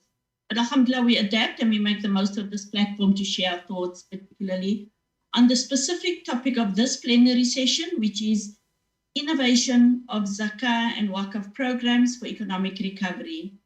So firstly, we are speaking about Zakat and Waqf as the main theme of this year's conference in seeking to highlight the synergies between Zakat and Waqf. I want to briefly touch on these two very important components of the Islamic social finance ecosystems and how these can work together to address poverty. I also want to address the issue of economic recovery and the role of the social economy in driving the necessary recovery that is needed. And lastly, I want to touch on the innovation component. And here I want to explore what kind of innovation are we looking for in respect of Zakat and Waqf, or in essence, Islamic social finance in its totality. So let me just reiterate at the offset that Zakat and Waqf are divine systems instrumental in our belief systems as Muslims, and that has all the components to achieving social justice and restoring human dignity. So when we discuss innovation in this aspect, we must be clear on how we see the future development of these divine systems, or whether we need to innovate in terms of doing a factory reset or back to a default setting, for want of a better word, and making sure that we deliver to the true nature of these social justice systems, which in its purest form, designed by Al-Alim, the all-knowing, has no flaws. But perhaps in its execution, we may be faltering. So as a reminder to all of us, socioeconomic justice is one of the most important teachings of Islam. According to Quran, the primary mission of all messengers of Allah subhanahu wa ta'ala was to establish justice in the world. From Surah Nisa to Surah Ma'idah, where we are reminded to stand firm for justice and not to let hatred prevent us from being just, to Surah Baqarah, in which we are instructed not to consume one another's wealth unjustly. So essentially, a socioeconomic justice framework embodies three important components: the participative justice, which is about the prospects to contribute to the economic process in order to make a living. It promotes access to productive resources for economic self-determination. And as a principle, it rejects monopolies, it rejects special privileges, and it also rejects other exclusionary social barriers to economic self-reliance. And this is an input component. Then distributive justice, which is for bridging the gap between the rich and the poor, and for ensuring just and equitable distribution of economic resources. So social finance instruments such as Zakat, Waqf, Sadaqah, Infaq, Qard al-Hasan, as well as laws of inheritance and bequeath, contracts, and monetary atonements are all means to achieve distributive justice. And this is an output component. And these two components feeds into the broader social justice concept, which detects any distortions of input or output principles and is meant to guide the corrections needed to restore a just and a balanced socio-economic order for all. And so the key focus point for the Islamic social justice system is underpinned by the concept of being to achieve fair and equitable distribution of wealth, to provide the basic necessities of the poor and the needy, and importantly, to protect the weak against economic exploitation by the strong. And Islam, being a religion of peace, is against such class conflict. It establishes fraternity and brotherhood in the ranks of the members of the Islamic community because it believes in the well-being of its followers and therefore ensures fair and equitable distribution in income and in wealth. So in taking a closer look at the Islamic social finance ecosystem, we hone in on compulsory giving, perpetual giving, and optional giving.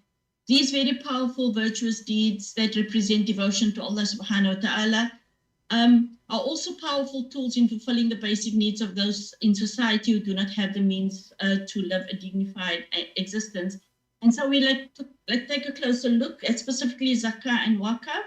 And these are among several instruments instituted by Islam to combat poverty and enhance welfare in society. And we've spoken a lot about this and the previous speakers, so I will pass through this fairly quickly. As we know, Zakah is obligatory, while Waqf is a voluntary act of charity, and both are governed by Sharia principles in the collection and distribution. And so Zakah has strict rules relating to the annual discharge of this obligation, as well as the qualifying criteria for those who may benefit therefrom. So there are guidelines for the Muzaki and the Mustahiq. Similarly, Waqf allows specific guidelines relating to the setting up of a Waqf, the role of the Waqif and the Mutawali, the prescriptions of the beneficiaries, and the use of the returns and the cash revenues. And in fact, over time, both Zakah and Waqf have expanded on the scope of benevolence.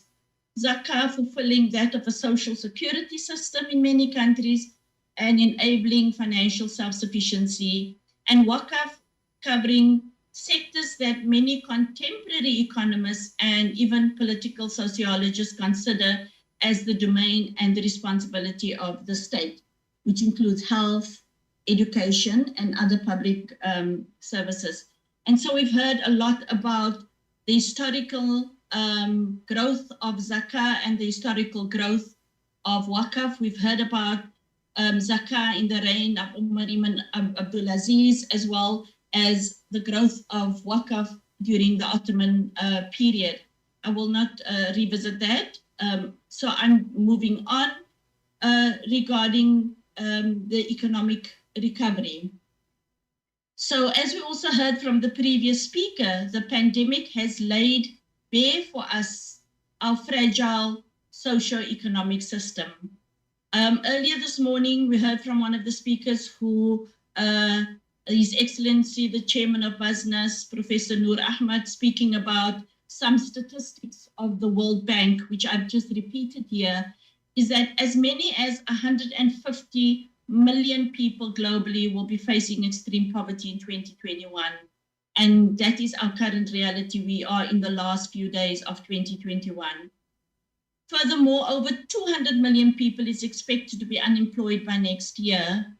And the increase in unemployment will sadly be driven by the shrinking middle income groups. In the past, we've seen the growing middle income groups, and now we are experiencing the shrinking of that middle income group. We also face the reality that much of our progress made towards ending poverty and achieving the Sustainable Development Goals, which have been a subject that we have discussed at these platforms in previous years, has actually been negatively impacted, and some of them have even been reversed. And amidst what seems to be a rather bleak outlook, we are reminded that we should take guidance from the Quran, as Imam Shafi, rahimahullah, reminds us, no calamity befalls the people of Allah's religion, except that the guidance for them is in the Quran. Our recovery plan must therefore embed Sharia values in a sustainable way with value-based solutions. We must have 5 minutes left, unfortunately. Yeah, we must, sure. So we must have more inclusive and sustainable development anchored by values that avoids greed and hoarding, but rather seeks to create a meaningful impact that makes us the system less vulnerable and more robust to weather such calamities. And also our recovery plan must build strong capacity and support real and productive economic sectors. And furthermore, our recovery plan must leverage Islamic social finance to build social resilience. It is accepted that Islamic social finance can be the stimulus for financial inclusion and create opportunity to include those with little or no access to financial services, and also greater access to allow and manage risk and mitigate shocks that we've seen.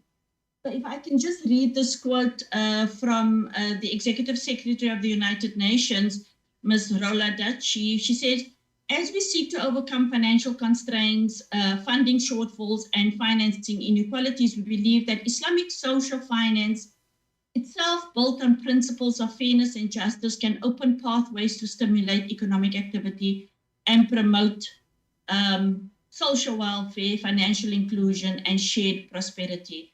And then this brings me to the final component, exploring the innovation needed in respect of Zakat and Waqf for essential Islamic social finance in crafting our recovery process. I'm reminded of a model I was taught in school many, many years ago. We called it the push model, which I have on the screen. And it served to aid the process of problem solving, which in simplistic terms is essentially what we are dealing with in trying to solve the problem we are faced with. It starts with the identification of a problem and a deep dive into understanding the full context of the problem, and then the process of designing a solution and making the solution happen, which is the implementation thereof. So if we overlay the current discourse we have identified now, we already have dealt with the first bubble, which is the identification of the problem. We are also staring and even further socioeconomic problems facing ourselves in the future that we have been hearing from this morning for me, afternoon for you. And also we have been looking and trying to understand the context and the implication, which is that second bubble.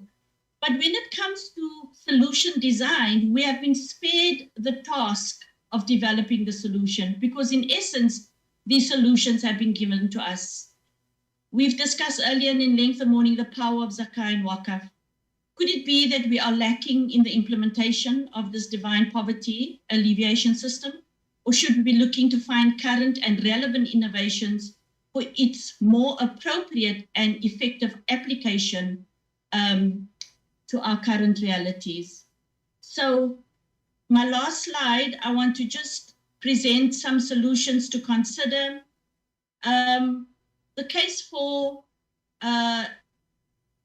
in terms of pragmatic ijtihad, critical thinking about within safe boundaries of Sharia compliance, applying independent reasoning that is contextualized from practical realities, where scholars exchange ideas and perspectives and cultivate a greater understanding and achieve our social goals. You know, the digitization of greater inclusion and research, we certainly have seen this speed up over the past 2 years, and there are signs of wider adoption of technology, whether it is for self-service, whether it's fintech, e-wallet for distribution, whether it's artificial intelligence for the muzaki and the mustahiq behavior to inform AML decisions and program development, and whether it's blockchain technology and its application and relevance for Zakat management. There are lots that we can consider when it comes to the innovation. So I thank you, and I trust that these few simple thoughts will ignite great ideas and could lead to a constructive discourse and foster some fruitful deliberations in our endeavors to shift to a new normal, whilst being very mindful that this disparity that we're talking about seems to be wedging wider. So we need to embrace that which we have been provided to us as tools to navigate through difficult times and ensure that we always stay aligned to the commandments of Allah subhanahu wa ta'ala. And may He be pleased with us. Jazakallah khair. Assalamu alaikum. Alaikum salam. Thank you very much for a very insightful presentation. I have taken at least 5 notes. Number one is it's clearly stated that Islamic social finance can serve as one of counter-cyclical policy that capable of contributing in reversal effect to the economy. Secondly, but we need to always improve the education from the society for them to engage optimally by institution development, and then how to make it the system becoming can reduce the impact of the debt, and how to invest in the impactful investment activities. But of course, before realizing that, we need to first be able to identify what would be the challenge, and then how to understand, how to provide solution, and how to optimize the impact. Thank you very much, sister.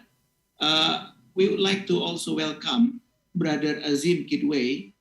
He's the head of World Zakat Forum Youth.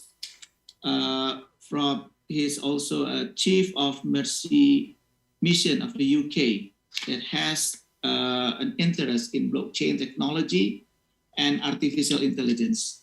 Screen is yours, brother.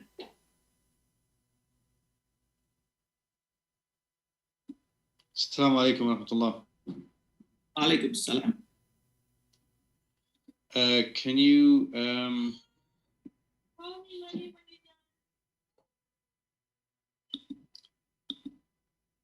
you see my presentation yet? Not yet.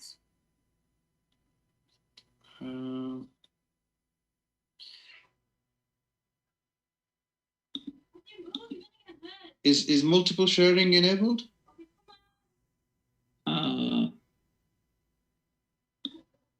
Organizer, did you have Brother Azim? Yeah.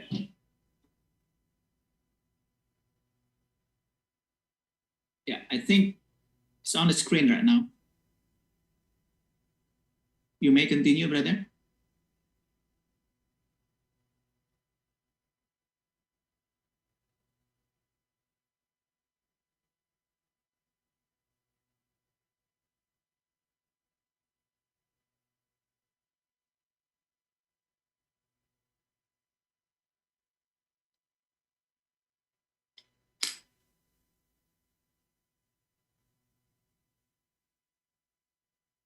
You're still muted.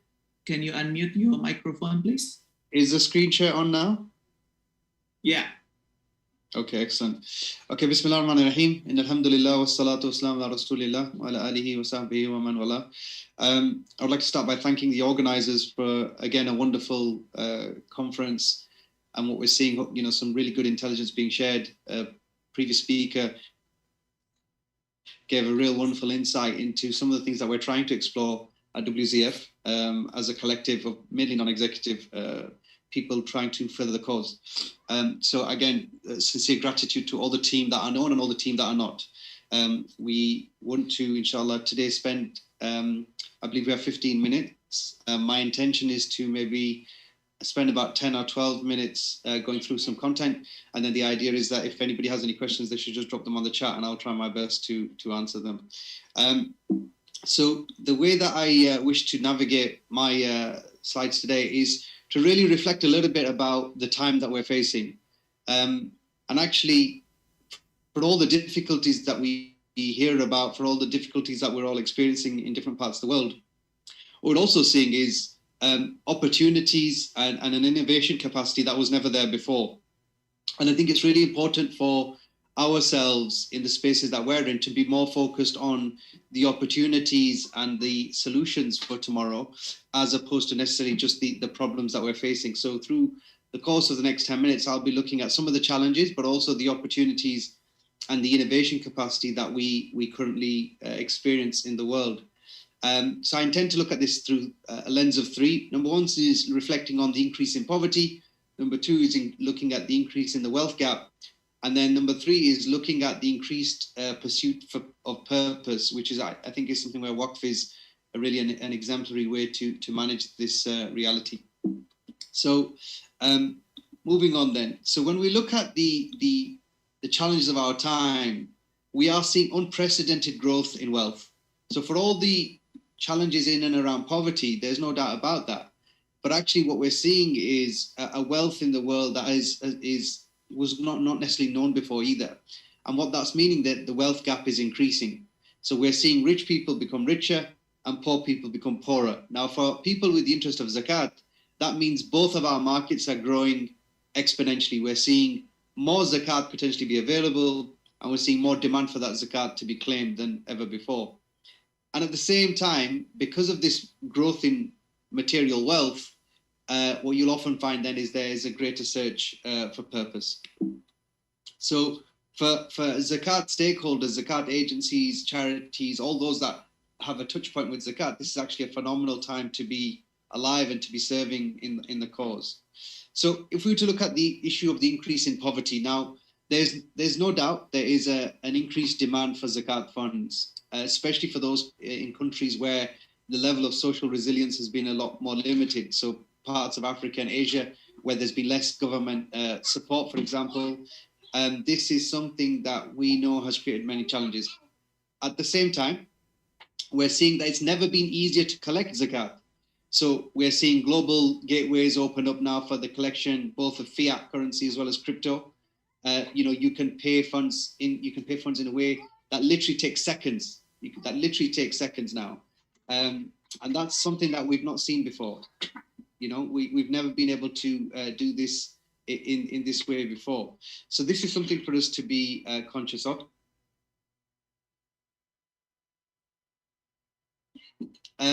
And this is something that's really important for us. The second thing then is to recognize that the ability to identify need has also been changed in a way that's not been possible before. So the way that social media works is that we are able to target and identify areas of demand that was not able before. So before, for example, we may have to wait for individuals to come to us for them to find out who we are, to find the agencies. But actually now, through social media, you can actually find people easier than ever before.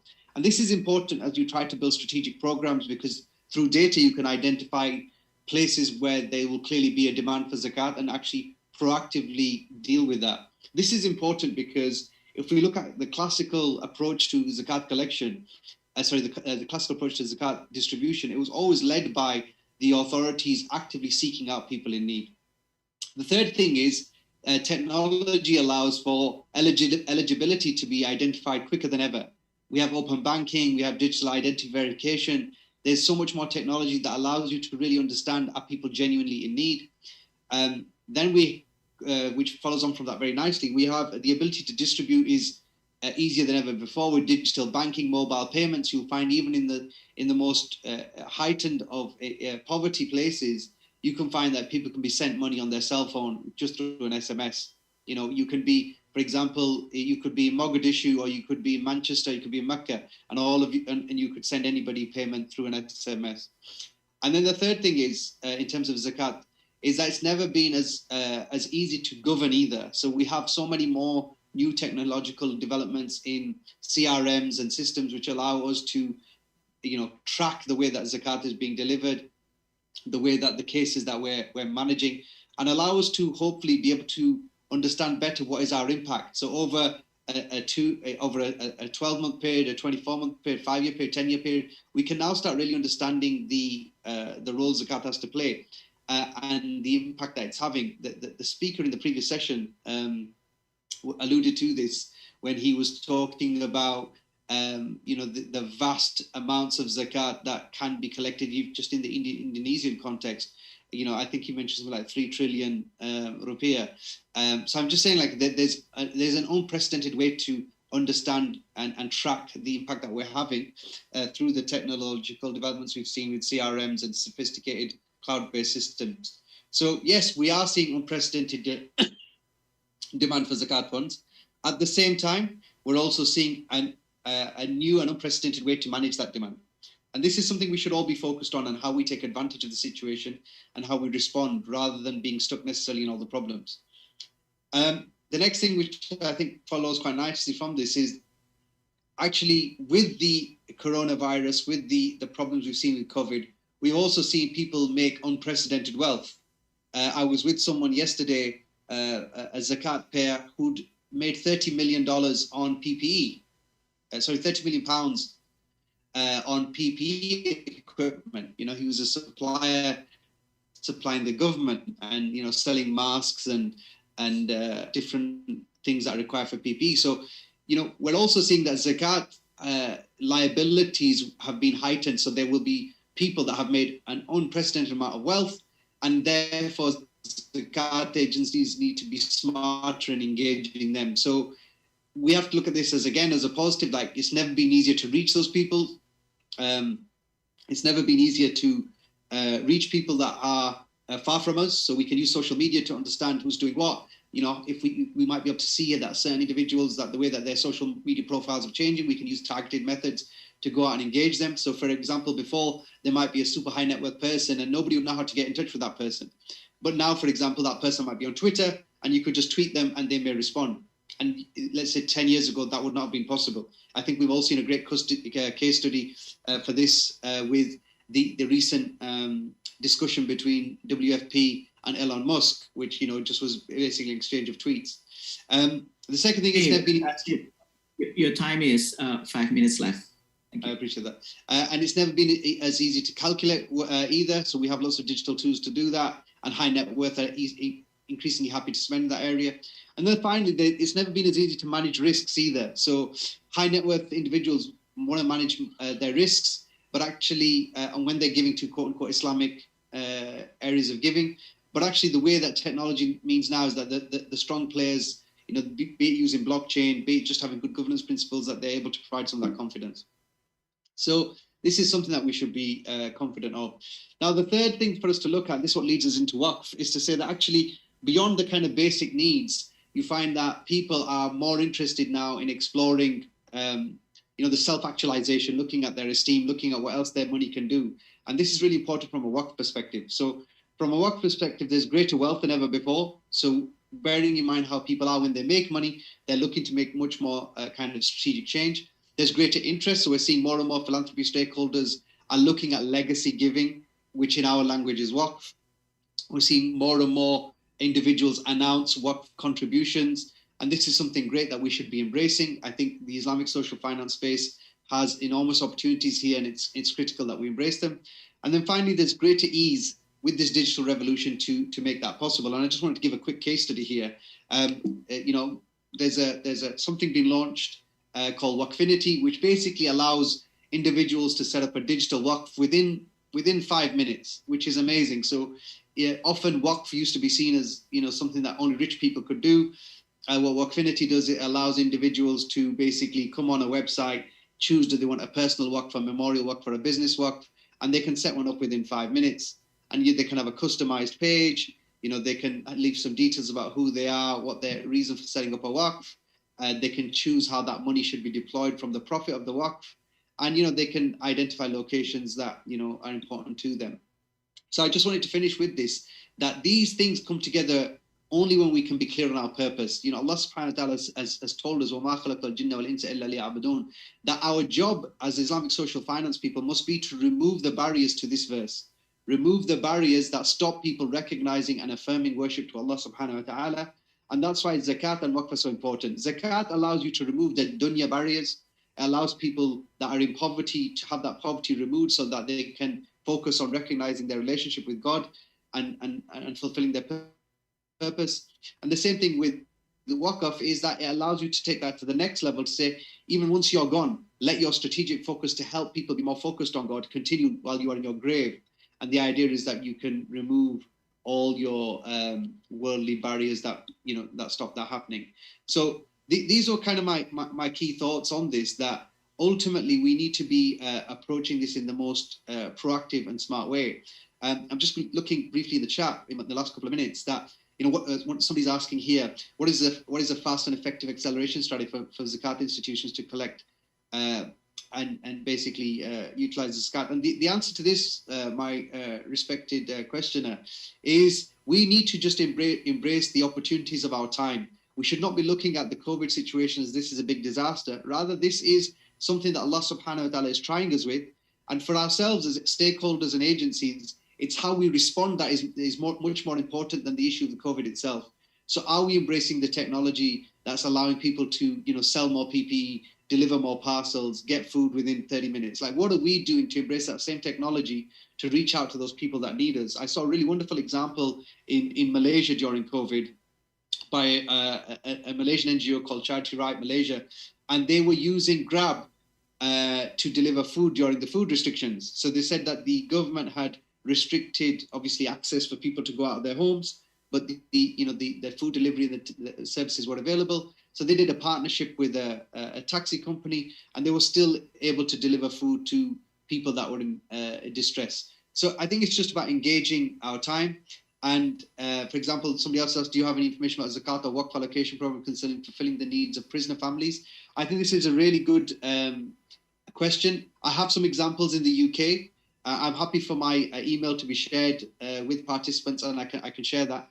But I don't really have any examples outside of the UK for that. But I know that there's some really good ones in the UK where people have been engaged. And just in my last minute, I would just say, I think for all of us, that the key message here is let us focus on, number one, why are we in the Zakat and Waqf space?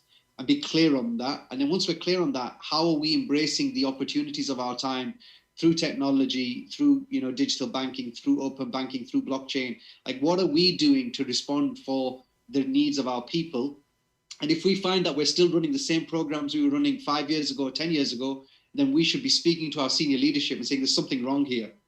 There's something fundamentally wrong if we've not been able to respond to the realities of our community in a way that was different to us, because we have now faced a situation that has never been faced before in our lifetimes. I don't believe there'll be anybody on this call that was here in the time of the Spanish flu, which is probably the only equivalent to COVID-19. Now we're here, let's all make sure we're focused on doing things in a much smarter, more innovative, more joint up way, engaging at a global level where we can bring programs together from South Africa to the UK to Indonesia and deliver a global fund that hopefully delivers results for everyone, inshallah. Jazakallah khair for your time. And like I said, I'm happy for my email address to be shared for any questions if people wish to send to me directly, inshallah. Thank you so much. Right. Thank you very much, Brother Azim. So Brother Azim has emphasized the importance of using the technological development in not only for doing the distributions, but also how to do the, I should say that, digital transformation in the analysis, how to minimize adverse selections, how to improve the calculation, and then the risk management and governance within the organization that will make the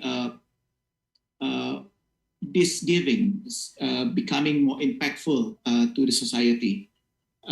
Maybe in the future by using not only technologically, but also the algorithms, how to identify that needs and how to give that kind of giving more impactful to the society. Thank you very much, Brother Azim. And the next, please welcome Brother Morshid Alam. Is from International Institute of Islamic Waqf Malaysia. The screen is yours for 15 minutes to come. Thank you very much. Assalamu alaikum wa rahmatullah. Alaikum salam. First of all, I would like to thank World Zakat Forum for inviting and give me a platform to share some experience. So, Jazakumullah khairan. Dr. Dadang, I think we met before in some other conferences. So good to see you here again, inshallah. So, Bismillahirrahmanirrahim. Alhamdulillah Rabbil Alameen wa salatu wa salamu ala Rasul Kareem wa ala alihi wa sahbihi ajma'in. So today, inshallah, we have had many previous speakers talking about zakat and mostly about zakat. So inshallah, I will share some experience with Waqf, especially what we do at International Waqf Fund. Can you see my presentation? Yes, it's very clear. Let me just... sorry. Okay, so International Waqf Fund is actually a subsidiary of Islamic Relief Worldwide. So Islamic Relief Worldwide, we operate as a charity, and we do charitable works in over 25 countries. So in 2000, our senior trustees, they saw that there's a need for sustainable solution for this charity, for charitable works. So then they set up this Islamic field Waqf subsidiary.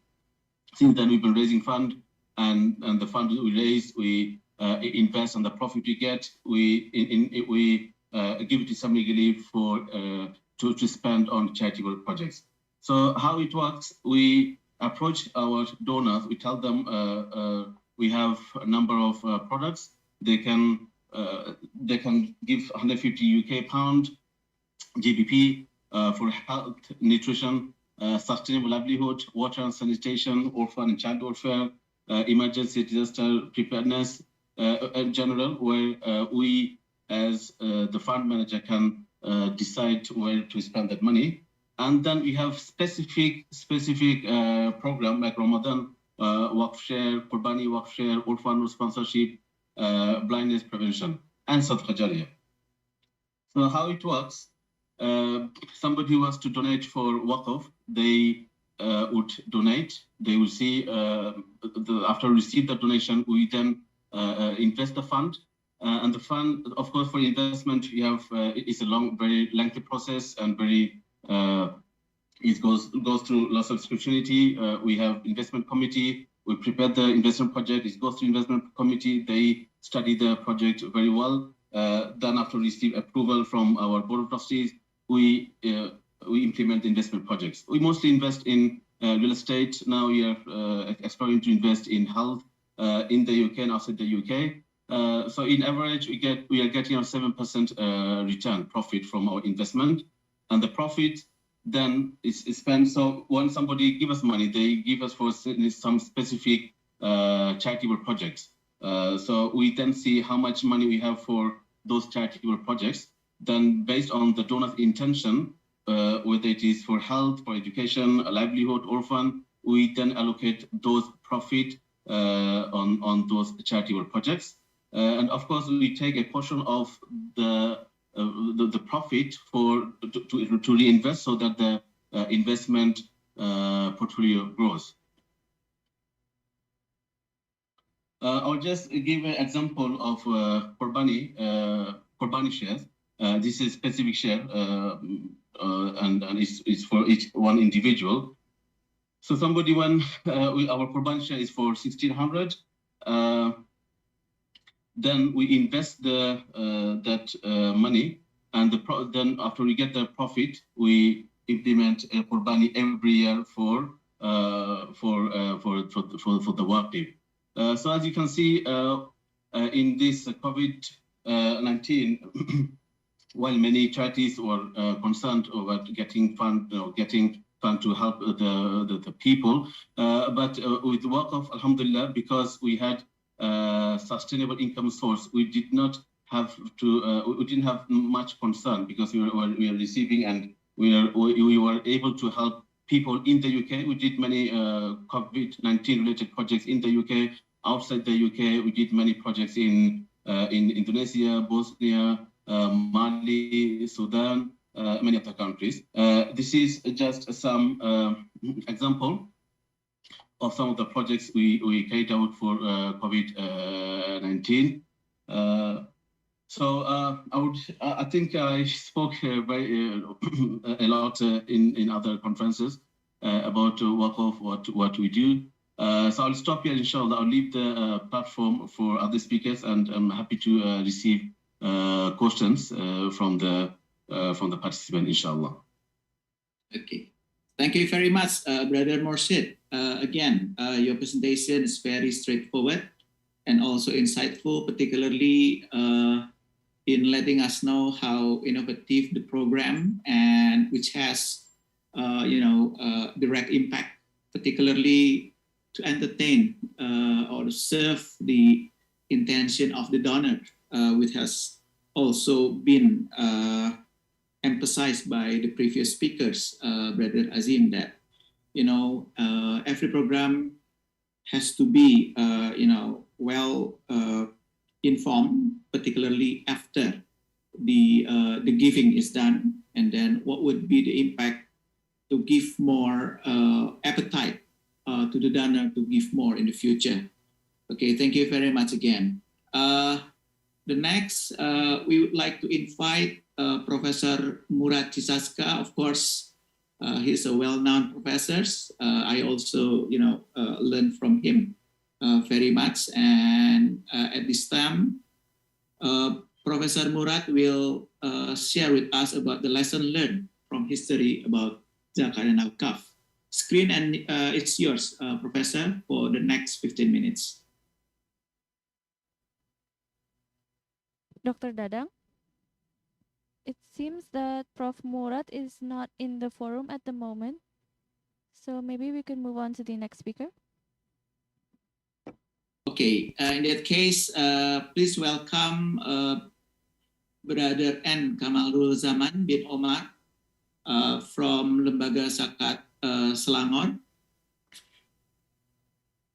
The screen is yours, Pak Kamalul Zaman. Assalamualaikum warahmatullahi wabarakatuh. Bismillahirrahmanirrahim. Can you see my screen share? I'm sorry. Okay. Okay. Bismillahirrahmanirrahim. Alhamdulillah rabbil alamin wassalatu wassalamu ala asyrafil anbiya'i wal mursalin wa ala alihi wa sahbihi ajma'in. Thank you to our moderator, Dr. Dadang Mujawan, our distinguished and prominent panel members of this plenary session, Sister Yasmin, Brother Azim, Brother Murshid Alam, and all online viewers of the 10th World Zakat Forum. I would like to express my gratitude to the organizing committee again in organizing a wonderful and insightful forum, and also in giving Lembaga Zakat Selangor an opportunity to share our journey at this forum. Today, I want to talk about the strengthening Zakat strategy in the post-COVID-19 economic recovery. Next slide, please.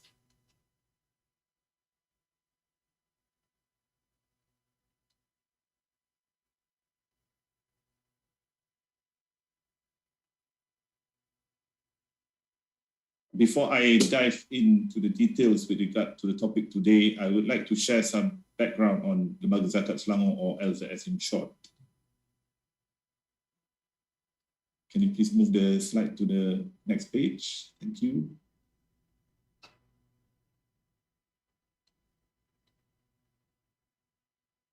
Organizer, please move on to the next page.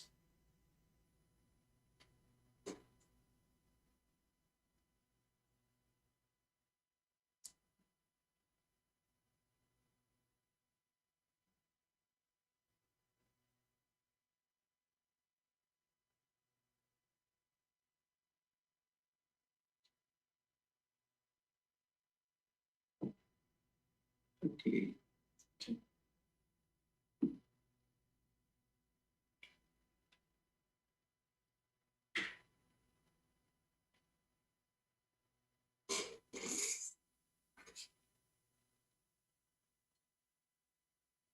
Page number 2, please. Yeah.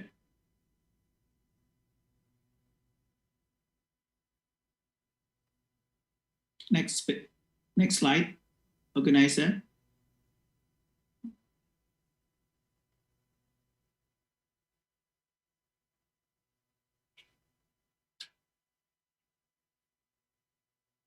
Okay.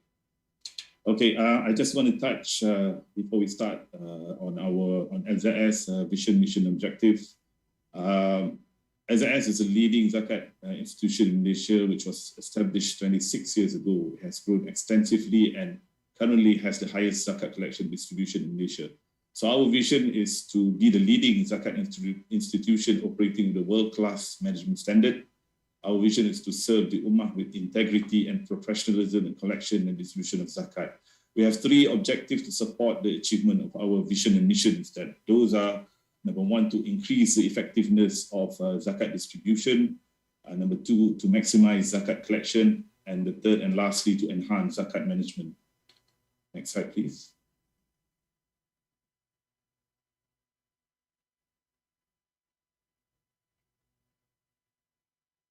Some quick facts about LZS. We are mandated by the Selangor Islamic Religious Council, or MAIS, to manage both zakat collection and distribution in the state of Selangor. For information, the state of Selangor is one of the 13 states in Malaysia, and its GDP contributed about 24% of the Malaysian overall GDP. LZS recorded the highest zakat collection and distribution in Malaysia, hovering more than 900 million ringgit last year in 2020, and of which we distributed 867 million ringgit in the same year. Over the past 6 years, we have distributed over 4.5 billion ringgit to the 8 asnaf categories. There are more than 58,000 of poor and destitute asnaf households together, with over 6,200 asnaf mu'alaf under the purview of LZS at the end of 2020. More than 80% of the total zakat distributed was allocated for social and education development program for asnaf. Sorry, I'm sorry, my screen has gone off, but let me proceed. All of this zakat distribution and collection was administered by more than 600 full-time amil, with the assistance of more than 2,000 local Qariah amil assistant who are attached to the local mosques, with over 25 branches within the state of Selangor. Okay, here I would like to share on an overview of our Zakat 8 program that currently benefited our asnaf. The 8 programs covers 5 main areas. The first one is social aids. These are the aids that is putting the food on the table, the aids that get asnaf over the hygiene factors such as food, clothing, and shelter. Example of these aids are monthly financial and food aid for asnaf home construction, as well as repairs to their homes. We also offer assistance in rentals for asnaf that does not own their homes. This type of aids also covers medical aid, for example, to foot asnaf medical bills for their dialysis treatment, and also it includes covering the fees for managing asnaf shelter houses. To the previous slide, please. Sorry. One slide before. One slide before. 2 slides before. This is going forward. Just go back 3 slides. Yeah, another one. Yeah, that's it. Let's stop here. Thank you very much, Secretary. Okay, the second aids are educational aids. This covers scholarship to asnaf children that pursue religious and professional studies, both locally and overseas. It also covers allowance for religious classes teachers within the state of Selangor. As for the economic aid, we distribute business capital aid for prospective asnaf that show potential in entrepreneurship. We also offer related courses and trainings to reskill and upskill our asnaf to increase their chances of employability, as well as earning income from opening small sole entrepreneur business. Besides that, asnaf are also being filled spiritually through an ongoing Islamic courses. Lastly, we also distributed these zakat funds to assist in the construction and refurbishment of religious institutions such as mosques and religious schools. Next slide, please. In terms of the current scenario of the asnaf that we serve, like I mentioned before, there are over 58,000 of the poor and destitute asnaf families, of which 60% of them are urban poor. Slightly over a third of our asnaf are productive. That is, they are healthy, aged less than 60 years old, able to work, but have challenges to generate income due to having to care for their infants or toddlers, or care for their ill or bedridden family members. In last year alone, 500 million ringgit were administered to assist this category of asnaf. Next slide. As we stand now globally, we are still fighting with the COVID-19 pandemic since March 2020. This unprecedented event hosts totally new challenges to the socio-economic perspective, both to the governments and generally, and Zakat organizations specifically. In Malaysia alone, unemployment is worsening. In 2020, Malaysia recorded a 4.5% unemployment rate, the highest since 1993. This year, in January to April alone, about 742,000 people have lost their job. This is significantly more than the number of people that lost their job in 2020. This will definitely have an impact of potential increase of in Asnaf coming to us for assistance this year and in 2022. From our internal projection, the number of Asnaf household is expected to increase from the current over 58,000 to 61,000 and 69,000 in 2021 and 2022 respectively. In terms of poverty nationally, the rate has increased significantly last year to 8.4% as compared to 5.6% in 2019. It is also estimated that around 580,000 households from the middle 40% income group is shifting downwards to the lower income group of the bottom 40%. This is aligned to the global trend as what has been stated by the earlier panel, Sister Yasmin, that we are now facing the shrinking middle income group.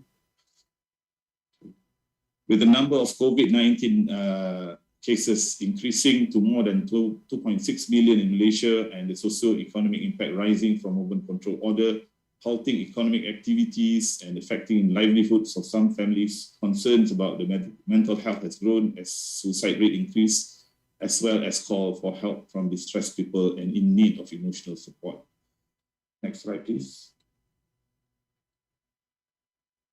Due to these challenges and its direct impact to the livelihood of the society, LZS have distributed special aids to ease the burden of these affected people. In 2020, more than 13 million ringgit was distributed to over 25,000 impacted small traders as well as salary earners that suffers huge pay cut or being made redundant. This year, under Zakat Selangor Care Program, or Peduli in Bahasa Malaysia, we have continued the aids, allocating more than 69 million ringgit to assist affected 431 Islamic institutions and 7,000 recipients in the form of recovery assistance, as well as to cover the basic needs of our poor, destitute and mu'alaf asnaf who are severely impacted by the economic crisis. On top of that, we have also assisted 15,000 from the bottom 40,000 low income group who are negatively impacted. We also provide general assistance and equipment to hospitals, COVID-19 assessment centers and vaccination centers, as well as food supplies to students stranded in universities whom unable to make their way home during the initial movement control order. Okay. Next slide, please. Despite the doom and gloom, the challenges posed, there are some silver lining opportunities. The pandemic has, as everybody knows, that has expectedly give most organizations, Zakat included, the necessary nudge to seriously venture into digitalization. This is helped by the rising trend in digital penetration and mobile banking. In Malaysia, we have seen increase in household penetration of the internet in 2020 to 92%. Mobile banking continued its tremendous growth trajectory, increased by 125% in 2020.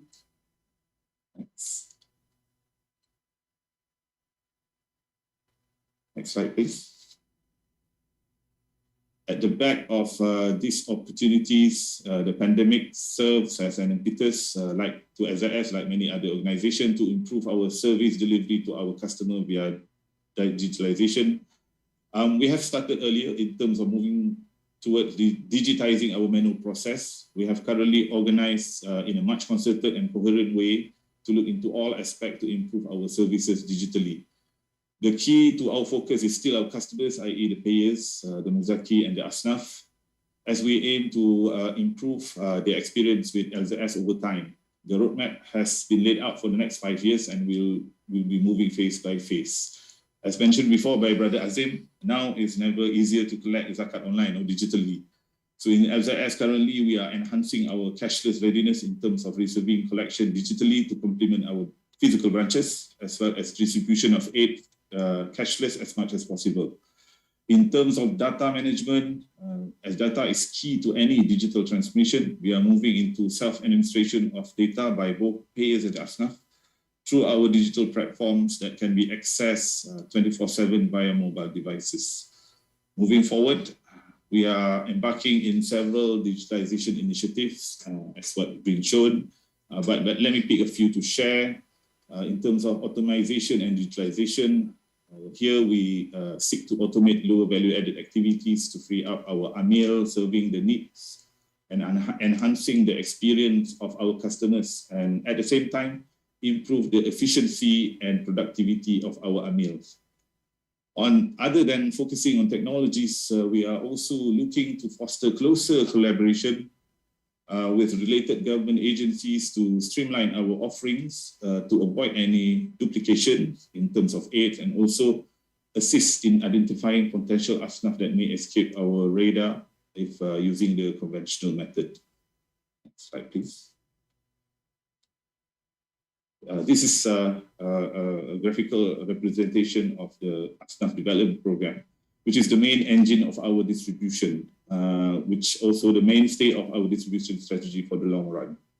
This program is focused on developing first generation Asnaf, mainly the head of the Asnaf household, as well as empowering the second generation of Asnaf, mainly the dependents. The development is centered around two contexts. First one is to strengthen the economy of the Asnaf and their families, the material side. Secondly, to strengthen the religious qualities of the Asnaf, the spiritual side. It started off by profiling the Asnaf and determine the most suitable path of development for that particular Asnaf. For example, whether they are suited for employment or do they have the knack to be entrepreneurs. They will then undergo respective development programs, while as will monitor and evaluate their progress until they gradually exit the development program on the path to sustainably becoming independent from the aids given, and next emerge as a constant zakat payers or muzaki. Next slide, please. Just to share samples of achievement by the second generation of Asnaf, our Asnaf children, whereby we encourage them to innovate collaboratively by tapping into the maker economy. These are the students from one of our Asnaf shelter center called Bait al-Hasanah, where it serves as a center to Asnaf children whose parents could not afford to send their children to school. They won a couple of awards with their innovative ideas. They won as a bronze medal winner and merit medal winner in the Malaysia Technology Expo 2020, as well as the best award in the Asian Youth Innovation Award 2020. Next slide, please. Okay, lastly, this is my last slide. I just want to humbly share with the audience that LZS has recently hit another milestone since its inception 27 years ago, where for the first time we received an accolade from HR Asia as one of the best companies to work in Asia in 2021. The award serves as recognition to the staff of LZS who are highly committed and motivated to enhance the life of our Asnaf, and also making it easier for payers and to fulfill their zakat obligation with us. My colleagues, Wan Azwa, will delve into this in more detail in the plenary session 3 tomorrow. Rest assured, on having received this industry accolade, we have absolutely no intention of resting on our laurels. It definitely gives us a huge motivation to strive to make our service and offering significantly better to our Asnaf and payers, and also to the Ummah in general, inshallah. With that, I end my presentation. Jazakumullah khairan katsira for your time. Thank you very much. Thank you very much, Bapak Kamarul Zaman. I think your presentation is very, very insightful to us, particularly starting from the vision to be a leading zakat institution as a world-class institution. I think it has to be escalate to not only leading in zakat institution, but social institution globally. So it has to be to be a winner in the global life. And then secondly, we can see also the variety of the program. It's very rich. It covers social, education, economy, and then insan and religious institution. And very importantly, how the Zakat Selangor has been able to ride a wave in digital transformation, as also mentioned by earlier speaker, saying that digitalization or transformation is something different from digitizing the activity, but we need to also understand how all the process has to involve the digital technology, mentality, and so on, to make the Islamic social finance, in particular Zakat Selangor, to become impactful, looks governed, smart, and to be a part of the national economic activities. Thank you very much again, Brother Kamarul Zaman. And because the time is so limited, and unfortunately also by request of the organizer, because it has already entered into Maghrib time, there will not be a Q&A session. But if I can take some notes out of its very insightful and important presentations, I think I will make some notes first. Again, Islamic social finance that involve zakat and wakaf has to be the part of national economic activity that serve as a counter-cyclical policy, particularly in facing the challenging times like now, where we are facing the pandemic situation, and to show how by using the technology, smart institutions, zakat and wakaf can play a very important role in helping the government to improve the economy back to what it was before the pandemic period. Number two, in order to minimize adverse selection problems, we need to put the governance process that include the identification process, how to understand the whole process, how to offer the solutions, and how to improve the impact, so that we can serve the needs by the donors in the future, to put more appetite of the donors to give more, and then to make this Islamic social finance become more and more impactful, and then also for the government to put the priority to help and to assist these sectors to grow in a much faster way. And then the third, again, when we talk about the innovation, of course, the sectors involve the digital technology that can be helpful in helping out our youth, our new generations, particularly as the native in digital technology, to ride the wave in the digital transformation process.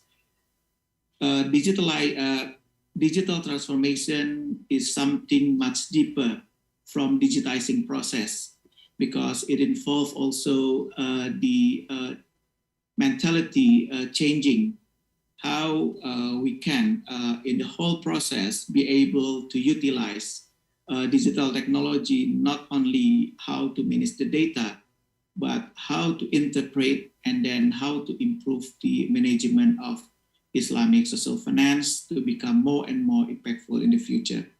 I think along with these three notes, again, I would like, on behalf of the organizer, I also to thank the organizer as well for inviting me as a moderator, and then to allow this, insightful presentation to materialize this time.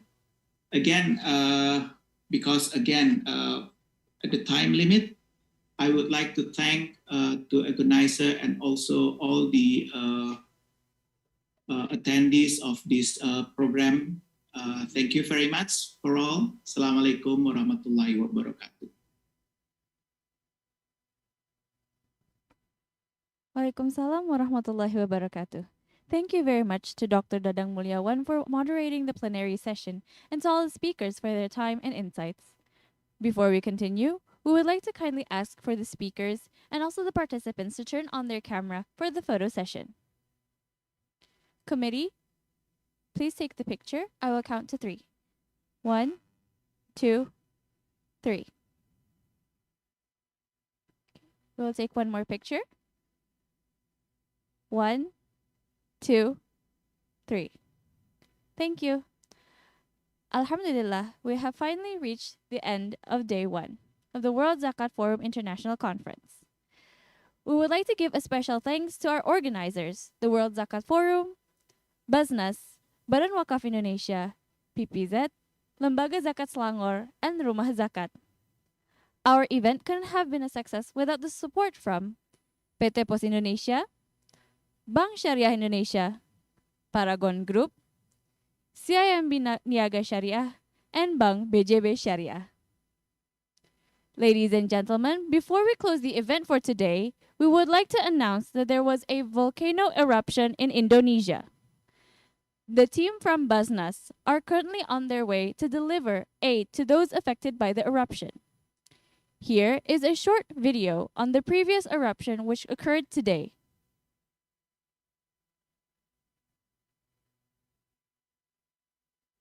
Ya Allah.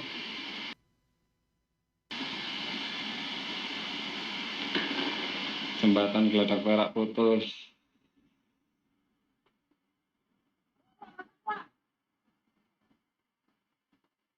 Kiamat kecil. Kelapa.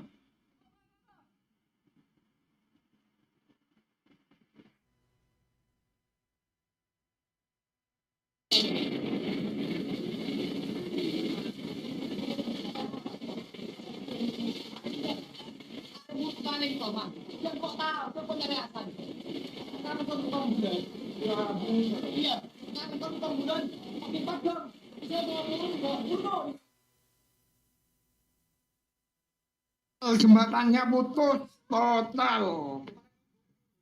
Jembatan merah putus. Ini asli putus. Jembatannya putus. Aman, enggak di jembatan ini.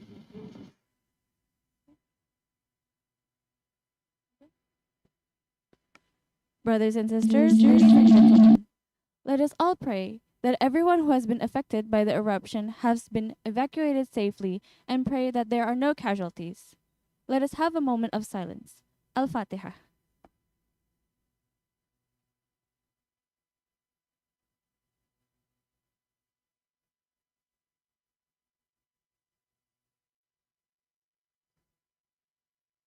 The prayer has finished. We have now reached the end of the first day.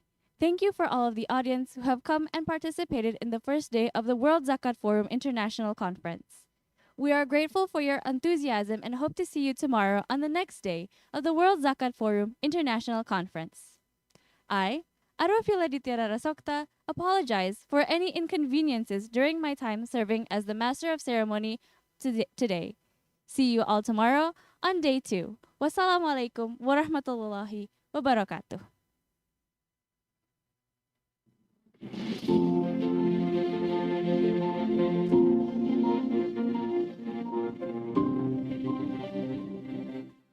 Through providing various benefits by becoming a zakat management institution in Indonesia, Badan Amil Zakat Nasional Basnas is here to invigorate the love zakat movement. Formed by the government, based on the decree of the President of the Republic of Indonesia, number 8 of 2001, which has the task and function of collecting and distributing zakat, infak, and sadaqah at the national level. Basnas is spread throughout Indonesia and coordinates 34 provincial Basnas, 464 regency and city-level Basnas, 91 Amil Zakat institutions, and 140 zakat collecting units in various agencies. By bringing the spirit to become a leading institution to enhance the welfare of the Ummah, Basnas has received various awards as a form of public trust as an accountable institution, including ISO 9001-2015 every year since 2004. Audited with unqualified audit opinion since 2002. The award of intensity, consistency, and innovation in the response of COVID-19 from BNPB. The International Award of the Success in Realizing the SDGs of Global Good Governance in 2021. Best Business Transformation, and Best Indonesia Customer Quality from SWA. By maintaining the spirit of zakat management based on Islamic law, trustworthiness, expediency, justice, legal certainty, integration, and accountability, Badan Amil Zakat Nasional distributes and utilizes according to the Sharia to aid asnaf, and is summarized into 5 main sectors: social,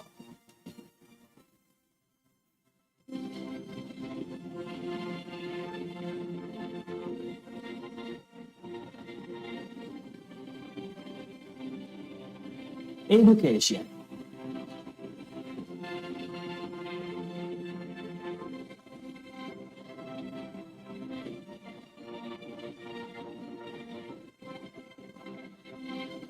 health,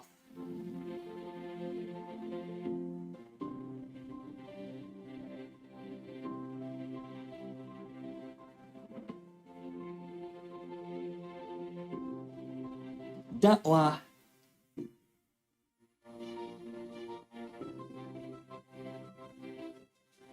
Terima kasih banyak untuk acara hari ini. Alhamdulillah berjalan dengan lancar, despite of some and economy. error.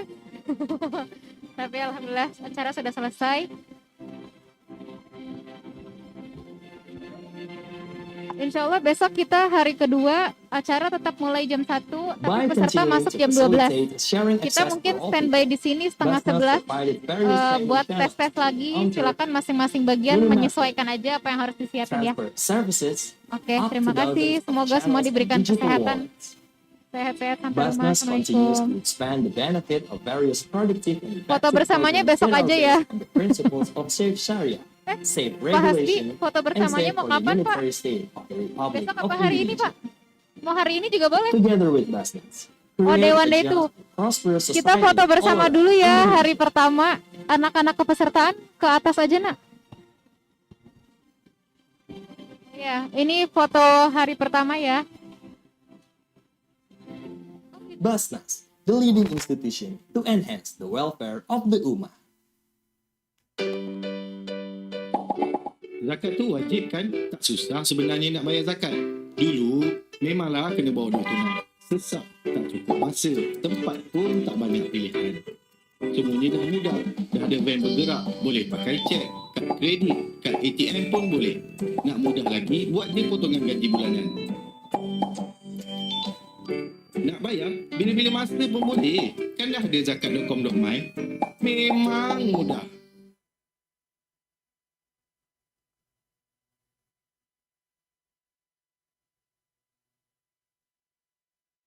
Welcome to Rumah Zakat. We are the philanthropic organization that manages zakat, infak, sadaqah, waqf, and other humanitarian funds through a series of integrated programs in the fields of education, health, economy, and the environment to bring happiness to people in need. Together with you, we are working to build the village economy through the Empowerment Village program, and also to help those affected by disasters through a series of humanitarian actions. With the spirit of World Digital Philanthropy, Rumah Zakat strives to expand its benefits so that more will be helped both in Indonesia and in the world. Thank you for being part of Rumah Zakat Big Family. We hope to continue this collaboration for happiness together.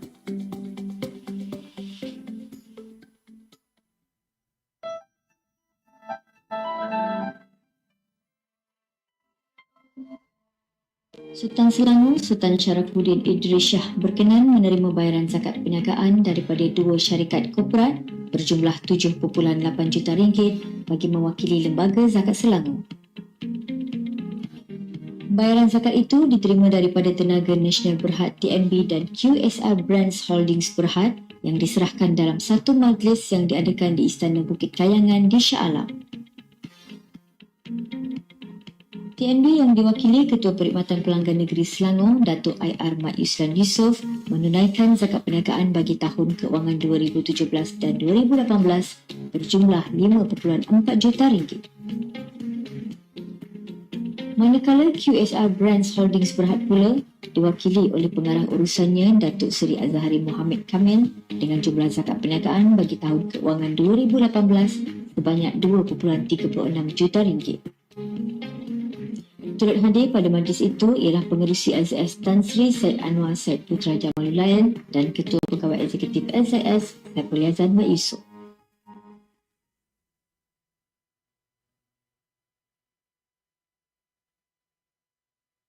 Mau hidupmu jadi lebih mudah dan juara? Ya pakai Postpay, platform digital keuangan dari PT Pos Indonesia. Bikin transaksi keuangan kamu lebih mudah, nyaman, dan nggak pakai ribet. Banyak banget layanan keuangan digital yang dapat dinikmati. Mulai dari transaksi berbagai macam tagihan, transaksi QRIS, transfer dana rekening giro pos, hingga 50 juta per hari, juga kirim wesel pos ke penerima yang nggak punya rekening bank. Postpay dapat membantu nasabah untuk mendirikan bisnis, kantor pos mandiri, berupa Postpay Agen.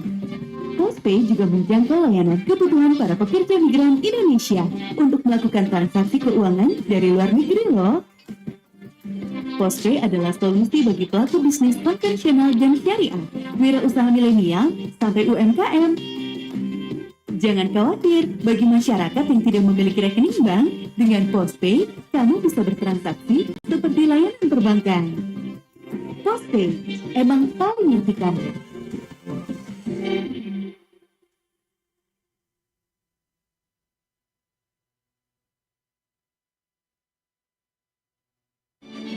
Lahir di negeri yang kaya alam dan budayanya, menciptakan fundamental kuat bagi Bank Syariah Indonesia, selalu berperan aktif dalam pesatnya pembangunan dan bertumbuhnya ekonomi dengan berbagai inovasi produk dan layanannya yang ramah. Membangun Indonesia, membangun manusia. Bank Syariah Indonesia. Indonesia is a fascinating nation.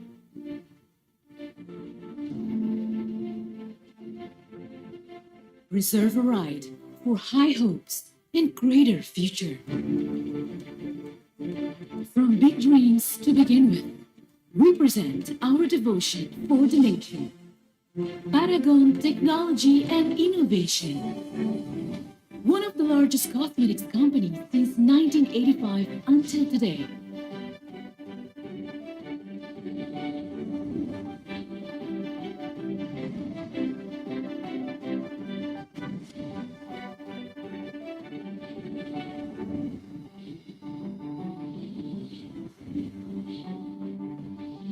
Paragon has launched Wardah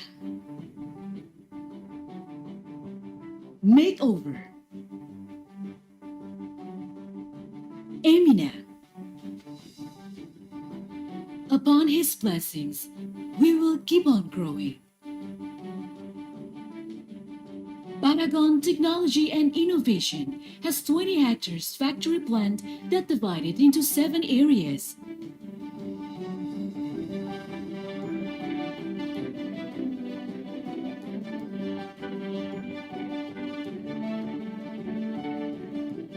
Establishes 32 distribution centers across Indonesia and Malaysia. We are collaborating with 11,000 passionate employees. We welcome the future by committing as the best practice company and create high-quality product that gives added value for Patagonian business partners, society, and environment. We are just a group of ordinary people with an extraordinary passion. Kalau semua nilai-nilai itu konsisten dilakukan dan ditambah pertolongan Allah SWT, insya Allah kita akan sukses. We innovate endlessly and encourage personal development. Inovasi tiada henti dan perkembangan manusia berjalan beriringan. Bagaikan nafas, jika berhenti, maka akan mati. Paragon akan terus mengembangkan talentnya. Jika mereka berkembang, maka kami akan juga berkembang.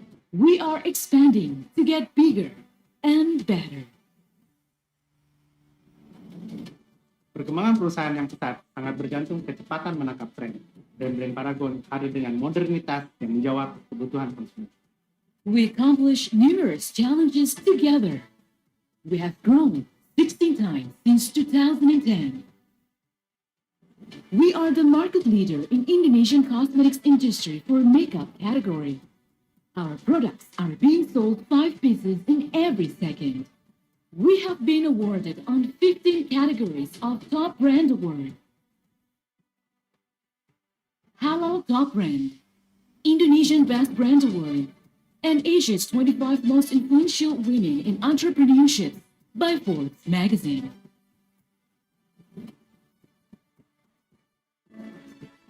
We contributed to the nation based on 4 pillars. The first pillar is education, such as Paragon scholarships, training for teachers through Wardah, inspiring teachers, and good leader, good teacher. The second pillar is health, by supporting many programs such as YKI, YKPI, and WeCare.id. The third pillar is environment. One of them is providing clean water in Wairinding, Sumba. The fourth pillar is women empowerment through Wardah Inspiring Movement Program. As we praise our gratefulness to God Almighty, we strengthen our heart, be passionate, and keep on dreaming for a greater Indonesia. Paragon Technology and Innovation.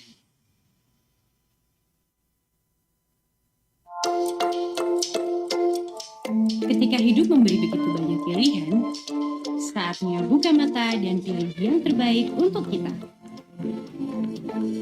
Pilihan yang terus menciptakan banyak manfaat dan dibangun dari kejujuran,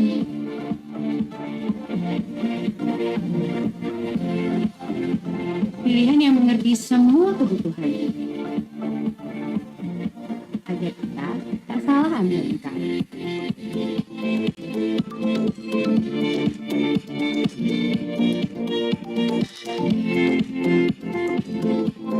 Dimulai dari berbagi menuai sejuta kebaikan.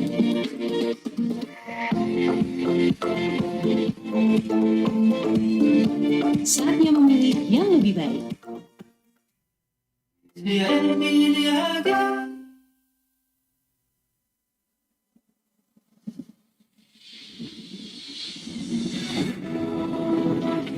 Kami hadir memberikan layanan perbankan sesuai dengan prinsip syariah untuk Anda. Senantiasa menjaga integritas dan profesional dalam mendorong pertumbuhan perekonomian daerah.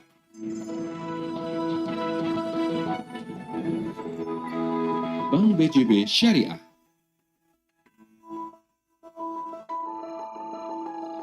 Salam maslahah.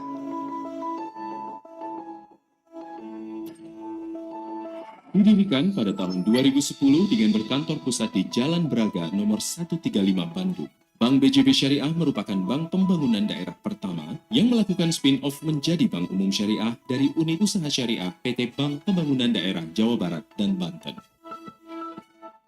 Dengan visi menjadi 5 bank syariah terbesar di Indonesia dengan kinerja yang baik dan menjadi solusi keuangan pilihan masyarakat, didukung dengan misi memberi layanan perbankan syariah yang berkualitas prima. Melalui kemudahan akses, inovasi produk dan sumber daya insani yang profesional, serta nilai tambah yang optimal bagi stakeholder.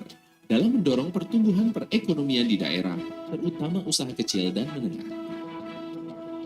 Dengan inovasi produk yang berkesinambungan dan berbagai layanan yang bekerja sama dengan Bank BJB selaku induk perusahaan, telah kami hadirkan untuk menunjang kebutuhan masyarakat Jawa Barat, DKI Jakarta, dan Banten. Seperti layanan call center 24 jam, kantor cabang, payment point, gerai syariah, serta jaringan ATM di wilayah DKI Jakarta, Banten, dan Jawa Barat. Adapun produk dan layanan penghimpunan dana yang kami sediakan antara lain Giro IB Maslahah, Tabungan IB Maslahah, Tabungan Haji IB Maslahah, Deposito IB Maslahah. Turut serta membangun generasi bangsa juga tujuan utama kami. Dengan adanya tabungan anak IB Maslahah dan simpanan pelajar atau Simple IB Maslahah. Bagi mereka yang membutuhkan modal membangun usaha, kami menyediakan produk pembiayaan produktif seperti investasi dan modal kerja. Dan untuk kebutuhan konsumtif sehari-hari, ada pembiayaan rumah, pembiayaan kendaraan bermotor, pembiayaan beragun emas, serta pembiayaan serbaguna. Demi memenuhi kebutuhan perbankan bagi seluruh lapisan masyarakat, kami terus meningkatkan pelayanan perbankan syariah yang komprehensif, mulai dari layanan PPOB atau Payment Point Online Bank, layanan produk jemput maslahah, layanan pembayaran tagihan listrik dan telepon, layanan clearing atau SKN, hingga surat referensi dan dukungan bank. Bank BJB Syariah senantiasa memberikan layanan sepenuh hati bagi para nasabah. Hal ini dibuktikan dengan penghargaan yang telah diraih. Atas pencapaian tersebut, kami juga tidak lupa untuk menjalankan tanggung jawab sosial kepada masyarakat. Oleh karena itu, kami akan terus memperluas jaringan yang maslahah dan amanah hingga sudut negeri. Sehingga di masa mendatang, dukungan dari kami akan mampu menjadi bagian dalam memperkokoh ekonomi bangsa.